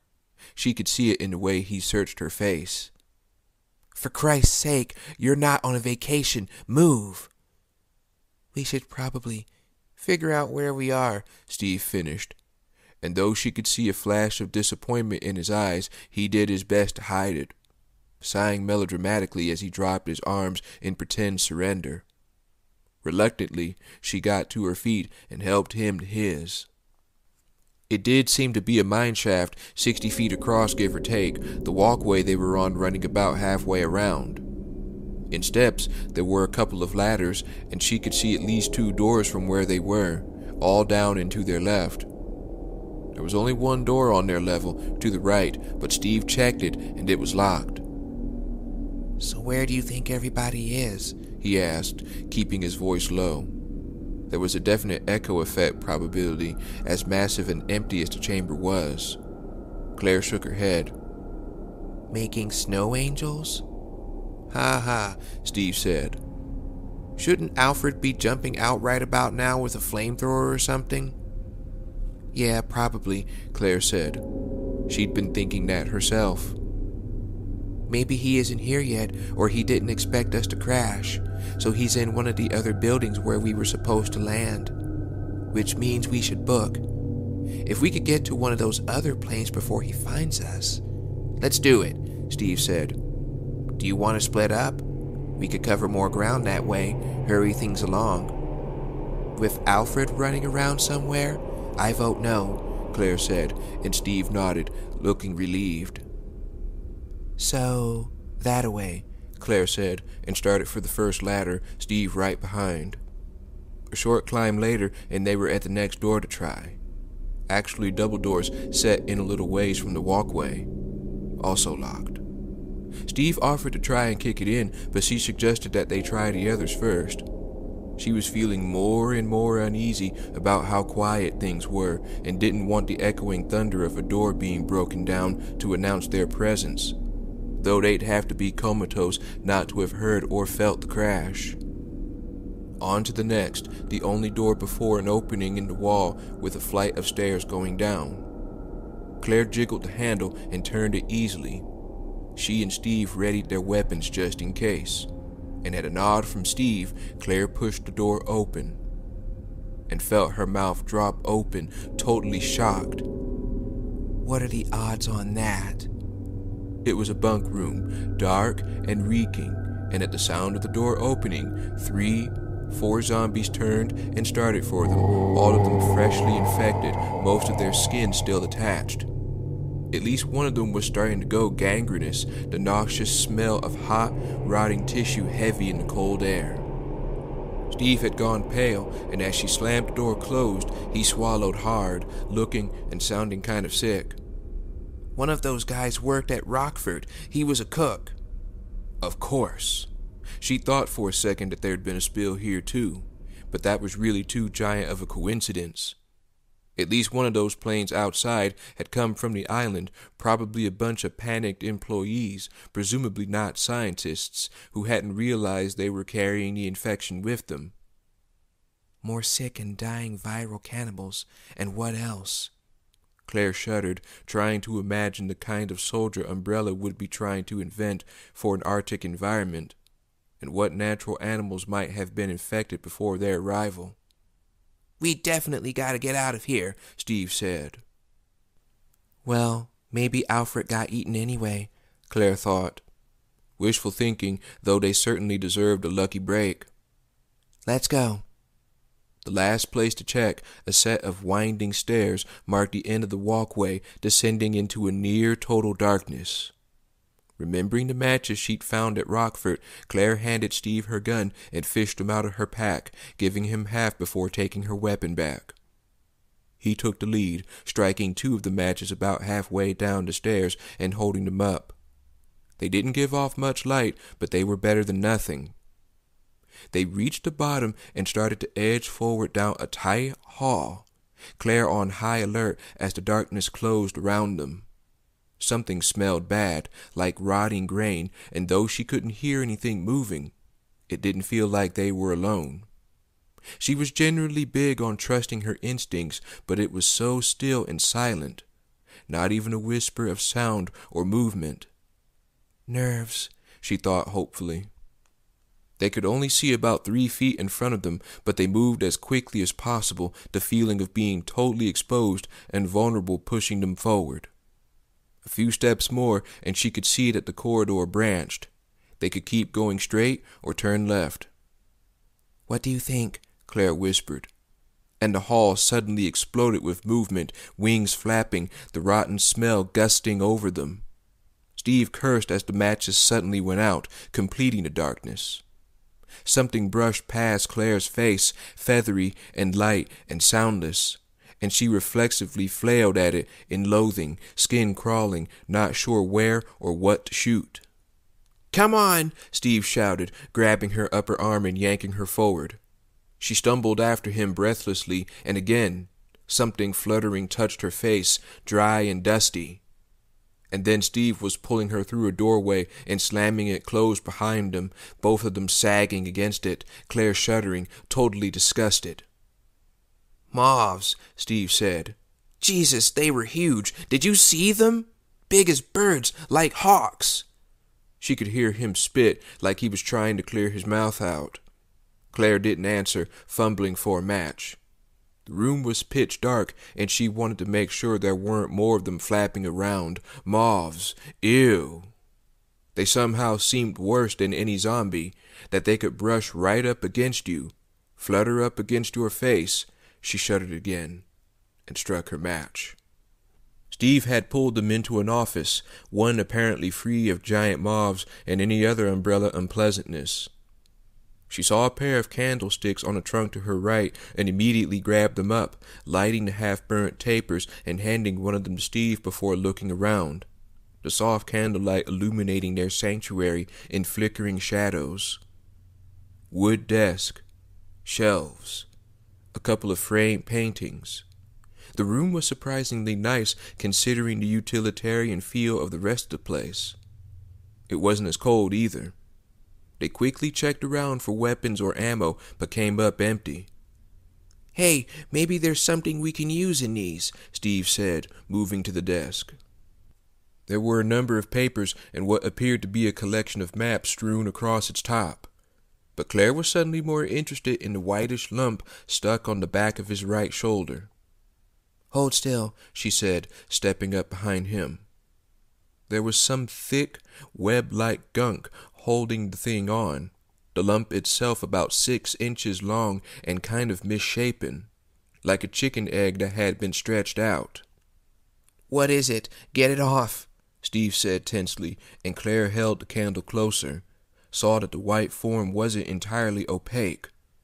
She could see inside a little, to where a fat white grub was squirming around, encased in translucent jelly. It was an egg case. The moth had laid an egg case on him. Claire wanted to vomit, but held it together, looking around for something to grab it with. There was some crumpled paper in a wastebasket next to the trunk, and she snatched up a piece. "Hold on a sec," she said, amazed at how casual she sounded as she pulled the case off his shoulder. It didn't want to come, the wet webbing tenaciously holding on, but she got it, instantly dropping it to the floor. "It's off." Steve turned and crouched next to the paper, holding his candle out, and stood up abruptly, looking as sickened as she felt. He brought his boot down on it, hard, and clear jelly squirted from beneath the sole. "Oh, man," he said, his mouth turned down. "Remind me to blow chunks later after we've eaten. And next time we go through there, no matches." He checked her back. Clean, thank God, and then they split up the papers on the desk, Steve taking the maps and sitting on the floor, Claire looking through the rest of it at the desk. "Inventory list, bill, list." Claire hoped Steve was having better luck. From what she could gather, they were in what Umbrella was calling a transport terminal, whatever that was, and it had been built around an abandoned mine. She wasn't clear on what had been mined exactly, but there were a number of receipts for some newer spendy equipment and a shitload of construction materials, almost enough to build a small city. She found a series of memos between two extremely boring gentlemen discussing Umbrella's budget allotments for the coming year. It was all the more boring because everything appeared to be perfectly legal. The office they were in belonged to one of them, a Tomoko Oda, and it was from Oda that she finally ran across something that caught her eye, a postscript of one of his lengthy accounting reports dated from only a week before. P.S. By the way, remember the story you told me when I first got here? About the monster prisoner? Don't laugh, but I finally heard him myself 2 nights ago in this very office. It was just as frightening as the stories say, a kind of angry, moaning scream that echoed up from the lower levels. My foreman tells me that workers have been hearing it for something like 15 years, almost always late at night. The most popular rumor has it that he screams like that because someone missed his feeding time. I've also heard that he's a ghost, a hoax, a scientific experiment gone wrong, even a demon. I haven't formed an opinion myself, and since none of us are allowed down there, I suppose it will continue to be a mystery. I have to tell you though, after hearing that horrible, insane howling, I have no interest in going below B2. Let me know about that stem bolt shipment. Regards, Tom. It seemed that the workers upstairs didn't know much about what was going on downstairs. Probably better for them, Claire thought, although considering the current situation, maybe not. Steve laughed suddenly, a short bark of victory, and stood up, grinning widely. He slapped an Antarctica political map across the desk. "We're here," Steve said, pointing to a red spot that someone had penciled in. "About halfway in between this Japanese outpost, Dome Fuji, and the pole itself, in the Australian territory. And right here is an Australian research station. We're looking at 10 or 15 miles tops." Claire felt her heart skip a beat. "That's great. Hell, we could probably hike it if we could find some good gear. And if we could get out of this basement," she thought, some of her enthusiasm dying down. Steve unfolded a second map, spreading it out. "Wait, that's not the good part. Check this out." A photocopy of a blueprint. Claire studied the hand-drawn diagrams, side and top views of a tall building and 3 of its floors, the levels and rooms neatly labeled, and stood up herself, too elated to stay still. It was a comprehensive map of the building they were in, not tall but deep. "This is where we are now," Steve said, pointing to a small square labeled Manager's Office on level B2. He traced his finger down and left and down again, stopping at an oddly shaped area at the bottom of the diagram, like a big quotation mark lying on its side.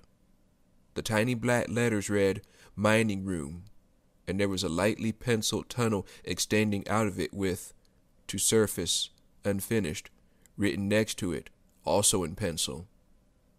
"And that's where we need to go," Claire finished, shaking her head in disbelief. The map Steve had found would probably save them hours of wandering around, and with as little ammo as they had, it might also save their lives. "Yeah, if we run into any locked doors, we break 'em down or shoot the locks maybe," Steve said happily. "And it's like a 1-minute walk from here. We'll be flying to friendly skies in no time." "It says the tunnel is unfinished," Claire started, but Steve cut her off. "So? If they're still working on it, there'll be some kind of equipment lying around," Steve said happily. "I mean, it says mining room, right?" She couldn't argue with his logic and didn't want to. It was almost too good to be true, and she was more than ready for some good news. And though it did mean another run through Mothville this time, they'd be ready. "You win the prize," Claire said, giving in to her own enthusiasm. Steve raised his eyebrows innocently. "Oh, yeah? What's the prize?" She was about to answer that she was open to suggestions when an unexpected and alarming noise stopped her, coming into the office from nowhere and everywhere. For a split second, she thought it was some kind of an air raid siren. It was so loud and penetrating, but no siren started so deep and low or kept rising like that, or conjured up such feelings of dread. There was fury in the sound, a blind rage so complete that it was incomprehensible. Frozen, they listened as the incredible, grisly scream stretched out and finally died away, Claire wondering how long it had been since feeding time. She had no doubt that it was one of Umbrella's creations. No ghost could produce such a visceral sound, and no human soul could encompass such rage. "Let's go now," Claire said quietly, and Steve nodded, his eyes wide and anxious as he folded the maps and tucked them away. They readied their weapons, laid out a quick plan, and on the count of 3, Steve shoved the door open. As the monstrosity's roar echoed away, Alfred smiled at it through the thick metal bars of its bare, dank cell, admiring his sister's handiwork. He'd helped, of course, but she was the genius who'd created the Veronica virus, and at only 10 years of age. And though she had considered her first experiment a failure, Alfred thought not. The result was deeply gratifying on a personal level. Things were so much clearer, had been since the very moment he'd left Rockford. Memories had returned, things he'd buried or lost, feelings he'd forgotten he had. After 15 years of gray area, of muddled confusion and unstable fantasy, Alfred felt that his world was finally drawing to order, and he understood now why their home had been attacked and how fortunate for him that it had been. "They knew that it was time too, you see," Alfred said. "If not for the strike, I might have continued to believe that she was with me." He watched with some amusement as the monstrosity tilted its filthy head toward the door, listening. It was chained to its chair, blindfolded, hands bound behind its back. And though it had been incapable of anything like real thought for a decade and a half, it still responded to the sound of words. Perhaps it even recognized his voice on some animal instinctual level. "I should feed it," Alfred thought, not wanting it to die before Alexia awoke. But that would be soon. Very soon. Perhaps the process had already begun. The thought filled him with wonder that he was to be present for her miraculous rebirth. "I missed her so," Alfred said, sighing. So much that he created a reflection of her, to share the lonely years of waiting. "But she's soon to emerge a reigning queen, with me as her faithful soldier, and we'll never be apart again." Which reminded him of his final task, a last objective to be met before he could comfortably begin the final wait. His joy at discovering the crashed plane had been short-lived when he found it empty. But upon refreshing himself with the terminal's layout, he realized the peasant couple could only be in 1 or 2 places. He'd taken a sniper rifle from the armory at one of the other buildings, a 30.6 bolt-action Remington with a magnifying scope, a delightful toy, and he was determined to try it out. He couldn't have Claire and her little friend showing up at some inopportune moment, mangling the celebration. Suddenly, Alfred started to laugh, a gem of an idea occurring to him. The monstrosity had to eat. Why not bring it to 2 commoners? Claire Redfield had brought destruction down upon Rockford, had attempted to soil the Ashford name just as the monstrosity had, in a way. "It will consume the enemy agents, an observance in honor of Alexia's return. And then we'll have a private family reunion, just the 3 of us." At the sound of his laughter, the monstrosity became agitated, pulling at its chains with such force that Alfred stopped laughing. It let out another tremendous, lingering roar, straining to be free, but Alfred thought the restraints would hold a bit longer. I'll be back soon, Alfred promised, hefting his rifle and walking away, wondering what Claire would think about meeting his and Alexia's father under such unusual circumstances, namely, her own bloody death. The monstrosity was drawn to body heat and the smell of terror, Alfred liked to believe, very much looking forward to watching a helpless Claire stalk through the dark. As Alfred started up the stairs to the second basement level, Alexander Ashford screamed again, as he'd done 15 years before when his own children had drugged him and stolen his life. Chapter 11.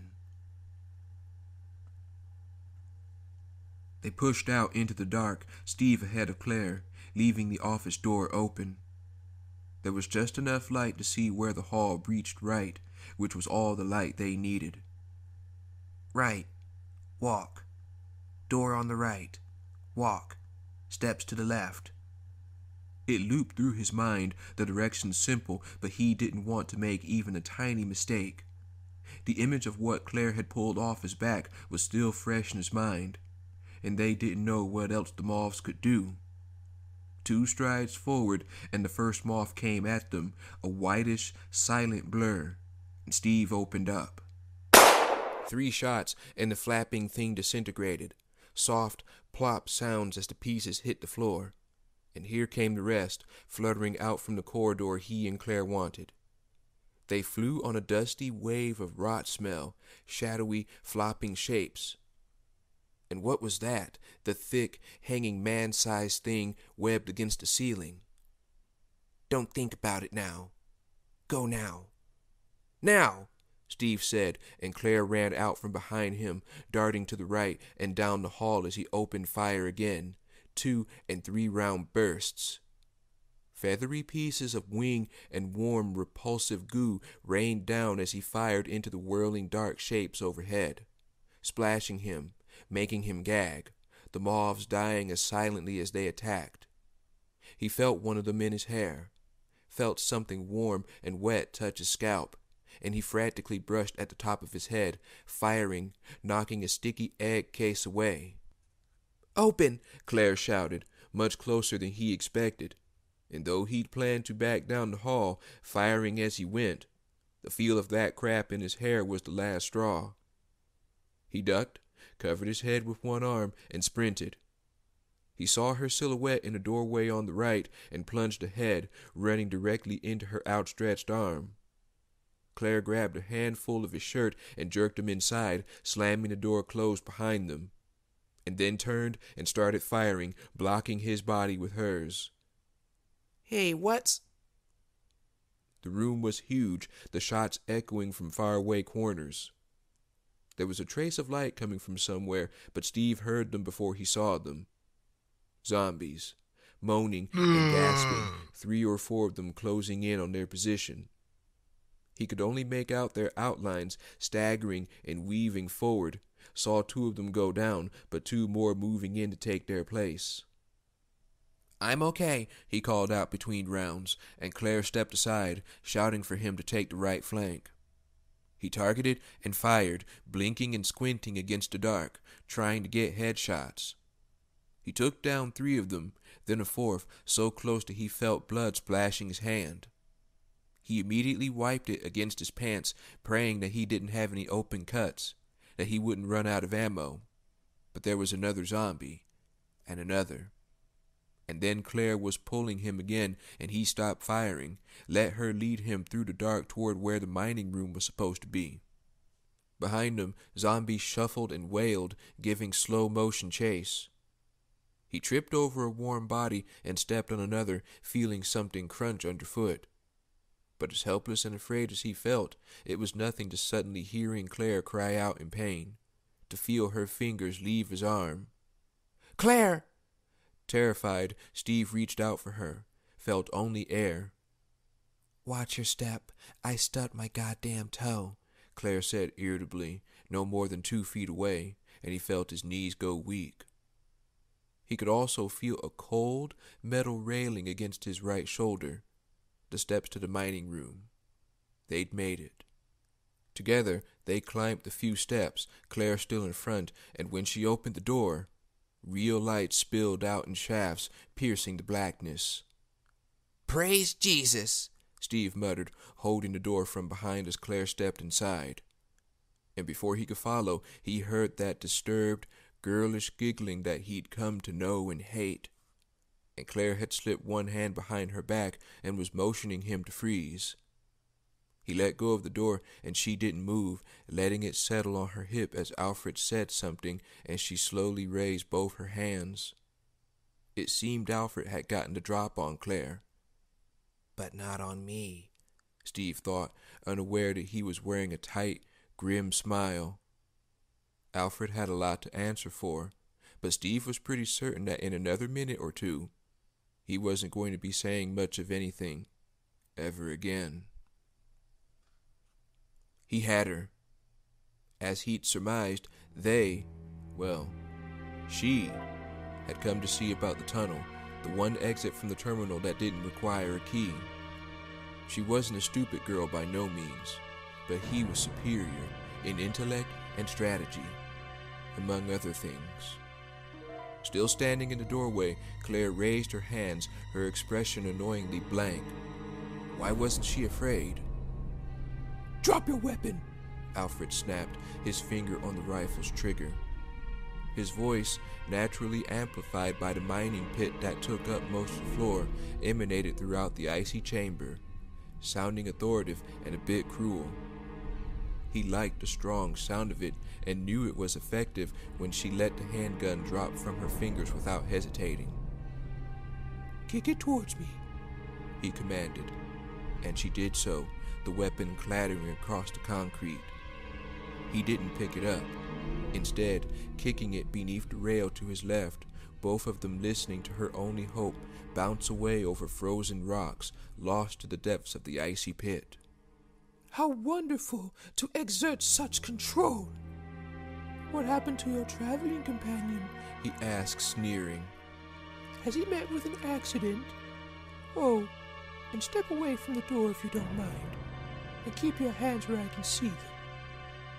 Claire edged forward, the door mostly closing behind her, and he saw a flash of some unhappy emotion cross her face. Knew immediately that he'd scored a point. Less of a hot meal for father, it seemed, but he doubted the monstrosity would complain. "He's dead," she said simply. "What happened to Alexia? Or am I speaking to Alexia? You know, you two look so much alike." "Shut your mouth, little girl," Alfred snarled. "You don't deserve to say her name. You already know it's time for her return. That's why your people attacked Rockford, to lure her out. Or were you hoping to kill her outright, to cut short her first breath?" Claire acted confused, determined to keep up her pretense, it seemed. But Alfred didn't want to hear any more of her lies. The game was losing interest for him. In the face of Alexia's imminent triumph, everything had paled by comparison. "I already know it all," he snapped, "so don't bother. Now, if you'll come with me." Claire suddenly looked up and right to the raised platform where the tunnel began. "Look out!" she shrieked, collapsing as Alfred spun around, seeing only the massive ice digger machine, the tunnel's dark entrance. And the door had crashed open behind Claire, the boy diving in and landing on his side, pointing a weapon at him. At him. Furious, Alfred swung the rifle and pulled the trigger 3, 4 times. But he hadn't had enough time to target properly, the explosive shots going wide. And it was as though a giant hand suddenly shoved Alfred backward, taking his breath away, the boy firing and then clicking on empty, out of bullets. Alfred stumbled back another step and opened his mouth to laugh, ready to kill them both, and the rifle wasn't in his hands anymore. He'd dropped it for some reason, and his laugh was only a wet, painful cough. And something gave way behind his back, and then he was falling into the mining pit. He landed on a thick crust of ice and started to get up, but there was a great searing pain in his chest. Was it possible that he'd been shot? With barely a sound, the ice gave way all around him, and he screamed, falling. He had seen her once more, had to touch her, but he could hear his father screaming too, coming for him. And then everything was lost in pain and dark. The sound of the terrible, monstrous howl that had risen up to meet Alfred's got them moving, Claire pausing just long enough to grab the Remington before climbing after Steve to the high platform. With Steve on empty and her own gun kicked into the pit, it was their only weapon. They clambered into the cab of the huge yellow machine parked in front of the slanted, rising tunnel, Steve taking the wheel, and again they heard that deep, insane scream, and it was definitely closer, the monster prisoner loose somewhere inside. Steve flipped a bunch of switches, nodding and mumbling to himself as he went. Claire listened as she checked the rifle. Only 6 rounds, gathering that the machine's digging device, an enormous screw-looking thing, actually heated up to melt the ice. She didn't care what it did, as long as it got them out before the monster came looking for them. With the heavy machine humming to life, Steve explained that the tunnel was probably unfinished because the workers would have had to go slowly and without using the heating element to avoid flooding half the facility. But we don't, he said, grinning. What do you say we make a lake? Go for it, she said, grinning back at him, wishing she felt a little more enthusiastic. God, they were getting out, and with Alfred Ashford finally dead, there was no one standing in their way. So why was she still so uncertain? It's that shit he was babbling about his sister. Crazy, yeah, but it had brought up the one question she still didn't have an answer for. Why had Rockford been attacked? Steve jammed on the throttle and the machine lurched forward. There weren't any seatbelts, so Claire put one hand on the roof, the digger bouncing almost as much as their plane had right before it crashed. Their view was mostly blocked by the giant twisting screw thing, but it was obvious when they hit the end of the tunnel, big time. The noise was incredible, deafening, like rocks in a blender times 100. There was a burning steam smell, and as they inched forward through total blackness, she could hear the thaw even over the digging as torrents of water rushed past the cab. The grinding waterfall noises seemed to go on forever as they continued to climb. And then the machine stuttered, jerking, and the treads were straining, and sudden light flooded into the cab, gray and shadowy and beautiful. The digger crawled out of its brand-new hole near a standing tower, Claire recognizing it as a helipad even as Steve pointed out the snowcats parked near the base. It was snowing, fat, wet flakes spinning down from a slate sky, the humid cold seeping into the cab before they'd been on the surface a minute. There was a wind blowing, the snow angled slightly, not a big wind, but steady. Copter or cat? Steve asked lightly, but she could see that he was starting to shiver. So was she. Your call, flyboy, she said. A helicopter would be faster, but staying on the ground seemed safer. Can we even take off in this? As long as it doesn't get any worse, he said, looking up at the tower, but he didn't seem sure. She was about to recommend one of the cats when he shrugged, pushing his door open and sliding out, calling back over his shoulder. I say we hit the tower, fly girl, he said. We can at least see if there's actually a choice. She got out too, craning her neck back, but she couldn't see the top of the tower either. And it was cold, frostbite cold. Whatever, let's just hurry, Claire said, slinging the rifle over her shoulder. Steve jogged for the stairs, Claire following, freezing but exhilarated, suddenly totally high on being free to choose, to decide what they wanted to do, how they wanted to do it. And either way, they'd be at the Australian station in an hour or so, wrapped in blankets and drinking something hot and telling their story. Well, at least the more believable parts, she thought, climbing the recently sanded stairs after him. Even the most open-minded people in the world wouldn't believe half of what they'd been through. Her happiness was wearing thin as they neared the top. 3 stories later, her teeth chattering it away. And when Steve turned around, frowning, she no longer cared about much of anything beyond getting warm. "There's no helicopter," he said, snow starting to stick to his hair. "I guess we'll—" He saw something behind her, and his face suddenly contorted with horror and surprise. He reached out to pull her up, but she was already moving. "Go!" she said, and he turned and bolted up the stairs, Claire barely a half step behind him. She didn't know what he'd seen. "Yes, you do." But from the look on his face, she knew she didn't want it behind her. "It's the thing, the monster. It was loose, and now it's coming for you," her fear helpfully provided. And then Steve was grabbing her arm and jerking her up the last few steps. She stumbled onto a giant, empty square platform, the landing lines mostly obscured by fresh snow, a gray haze of anomalous fog making it hard to see clearly. "Give me the rifle," he breathed, and she ignored him, turned to see if it was true, if she would recognize the awful pain of the thing that had screamed so horribly. And as it gained the platform, she saw that it was true, and she recognized it with no trouble at all.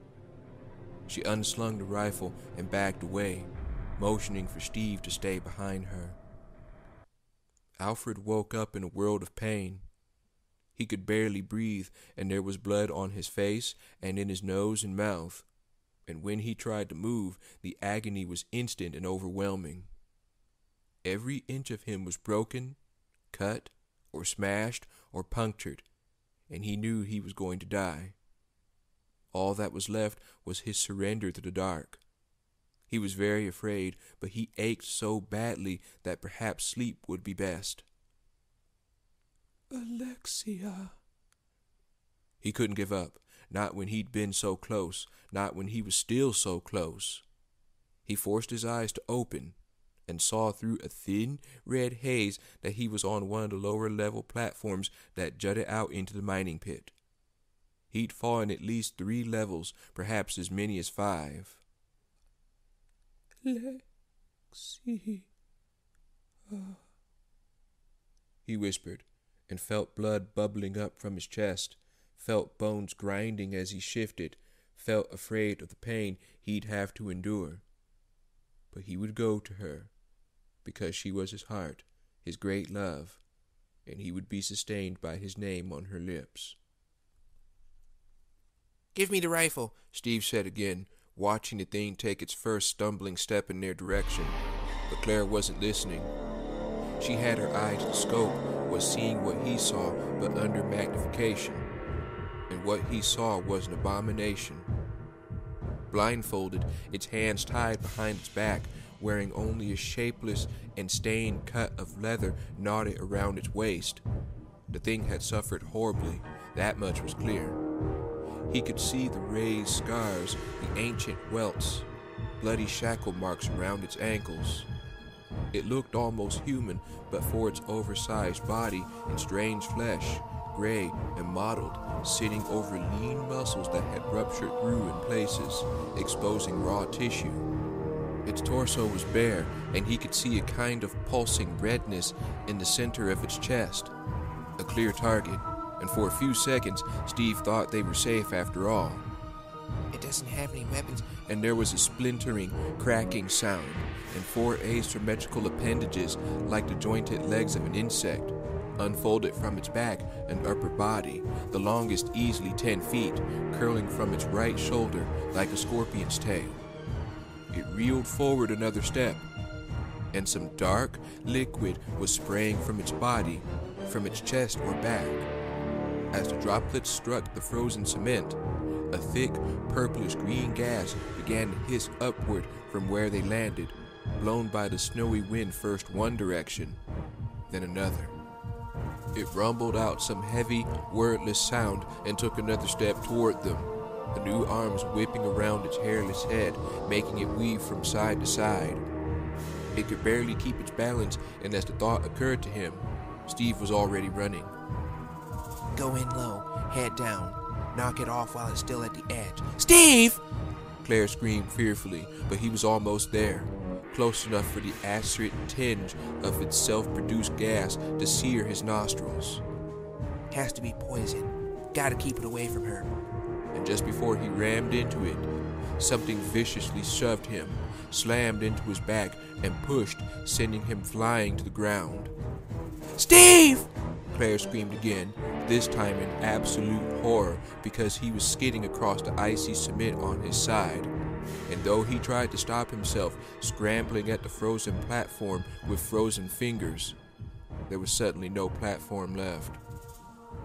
Steve was only a few feet from the monster when its strange arm whipped down over them both, hitting Steve in the back and hurtling him to the side.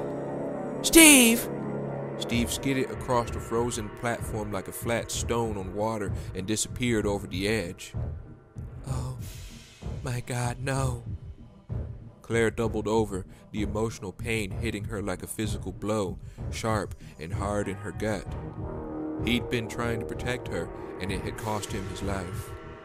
For a second, she couldn't move or breathe, couldn't feel the cold, didn't care about the monster. But only for a second.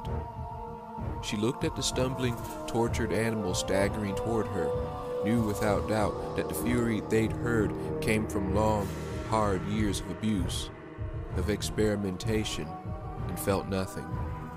Her heart had sealed itself up, her mind suddenly colder than her body. She straightened, jacking around into the chamber of the rifle, appraising the situation with a clear eye. Obviously, she could outrun it, leave it on the platform, and be a mile away before it found its way back down. But that wasn't an option, not anymore. Its death would be a mercy, but that didn't figure into her calculations either. It killed Steve, and now I'm going to kill it, she thought coolly, and walked to the northwest corner of the platform, the furthest away from the stairs. Its appendages flailing over its head, the monster wove in a painfully slow half-circle, its blind face finally turned in her direction. It let out another deep, gasping, mindless sound, and its body vomited out more of that smoking liquid, some kind of acid or poison, probably. She wondered who had created such a thing, and how. This was no T-virus zombie, and from its abuse and tormented state, it wasn't a BOW either. She supposed she'd never know. Claire raised the rifle and looked through the scope, focusing in on the pulsating tissue in the center of its chest, then rising to target its blank gray face. She didn't know about the tissue mass at its heart, but she was sure it wouldn't survive a headshot by a 30.6. She didn't want to waste time stalking it or inflicting unnecessary pain. She just wanted it dead. She aimed at the center of its forehead. It had a strong jaw and fine, straight nose beneath the puckered flesh, as though it had once been handsome, even aristocratic. Maybe it's another Ashford, she thought mockingly, and fired. The monster's head split apart, almost seemed to shatter as the round found its mark. Shards of bone and brain matter flew, all of it as gray as the gray sky, steam rising up from the broken bowl of its skull as it fell, first to its knees, the mutant arms spasming in the snowy air, then onto its ruined face. Claire felt nothing. No pleasure, no dismay, not even pity. It was dead, that was all, and it was time for her to go. She still didn't feel the cold, but her body was shaking violently, her teeth rattling, and she knew she had to get warm. Claire? The voice was weak and shuddering and unmistakably Steve's, coming from the platform's east edge. Claire stared at the empty space for a split second, entirely dumbfounded, and then ran, dropping to her hands and knees beneath the soft platter of snow, leaning out to see him awkwardly wrapped around a support post, clinging to the frozen metal with both arms and one leg. His face was almost blue with cold, but when he saw her, his eyes lit up, a look of incredible relief crossing his pale features. "You're alive," he said. "That's my line," she answered, dropping the rifle and bracing herself against the edge, leaning down to grab his arm. It was a struggle, but in another moment, Steve was back on the platform, and then they were on their knees, embracing, too cold to do anything but hang on. "I'm so sorry, Claire," he said miserably, his face buried in her shoulder. "I couldn't stop it." Her heart had unsealed when she'd seen him alive, and now tightened painfully. He was all of 17 years old, his whole life ripped apart by Umbrella, and he'd just very nearly died trying to save her life. Again. And he was sorry. "Don't worry, I got it this time," she said, determined not to cry. "You get the next one, okay?" Steve nodded, sitting back on his heels to look at her. "I will," he said, so vehemently that she had to smile. "Cool," she said, and crawled to her feet, reaching down to help him up. "That'll save me some work. Now let's go catch a cat, yes?" Supporting each other and staying close for warmth, they made their way to the stairs, neither of them willing to let go. Chapter 12. Alexia Ashford watched her twin die at her feet, bleeding and in great pain, reaching out to touch the stasis tank with adoration in his dying eyes. He'd never been particularly bright or competent, but she had loved him very much. His death was a great sadness, but also the sign she'd been waiting for. It was time to come out. She'd known for some months that the end would be soon, or rather, the beginning, the emergence of a new life on Earth. Her stasis had remained stable for most of the 15 years she'd needed, her mind and body unaware of life, unaware that she was suspended in freezing amniotic fluid, her cells slowly changing and adapting to T. Veronica. In the past year, however, that had changed. She had hypothesized that given enough time, T. Veronica would raise consciousness to new levels, expanding areas of the mind that would surpass simplistic human senses. And she had been correct. For the last 10 months, she had begun experiencing herself in spite of stasis, testing her awareness, and she had been able to see through her human eyes when she wished. Alexia reached out with her mind and turned off the support machines. The tank began to drain, and she stared out at her dear brother, most unhappy that he had died. She could choose not to employ her emotions, but she had been human with him. It seemed appropriate. When the tank was empty, Alexia opened it, stepping out into her new world. There was power everywhere, hers for the taking, but now she sat down in front of the tank and laid Alfred's bloody head in her lap, experiencing the sadness. She began to sing a child's song that her brother had liked, stroking his hair back from his drawn face. There was sadness in the lines around his eyes and mouth, and she wondered what his life had been like. She wondered if he stayed at Rockford, stayed at Veronica's home, the home of their ancestors. Still singing, Alexia reached out to her father, and was surprised to find him missing, either dead or beyond her range of perception. She had touched his mind only recently, studying what was left of it. In a way, he was responsible for what she had become. The T. Veronica had turned his mind to sludge, had driven him insane, as it would have to her if she hadn't tested it on him first. She stretched her awareness, finding sickness and death in the upper levels of the terminal. A pity. She had been looking forward to beginning her experiments again, immediately. Without test subjects, she had no reason to stay. She found 2 people not far from the Umbrella facility and decided to flex her control over substance to see how much effort it took, and found that it was hardly an effort at all. She concentrated just for a few seconds, saw a male and a female inside of a snow machine, and wished for them to be brought back to the facility. Instantly, lines of organic matter tore through the ice, ripping toward the vehicle. Amused, Alexia watched with her senses as a giant tentacle of new-formed substance rose up and curled around the machine, lifting it effortlessly into the air, and then threw it back at the facility. The engine tumbled end over end, its engine bursting into flame, and came to rest against one of the umbrella buildings. Both were still alive, she thought, and was well pleased. She could use one of them in an experiment she'd been thinking about for weeks, and would surely find a good use for the other one in due time. Alexia continued to sing to her dead brother, intrigued by the changes she could see coming, looking forward to gaining a fuller mastery of her new powers. She stroked his hair, dreaming.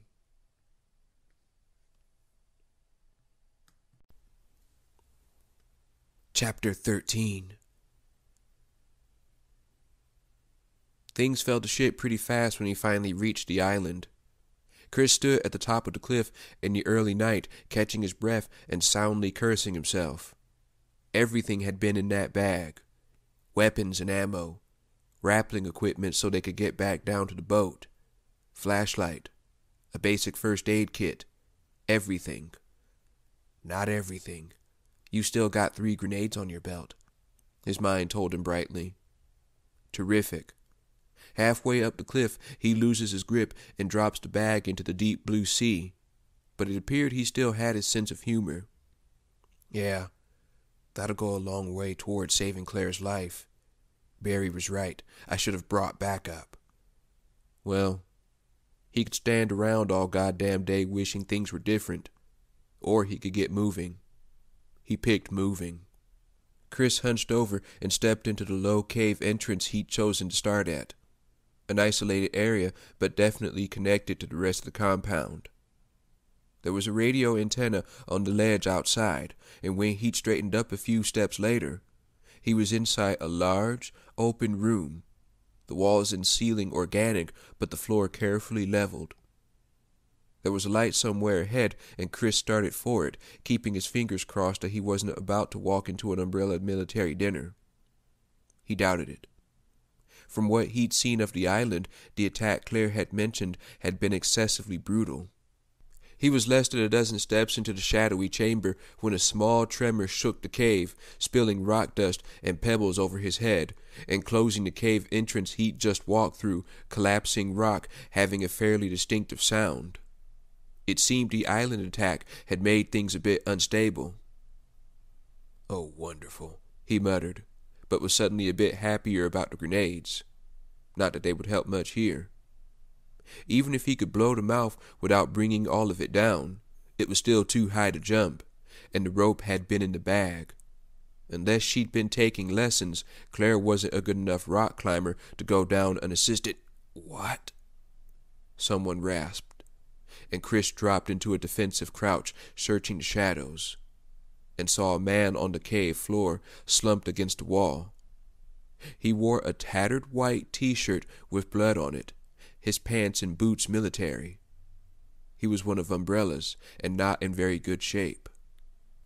Chris stepped quickly to his side, ready to kick the shit out of him if he so much as sneezed. I didn't know anyone was still around, the man said weakly, and coughed a little. Thought I was the last one, after the self-destruct. He coughed again, obviously not far from death. His words sank in, creating a lead ball in Chris's stomach. Self-destruct? He crouched down, trying to keep his voice level. I'm here looking for a girl. Her name is Claire Redfield. Do you know where she is? At the sound of Claire's name, the man smiled, though not at Chris. An angel. She's gone. Escaped. I helped her. Let her go. She tried to save me, but it was too late. Hope bloomed anew. Are you sure she got away? The dying man nodded. Heard the planes leave. Saw a jet come out of the basement, under the... A cough. The tank. You should go too. Nothing left here. Chris could feel some of his stress and fear ebbing away, tensions in his neck and back releasing. If she was gone, she was safe. Thank you for helping her, he said sincerely. What's your name? Raval. Rodrigo Raval. I'm Claire's brother, Chris, he said. Let me help you, Rodrigo. It's the least I can do, and... A deafening animal cry filled the cave, and at the same instant, another tremor attack. A bad one. The ground shaking so hard that Chris was thrown off his feet. And earth erupted. What Chris thought was an explosion at first, a fountain of dirt and rock spraying upward. But it kept rising, and Chris could see thick, filth-coated slime beneath it, could smell sulfur and decay, saw a huge cylinder made of rubber still climbing. And then it shrieked again, the top of the cylinder twisting around, wormy tentacles peeling back from a yawning, howling throat. And Chris scrambled to his feet, grabbing a grenade from his belt. And the giant, shrieking snake worm came crashing down, mouth open, and swallowed Rodrigo whole before slamming into the sandy soil where he'd been sitting. It dove into the ground like a swimmer into water, its impossibly long body arching over, following through. Jesus! Chris stumbled away as the ground continued to quake, the burrowing creature kicking up rock and dirt and sand all around him. And he realized that he had to kill it or get away fast, that it could easily come up beneath him for another quick snack. He ran to the outer wall of the cave, making a split-second plan as the snake worm burst up through the ground behind him, its insane mouth peeling open as it hesitated at the top of its arch, ready to plunge down over him, rocks falling all around. And Chris pulled the safety ring off the grenade, stripping the tape and pin away, and ran straight for the creature's lower body where it emerged from the ground. Crazy. This is crazy. He ducked just before hitting the filthy, muscular body and set the grenade on the ground in front of it, on the run, as careful as he could be not to set it off, and then dived for cover behind the snake worm's twisting body, tucking into a shoulder roll, covering his head as the animal started downward, shrieking, and... The explosion shook the ground even harder than the animal had, the shriek cut off, the grenade blast muffled by a half-ton of worm guts that shot out in all directions, stinking and warm, painting the walls of the cave in vicious bucket loads. Chris rolled on his back, drenched, watched the front half of the animal convulse and writhe, already dead. And as its muscles and reflexes clenched and released for the last time, the snake worm expelled a gush of stomach acid and rock from its gaping maw, vomiting out its last meal. Rodrigo!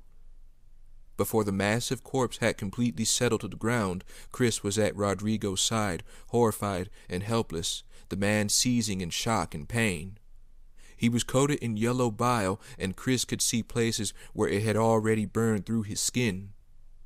Rodrigo let out a soft cry, too weak to scream in what had to be incredible pain, and Chris tore his own jacket off, wiping his face clean of the sticky, acidic fluid. You're going to be okay. Just relax. Don't try to talk, Chris said, fully aware that Rodrigo would be dead in minutes, perhaps seconds. He kept talking, kept his tone soothing in spite of his own dismay. Rodrigo opened his eyes, and though they were full of suffering, they also had the wet, glassy, faraway look of someone leaving it all behind, someone about to be free of pain and fear. Right pocket, Rodrigo whispered. The angel gave for love. Rodrigo took a slow, deep breath and let it out just as slowly, an exhalation that seemed to go on forever. And then he was gone. Chris automatically closed his half-open eyes, simultaneously sad and relieved at Rodrigo's passing. the end of a life, but also an end to dying. Rest, friend. Sighing, Chris reached into Rodrigo's pocket, felt skin-warmed metal, and pulled out the scuffed, heavy old lighter that he'd given to Claire himself a long time ago. For luck. Chris held it to his chest, suddenly overwhelmed by a rush of love for his sister. She'd carried the lighter with her everywhere for years, but had given it up to ease the mind of a dying man, possibly one of the men responsible for her capture. He slipped it into his pocket and stood, glad that he'd be able to give it back to her, and to tell her that she'd made a difference in Rodrigo's last hours, that he'd smiled upon hearing her name. Even though Claire didn't need to be rescued, Chris's trip to the island had already turned out to be worthwhile. The stink of the splattered cave was getting to him, and now that he knew that his sister was safe, all that was left was to get himself home. His entrance had been caved in, and he didn't have a decent weapon. But if someone had triggered Umbrella's self-destruct system, it seemed that all their illegal facilities were built with such fail-safes in place, a fine way to destroy evidence if anything went wrong. Then he shouldn't run into too much trouble looking for the tank that Rodrigo had mentioned. See if there was another jet to be had. "No going back," he said softly, and with a final, silent prayer for Rodrigo to find peace, he went to see what he could find. There was a fight about to happen on one of the monitors in what was left of the control room, and Albert Wesker, frustrated by a day of fruitless searching and not looking forward to yet another long flight, pulled up a crate and sat down to watch. He'd already sent the boys back to the world. He was alone, except it appeared that he'd missed somebody, and said somebody was still wandering around the island. But not for much longer, he thought happily, wishing the reception was better, thanks to that lonesome loser Alfred Ashford. The self-destruct system had screwed everything up. And finally, something interesting was actually going to happen. Christ, he's unarmed. Crazy or stupid or totally ignorant of what the island was, no question. Wesker grinned. The unarmed man was walking through the training facility just one floor below, and he was about to meet up with one of Umbrella's newer bioorganics, one that had been trapped down in the sewers until Wesker had shown up and set it free. They were one hallway apart. When the dumbass turned the next corner, he was dead. Wesker adjusted his sunglasses, pleasantly diverted from his own troubles. Sweepers, Umbrella was calling the new monsters, but they were basically hunters with poison claws. Huge, primarily amphibious, violent as hell. In Wesker's opinion, the hunters, the 121 series, were perfectly badass without the extra poison touch. But isn't that just like Umbrella? Always wasting resources, playing games when they could be winning wars. Yes, it was, but there was about to be bloodshed. Wesker set aside his distaste for the company and leaned in to watch. The weaponless idiot, a tall guy with reddish-brown hair, that was about all the static would allow, was 2 steps from disaster, the sweeper waiting just around the corner. When he stopped and backed up a step, pressing himself against a damaged wall, Wesker frowned. The man started to back up, slowly and carefully, still hugging the wall. Okay, maybe not a complete idiot. He'd made it halfway back down the corridor he'd came through when the sweeper finally got impatient, deciding to take action. There was no sound system left, but the creature had thrown back its head and was screaming that weird, trilling screech, floating up to Wesker through the ruined building just a split second later. Get him. Wesker breathed eagerly, looking back at the poor, doomed dumbass, just in time to see him throwing something. Something small and dark. The sweeper leaping out from behind the corner, still screaming, the object landing at its feet. The building was shaking, the screens going white and then black, the deep thunder of explosives rumbling through the floor. Wesker was astounded and then furious. That creature had been a miracle of science, a warrior created for battle. Who was this dick who'd just rambled in and blown it to shit? A dead dick, Wesker thought darkly, pushing the crate away and heading for the stairs. He took them two at a time, carefully bypassing a few still burning fires, aware that he was channeling all his frustrations and upsets toward the unknown soldier and not particularly caring. Alexia wasn't at Rockford, which meant he had to get his ass to the Antarctic, of all places, to the only other facility she might be at. Why else would Alfred have gone there? If Wesker didn't get to her before she woke up, he might have to go home empty-handed, all of which added up to failure. And if there was one thing Wesker hated, it was losing. He marched through the crumbling leftovers of the training facility, reaching the hall he wanted, silencing his steps as he edged farther along. There was still smoke in the air when he reached the corner where the conflict had taken place, but little left of the sweeper. Most of it was stuck to the walls and ceiling. There, ahead and to the left, he could smell the intruder, could smell sweat and anxiety emanating from the small working lab to which he'd retreated. This is going to hurt you more than it hurts me, he thought, his mood somewhat lifting at the thought of a little personal interaction. Not wanting to get blown up, Wesker didn't hesitate, didn't give the guy a chance to get paranoid. He strode into the room, saw the soon-to-be corpse standing with his back turned, and moved the only way he could move. 1 second, he was walking through the door. The next, he was spinning the intruder around, lifting him by his throat, and then looking into the startled face of Chris Redfield. Oh my.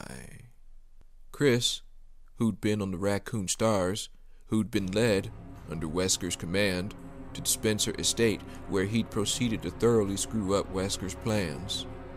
Chris Redfield had cost him money, had almost cost him his life, but worst of all, he had been primarily responsible for the biggest failure in Wesker's career.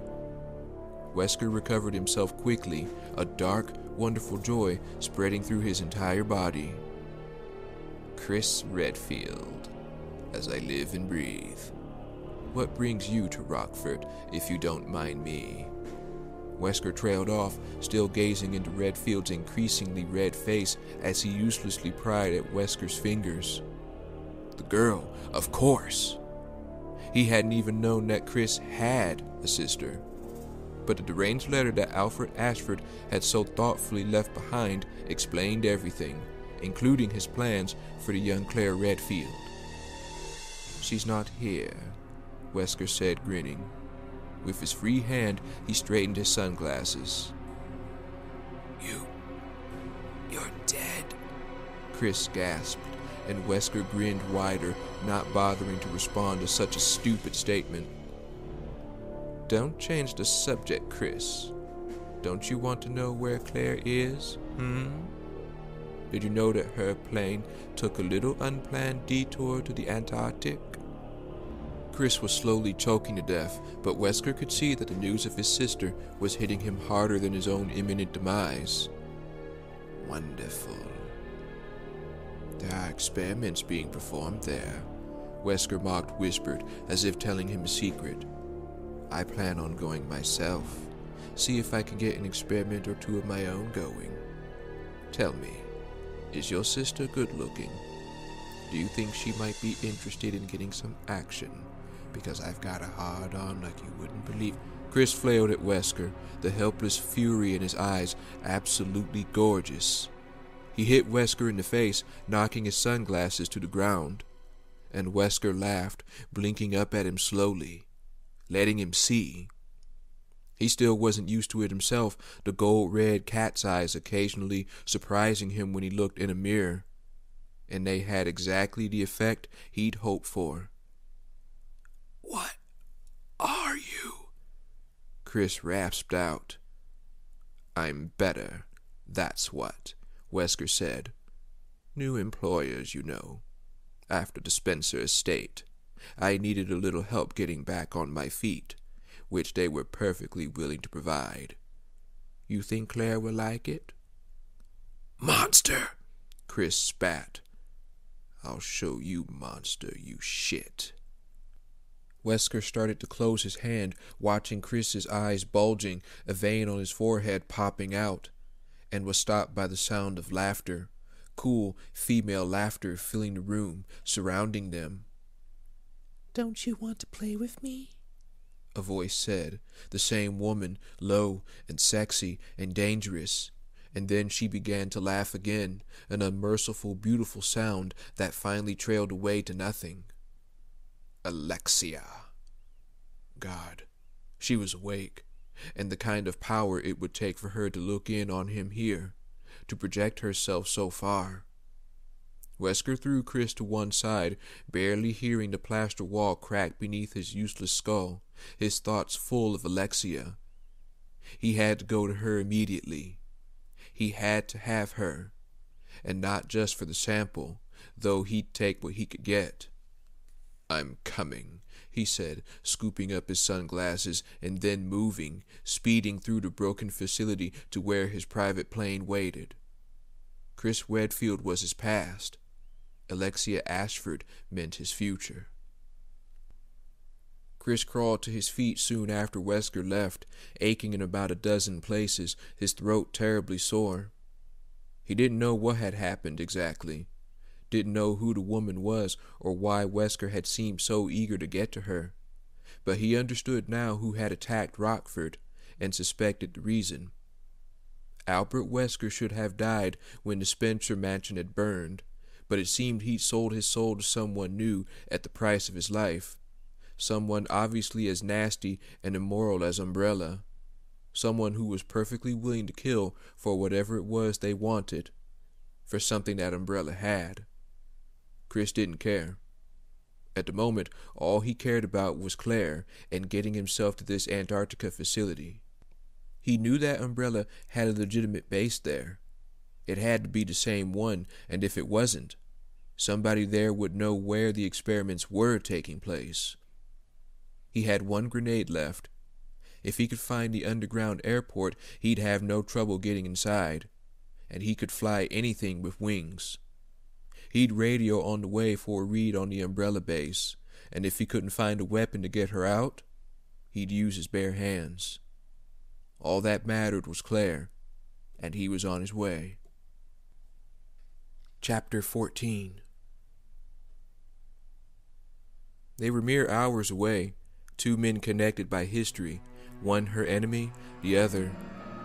Alexia didn't know about the other, not yet, but knew that he meant to reclaim the girl she'd taken from the snow machine. Probably the boy as well. None of them would be leaving, of course, but she was looking forward to the petty intrigues and overblown self-important dramas that their humanity would bring to her home. She would enjoy the chance to observe their natural tendencies and instincts before forever altering their lives. She stood in the great hall considering things, possible futures, her next transformation, the structural and psychological changes her new synthesis would create in humans, how she should welcome her new guests. And it occurred to her that her home, deep beneath the ice and snow, might be difficult for them to achieve. She immediately wished for the doors to be opened, for obstacles to be removed, and she heard and saw and felt the result in the same instant, existing in 100 places at once as locks were broken and walls were taken down, as debris was pushed aside and apertures were widened. She was prepared. Things would move quickly now, and what happened in the next hours would, to a degree, define her choices for some time to come. It was all still so new, the templates of her new life written only in sand. Smiling at her own poetic notions, Alexia went to see about the first series of injections for the boy.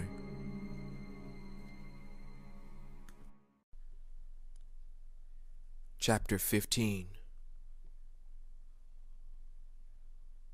Something was very, very wrong in Umbrella's Antarctica facility, but Chris didn't know what it was. On the 5th basement level of the dark and deserted compound, hundreds of feet beneath the snow, Chris stood in front of what appeared to be a full-blown mansion made of white brick. There was a fountain behind him, potted plants, even a decorative merry-go-round.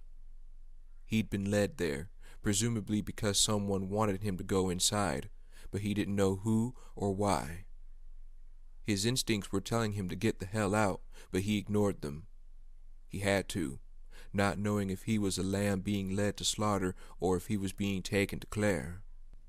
Since landing the jet in the roof hangar, he'd been guided every step of the way, walking into halls and having doors locked behind him, others opening up in front of him, twice. He'd found jewels on the cold cement floors pointing him in a particular direction, and once, after taking a wrong turn, all of the lights had gone out. They'd come back on when he groped his way back to where he'd gone wrong. It had been strange enough just getting to the facility, passing over the endless miles of gray ice and snow, and then seeing it for the first time rising up from the blank plains like an illusion. But to be herded someplace like an animal, shuffled along without knowing the reason. Chris was scared, more scared than he wanted to admit. He tried to stop, to look around for weapons or clues, but everything had been shut off, every door he tried locked, except for the ones he was supposed to go through, of course. The cameras that had to be watching his every move were so well hidden that he hadn't seen even one of them.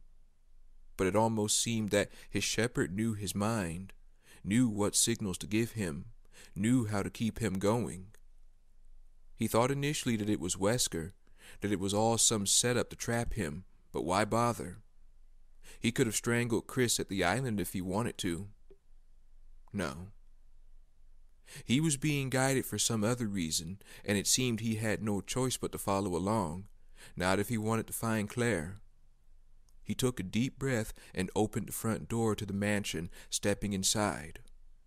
It was beautiful, as extravagant as the front of the building had suggested. Grand staircase, arched pillars, and strangely familiar, though it took him a moment to see how, the colors and decorations different. It was the layout, the same basic layout as the front hall of the Spencer mansion.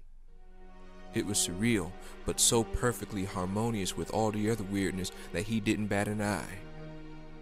Chris stood for a moment, waiting, looking around for another signal, and then he heard what sounded like a laugh coming from behind the stairs. It was the same laugh that he heard at the Rockford facility. That woman. What had she said? Something about wanting to play? It definitely felt like a game, like he was a character being moved around for someone else's enjoyment, and it was starting to piss him off. That he was afraid only made him angrier. Chris stalked toward the back of the wall, ready to confront this woman, to demand some answers. But when he stepped around one of the decorative pillars, he saw that there was no one there. What the hell is this? He muttered, turning. And there was Claire, webbed to the back of the stairs as if by some giant spider, her eyes closed, her head hanging limply. Wesker wasn't surprised to find that the parts of the Antarctic compound had been built to look like parts of the Spencer estate. The underground extravagance was an incredible waste, but as he'd noted many times before, so like Umbrella. It was all about intrigue for them, back at the beginning, before it all turned into a bad spy movie. Oswald Spencer and Edward Ashford had been responsible for the creation of the T-virus, but it had been their only real accomplishment. The rest of the money was thrown away. Truly, the entire facility, except for the laboratories, of course, was an expensive joke set up by old men and children with little imagination and too much money. Aware that Alexia was probably watching, Wesker took his time, moving from level to level, clearing away a few wandering zombies as he walked. He wasn't carrying a weapon, had simply snapped their necks and left them to asphyxiate. Twice he was spotted by other creatures, things he'd sensed and not seen, but they hadn't attacked, perhaps recognizing him as one of their own. Wesker kept moving, sure that Alexia would find him when she was ready. He'd landed his jet some distance from the compound, wanting to be sure that she understood how he was different, that the elements didn't affect him, that he was physically stronger than 5 men put together, with better endurance and sharper senses. He also wanted her to see that he was respectful of her space, that he was willing to be patient, and that he was extremely determined. "Whenever you want, my sweet," he thought, walking through a cold room corridor on the 5th basement floor. He'd been through the area already, but knew that the mansion was there, and suspected she would want to greet him in high style. It didn't matter to him. She could drop in on him in a toilet seat stall for all he cared, but he thought she was probably as vain and spoiled as her brother. However powerful and brilliant she was also a 25-year-old rich girl who had spent 15 of those years sleeping. Rich, beautiful, playful. She probably didn't even understand her powers yet, but it wouldn't be long now. He could feel it. He left the icy stillness of the cold corridor and started for the mansion once again. Claire woke slowly, her aching body gently supported by warm hands that lifted and held her. She was laid down, the cold floor bringing her around, and when she opened her eyes, she saw her brother smiling at her. Chris! She sat up and embraced him, ignoring her sore muscles, so happy to see him that for a moment, she forgot everything else. It was Chris. It was him, finally. "Hey, sis," he said, fiercely hugging her back, the familiar sound of his voice making her warm and safe. She wished it could last forever. After so long. "Claire, I think we ought to get out of here now," he said, and she could hear a thread of concern behind his words that woke her up, that reminded her of all that had happened. "I don't know exactly what's going on, but I don't think it's safe." "We have to find Steve," she said, and started to get to her feet, worried. Chris helped her, supporting her while she studied herself. "Who's Steve?" "A friend," Claire said. "We got away from Rockford together, and we were about to get away from here too, but some kind of creature grabbed our snowmobile and threw it." She looked up at Chris, suddenly more than just worried. "Before I blacked out, I heard him say my name. He's alive, Chris. We can't leave him." "We won't," Chris said firmly, and Claire felt weak with relief. Chris had come. He knew all about Umbrella. He'd be able to find Steve and take them away. Laughter. A woman was laughing, a high, cruel laugh. Chris stepped out from behind the stairs, Claire following, both of them looking up to the balcony. And there was the woman. It was... Alfred? Not Alfred. And that meant... "There really is an Alexia," Claire said softly. "Go goddamn figure." Still laughing, Alexia Ashford turned and walked away, exiting through a door at the top of the stairs. "She might know where Steve is," Chris said urgently, even as it occurred to Claire. And then both of them were running, climbing, Claire quickly outpacing him, ready to slap the truth out of Alfred's creepy sister, and... behind her, the stairs falling away, Claire rolling to the floor as a huge tentacle smashed through the balcony. Like in the Snowcat. And then it was gone, retreating through the hole it had created, leaving a trash set of side stairs behind. The main staircase was still whole, but Claire was stuck on the second floor on a shattered wood island. She'd have to climb down. "Claire!" She crawled to her feet, saw Chris down below, wincing at some pain in his leg amid the broken wood and plaster. "Are you okay?" Claire asked, and Chris nodded. And then there was a scream, and she felt her blood run cold. It came from beyond the door that Alexia had gone through. And it was Steve. There was no question in Claire's mind. It was Steve, and he was in pain. "Can't leave Chris, but... Chris, it's him," Claire said, looking between her brother and the door, not sure what to do. "Go! I'll catch up," Chris called. "But..." "Go! I'll be fine. Just be careful." Terrified, Claire turned and ran, hoping she wasn't too late. Wesker stepped into the grand foyer of the underground mansion and saw it wasn't quite so grand anymore. Something had happened to the stairs, part of the upper balcony now smashed to the floor. He heard someone moving around behind a huge, jagged piece of balcony still hanging from the tattered carpet, and took a step toward it. And there she was, standing at the top of the stairs in a long, dark dress, silky blonde hair tied back from her pale, beautiful face. "Alexia Ashford," Wesker said, surprised to find himself somewhat in awe now that the moment was at hand. She looked human, delicate and helpless, but he knew better. "Make your pitch and make it good." Wesker cleared his throat, stepping forward and taking off his sunglasses. "Alexia, my name is Albert Wesker. I represent a group who has long admired your work and have been eagerly awaiting your, return." She watched him impassively, head tilted slightly, her back straight and stiff. She looked like a debutante at her first society party. "And may I add that it's a personal honor to meet you," Wesker said sincerely. "My employers told me all about you. I know your father sired you with the genes of his own great-great-grandmother, Veronica.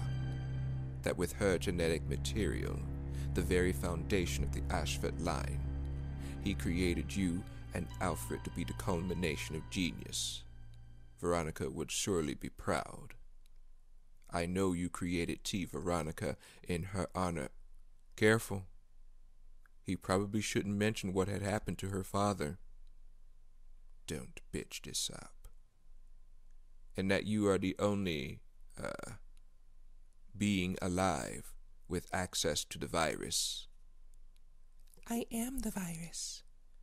Alexia said coolly, studying him through narrowed eyes. "Yes, of course," Wesker said.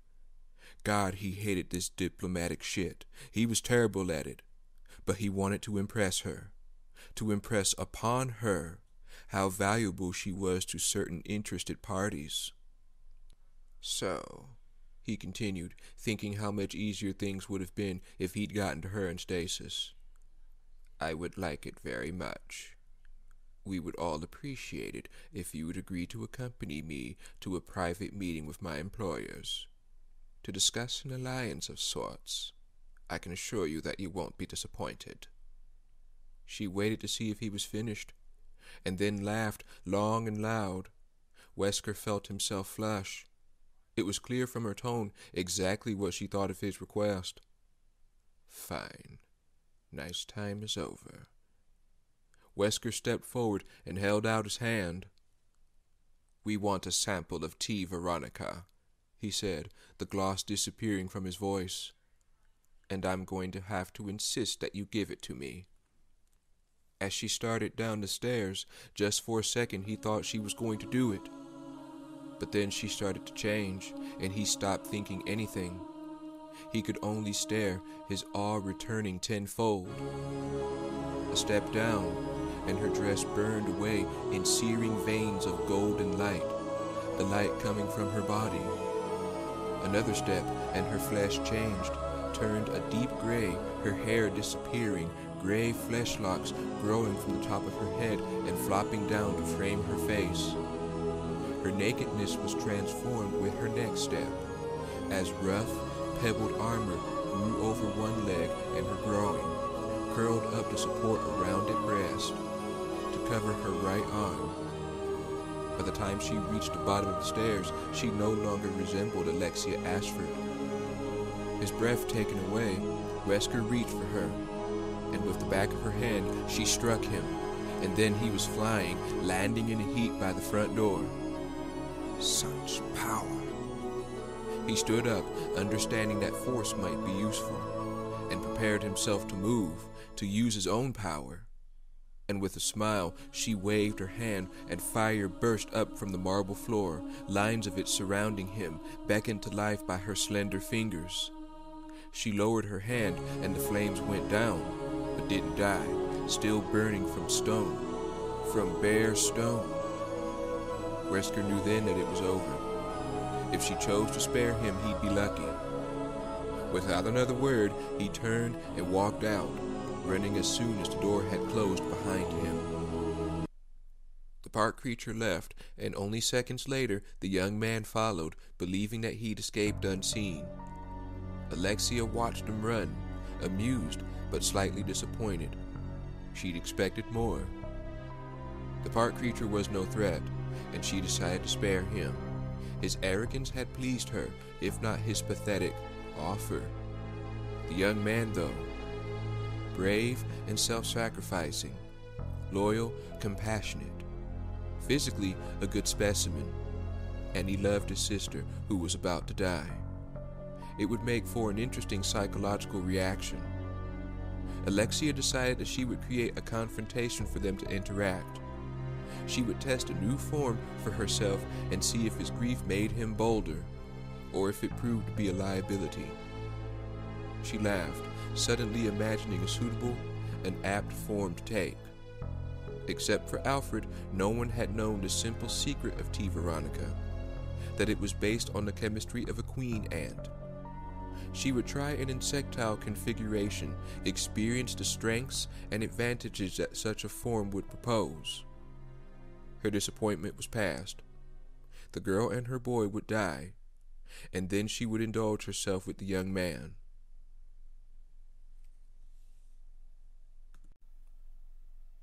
Chapter 16. Through the rooms and halls of a mansion, Claire had run, afraid to hear him scream again, afraid not to because she didn't know where to look. Past a plushy, decorated hall, she found herself in a prison area, cells on either wall, the environment cold and dark once more. A lone virus carrier reached for her from behind bars, wailing, "Steve!" Her voice echoed back at her, full of tension and fear, but Steve didn't answer. There was a thick metal door to her right, different than the others, reinforced by bands of steel. She opened it, stepping into a small, bare room that opened into a much larger one. "Steve!" No answer, but the bigger room was long and dimly lit, a kind of huge hall, and she couldn't see what was at the other end. She saw that there was a suspended gate between the small room and the hall, which definitely gave her pause. She looked around and found a piece of broken wood on the floor, then wedged it between the outer door and its frame, not wanting to end up locked inside. She hurried into the giant hall, intimidating, oversized statues of knights lining the heavily shadowed walls, her anxiety growing with every passing second. Where was he? Why had he screamed? She was halfway down the hall when she saw him, slumped in a chair at the far end, some kind of restraining bar across his chest. Oh, God. Claire ran, and as she got closer, she could see that the bar was a huge axe, a halberd, the blade firmly entrenched in the wall next to him. He seemed very small and very young, his eyes closed and head down, but she could see that he was breathing and felt less anxious. She reached his side and pulled at the giant axe, but it wouldn't budge. She crouched next to him, touching his arm, and he stirred, opened his eyes. "Claire!" "Steve, thank God you're all right. What happened? How did you get here?" Steve pushed at the long axe handle, but couldn't move it either. "Alexia. It had to be Alexia. She looked just like Alfred.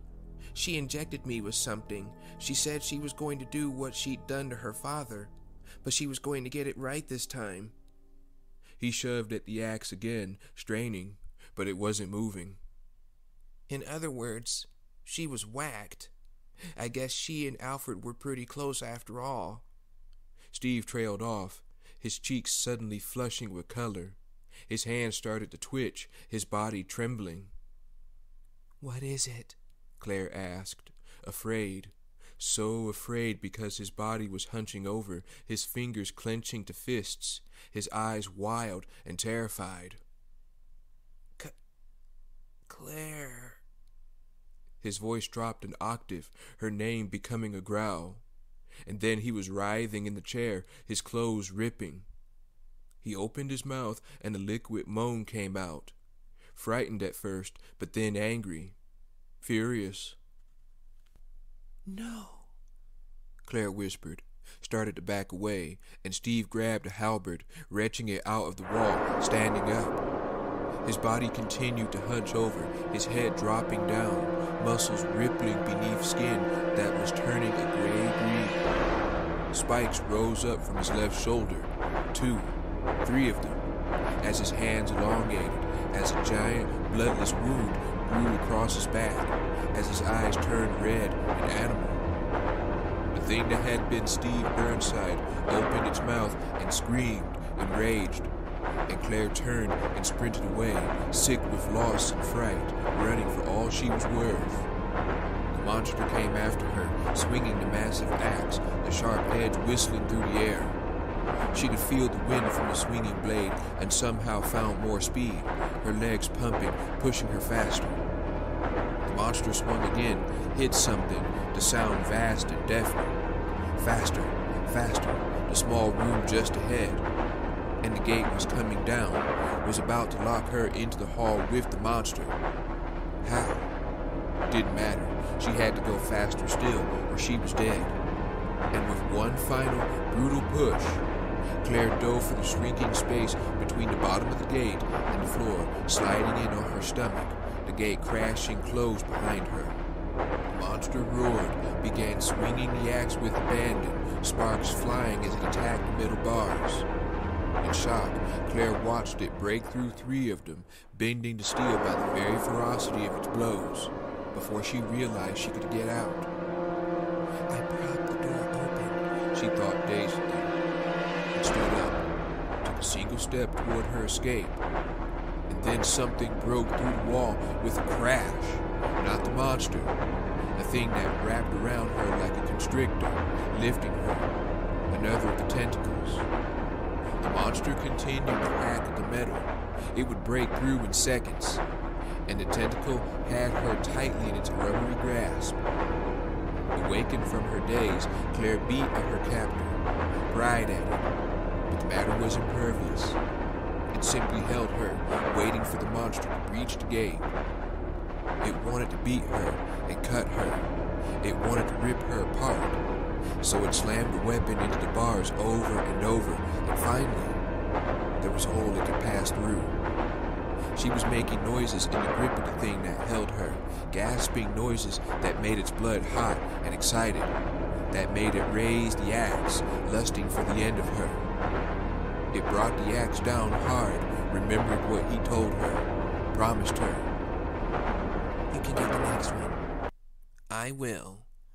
And he, stopped, the blade almost touching her skull. The tentacle waited, gripped her tighter, and he remembered. Claire. Steve lifted the axe again, strong. He was so strong, and slammed it down into the tentacle, slicing through. In a spray of green fluid, the thick coil snapped and hit him in the chest, throwing him into the wall before retreating. He felt and heard ribs break, felt the boil of his blood cooling, felt his strength going away. The pain came, sharp and dull and everywhere. But he opened his eyes, and she was there. She was safe. She was reaching for his hand. Claire Redfield, reaching for his hand with tears in her eyes. The monster was gone. She reached out to hold his hand, and he lifted it to his face, to his beautiful, dying face, laying it across his cheek. You're warm, he whispered. Hang on, she said, pleading, the knot in her throat choking her. Please, my brother came and he'll take us with him. Please don't die. Steve's eyes were fluttering as though he were trying very hard to stay awake. I'm glad your brother came, he whispered, his voice fading. And I'm glad I met you.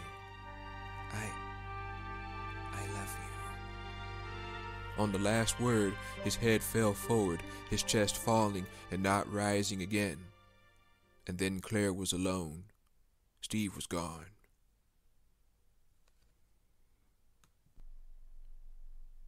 Chapter 17. Chris ran, knowing that their time was short as long as Alexia Ashford was alive, afraid that she might already have gotten to Claire. "Claire!" he shouted, banging his fist on every door he passed. It didn't matter, his shouting. If Alexia was even half as powerful as he suspected, she already knew where he was, and where Claire was. Please, please don't hurt her, he thought, the thought repeating itself as he ran down another hall, through a door, another hall, and another. He didn't know if anything could stop Alexia, but if he could find Claire and get them to the evac elevator, he meant to try and trigger the self-destruct system before leaving. Alexia was halfway to omnipotence and purely evil. She was an apocalypse waiting to happen, and she had to be stopped. "Claire!" Through a familiar hallway, another Spencer Estate copy, through a door that opened into some kind of shadowy prison, holding cells lining the walls. He had to find her. If he couldn't leave. He wanted Alexia dead, but he wouldn't endanger Claire's life, not for anything. And getting her out took absolute priority. And somebody was crying behind one of the closed doors.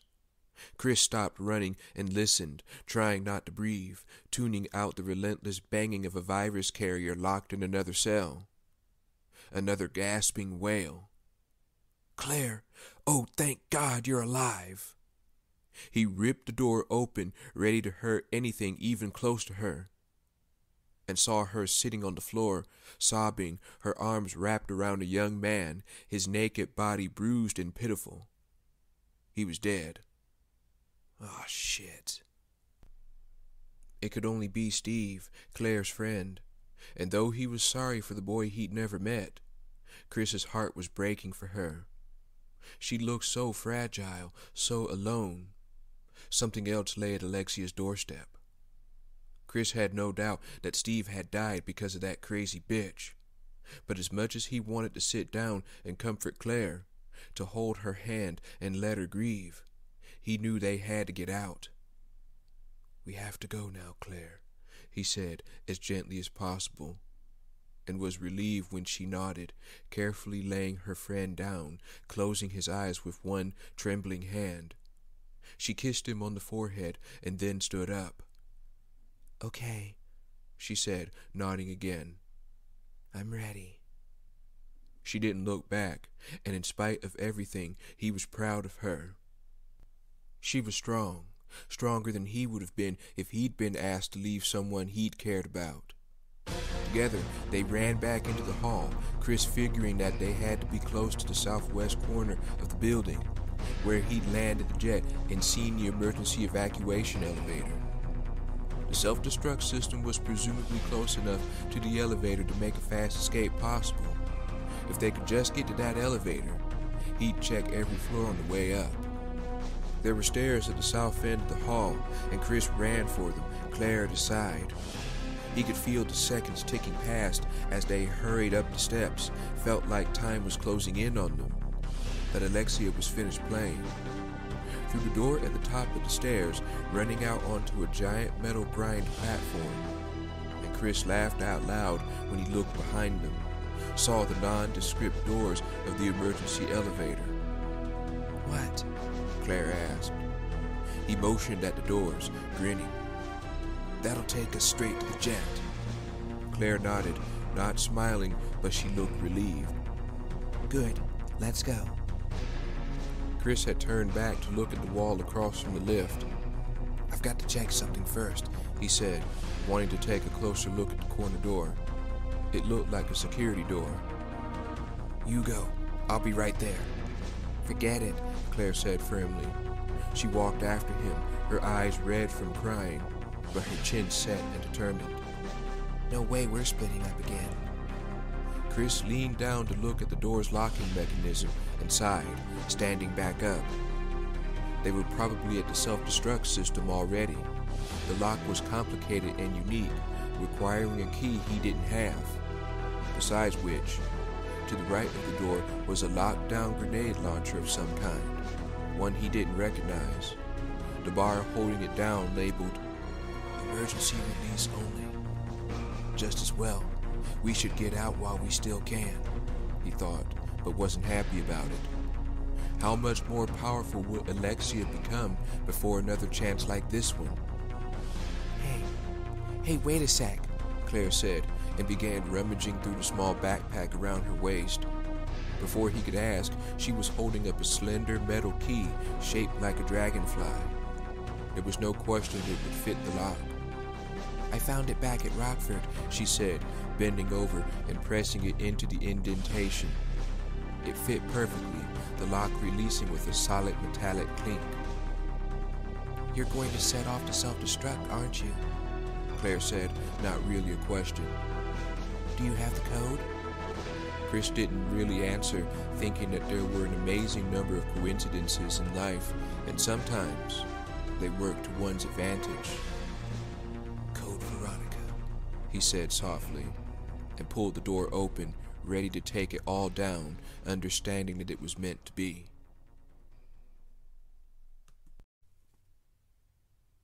Chapter 18. The boy was dead, but the girl wasn't. And now the young man was trying to destroy Alexia's home, and it wasn't a game or an experiment or something to observe. He had to die, in pain and misery. How had he dared to consider such a thing?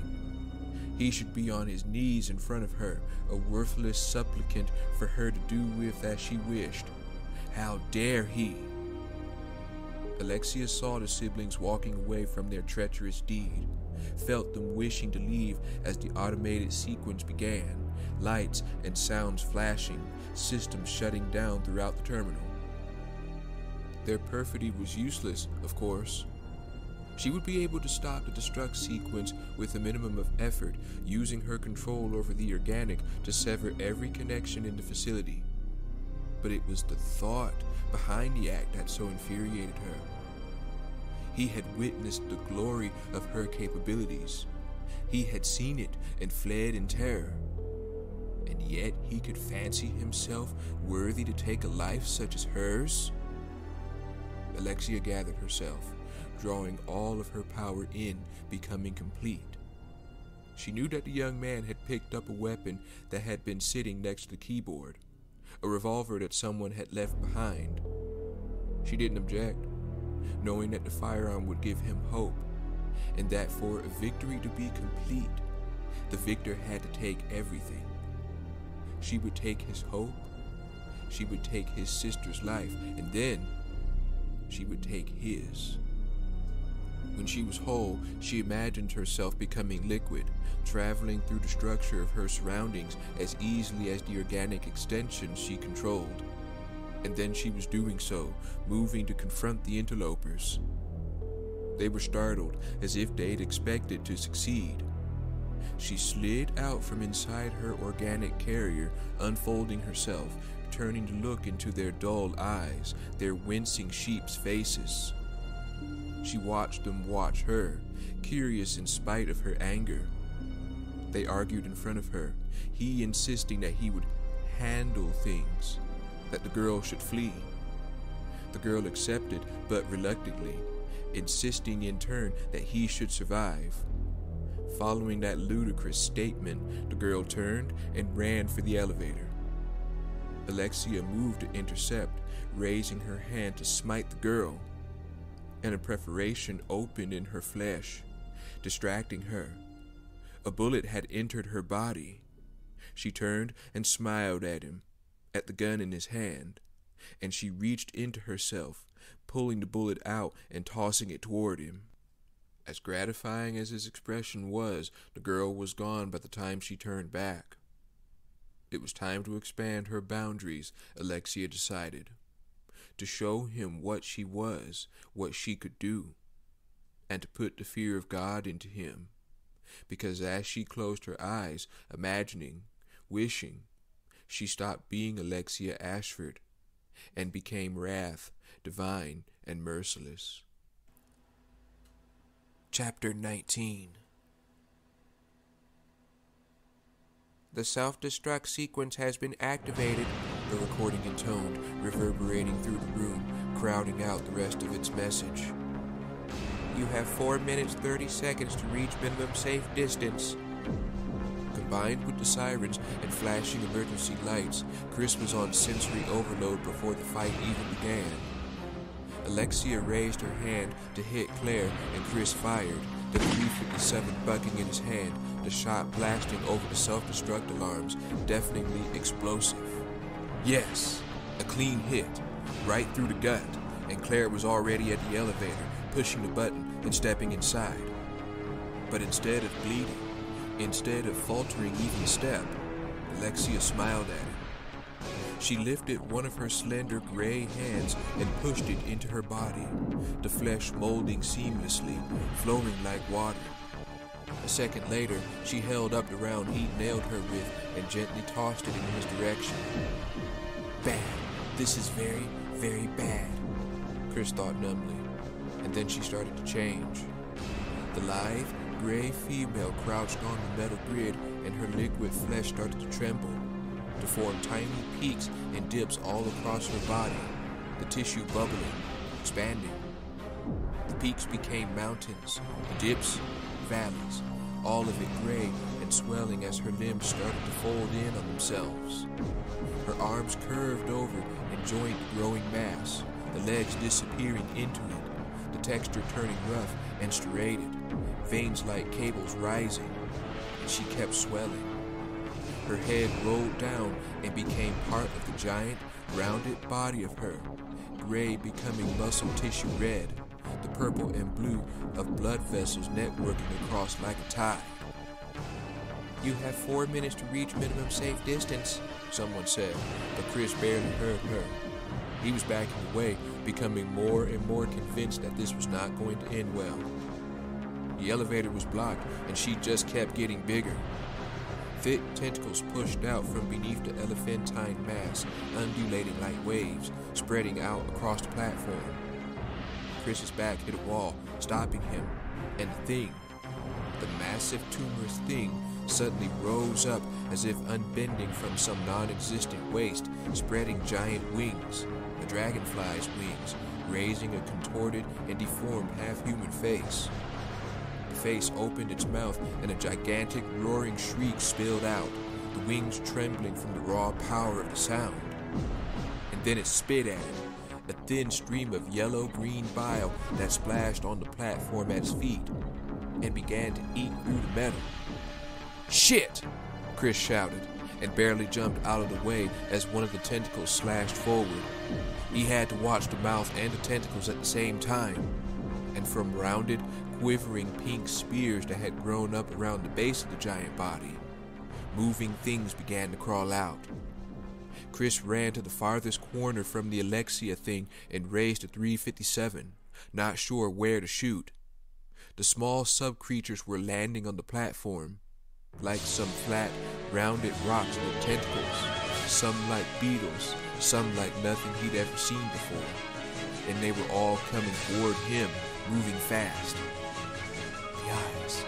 If you can't kill it, maybe you can blind it. But the eyes were already blind, round gray holes with darkness underneath, and he'd already seen how effective bullets were against her flesh. That decided it for him. Chris took aim and fired, and the pulsating, bloated creature was screaming again, this time in pain, one of her wings fluttering down the platform. A few of the small organisms had reached him, one of the beetle creatures leaping onto his leg, trying to climb up. Disgusted, he brushed it off, but there was another to take its place, and a third. A tentacle flew at his face, shot from one of the rounded stone shapes. Chris blocked it, but barely. Move! You have 3 minutes 30 seconds to reach minimum safe distance. Chris ran along the back wall, reached the other corner in front of the creature, and targeted again, trying for another wing. The shot went high, but the next one hit. It howled, the broken wing hanging from shredded connecting tissue, and then spit again, the stream of bile missing his face by inches. The thing now had only its two uppermost wings, and though he knew he'd hurt it, it didn't seem to have suffered anything close to serious injury. And I have only 2 rounds left. There had to be something he could do, some way to stop it. The self-destruct was going to blow all of them to hell, and it would be his fault. He leaped away as another tentacle whipped out from the creature's base, trying to think. This was a goddamn emergency, and he had to think. Emergency release only. The bloated monster shrieked. More of the beetles were jumping at him, but he ignored them, having only to turn his head to see the inset weapon next to the door. The one with the lockdown bar. A grenade or rocket launcher, whatever it was. It was beautiful, but the bar was still down. It hadn't released. You have 2 minutes to reach minimum safe distance. Shick. The bar flipped up. Chris snatched it out, lifting and aiming it at the creature's swollen guts. He didn't know what it would do, but he hoped it was good. He hoped it would shut that bitch down. There was no safety, nothing to chamber. Chris pulled the trigger, and a fury of white light and heat leaped from the barrel, blowing into the fat belly like an arrow into a balloon. The effect was huge, the explosion monstrous. A fountain of blood and gray jelly splattered out from the gaping, ragged hole, backsplattering onto his face. But he only had eyes for the screaming Alexia beast as its flesh and bone form gave out, deflating. The upper body of the creature was trying to pull free from the dying mass, the 2 wings flailing frantically at the air. But with only 2, it couldn't free itself. And so it was dying.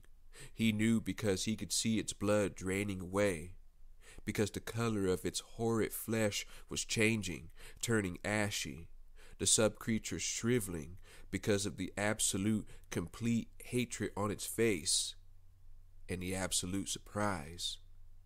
As the Alexia monster fell silent and began to sag, her features dripping, Chris heard that he had 1 minute left. Claire. He dropped the incendiary launcher and ran. Chapter 20. Claire felt like shit, and there was nothing she could do about it. Steve was dead, and Chris would either come or he wouldn't. And whatever happened, everything was going to blow up pretty soon, and she had no say in any of it. You have 2 minutes to reach minimum safe distance, the computer politely informed her, and Claire extended her middle finger toward the closest speaker. If there was a hell, she knew what they played in the elevators instead of music. There was only one jet where the elevator had let her out, and Claire sat on the railing in front of it, her arms tightly crossed, her stare fixed on the elevator doors. She watched and waited, her anxiety building, a part of her believing completely that he wasn't coming as the alarms blared through a mostly empty hangar, echoing back at her. Don't leave me, Chris, she thought, clutching herself tighter. She thought of Steve, remembering the laugh attack he'd inspired back on the island. How he'd looked at her like she was crazy. Come now, Chris, she thought, closing her eyes and wishing it as hard as she could. She couldn't lose him too, her heart wouldn't be able to stand it. There was 1 minute to reach minimum safe distance. When the building started to rumble beneath her feet, she thought she might cry, but there were no tears. She went back to watching the elevator door instead, certain now that he was gone. So sure that when the door opened and he stepped out, she thought she might be hallucinating. Chris? She asked, her voice barely a whisper, and he was running toward her, splashes of blood and something else smeared across his face and arms. And that was when she understood that he was real. She wouldn't have hallucinated him with goop on his face. Chris! Get in, he commanded, and Claire jumped into the second seat, happy and scared and anxious, lonely and relieved, wishing that Steve was with them and sad that he wasn't. There were more feelings, seeming dozens, but at the moment, she couldn't handle any of them. She pushed them aside and didn't think at all, didn't feel anything but hope. Chris tucked them in tight and started pushing buttons, the small jet roaring to life. Above them, the ceiling slid apart, the storm clouds breaking up overhead as he lifted them out of the hangar, smooth and easy. A few seconds later, they were blasting away, leaving the dying facility behind. Chris's shoulders relaxed, and he wiped his hand across his forehead, trying to rub off the sour-smelling gunk. "I could use a shower," he said lightly, and the tears finally welled up, spilling over her lower lashes. Chris, I thought I'd lost you too. Don't leave me alone again, okay? She asked, doing what she could to keep the tears out of her voice. Chris hesitated, and she instantly knew why. Knew that it wasn't over for either of them. That was too much to ask. Umbrella, she said, and Chris was nodding. "We have to settle this, once and for all," he said tightly. "We have to, Claire." Claire didn't know what to say, finally opting not to say anything. When the explosion came a moment later, she didn't look. She closed her eyes instead, leaning back into her seat, and hoped that when she finally slept, she would breathe. Epilogue. Miles away, Wesker heard the explosion and could see the smoke rising shortly after, thick black plumes of it.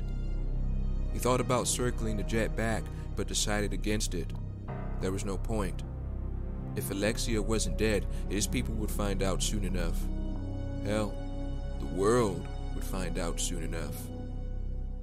"I hope you were in there, Redfield," he said softly, smiling a little. Of course he was. Chris wasn't bright enough or fast enough to have gotten out in time. Although he might be lucky enough.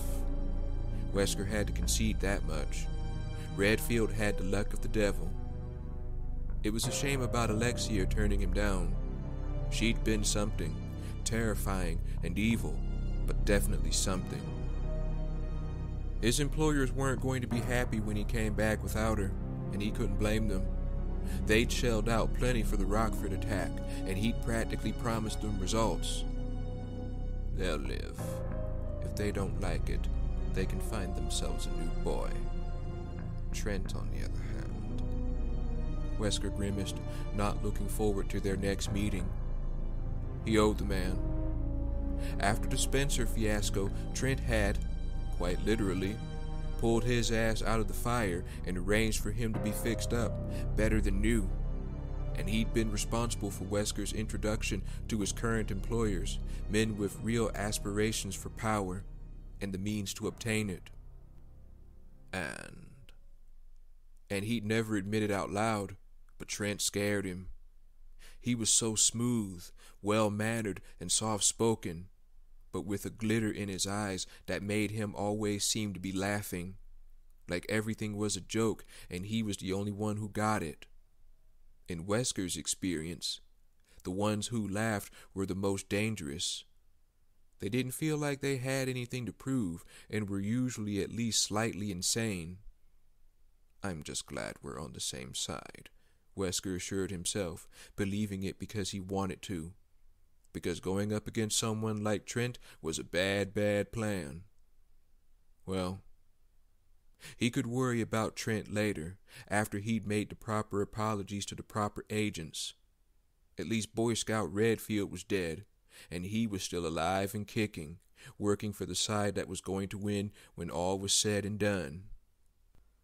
Wesker smiled, looking forward to the end. It was going to be spectacular. The sun had come out and was reflecting against the snow, creating a brilliant radiance, blinding in its perfection. The small plane shot away, its shadow chasing it across the sparkling plains.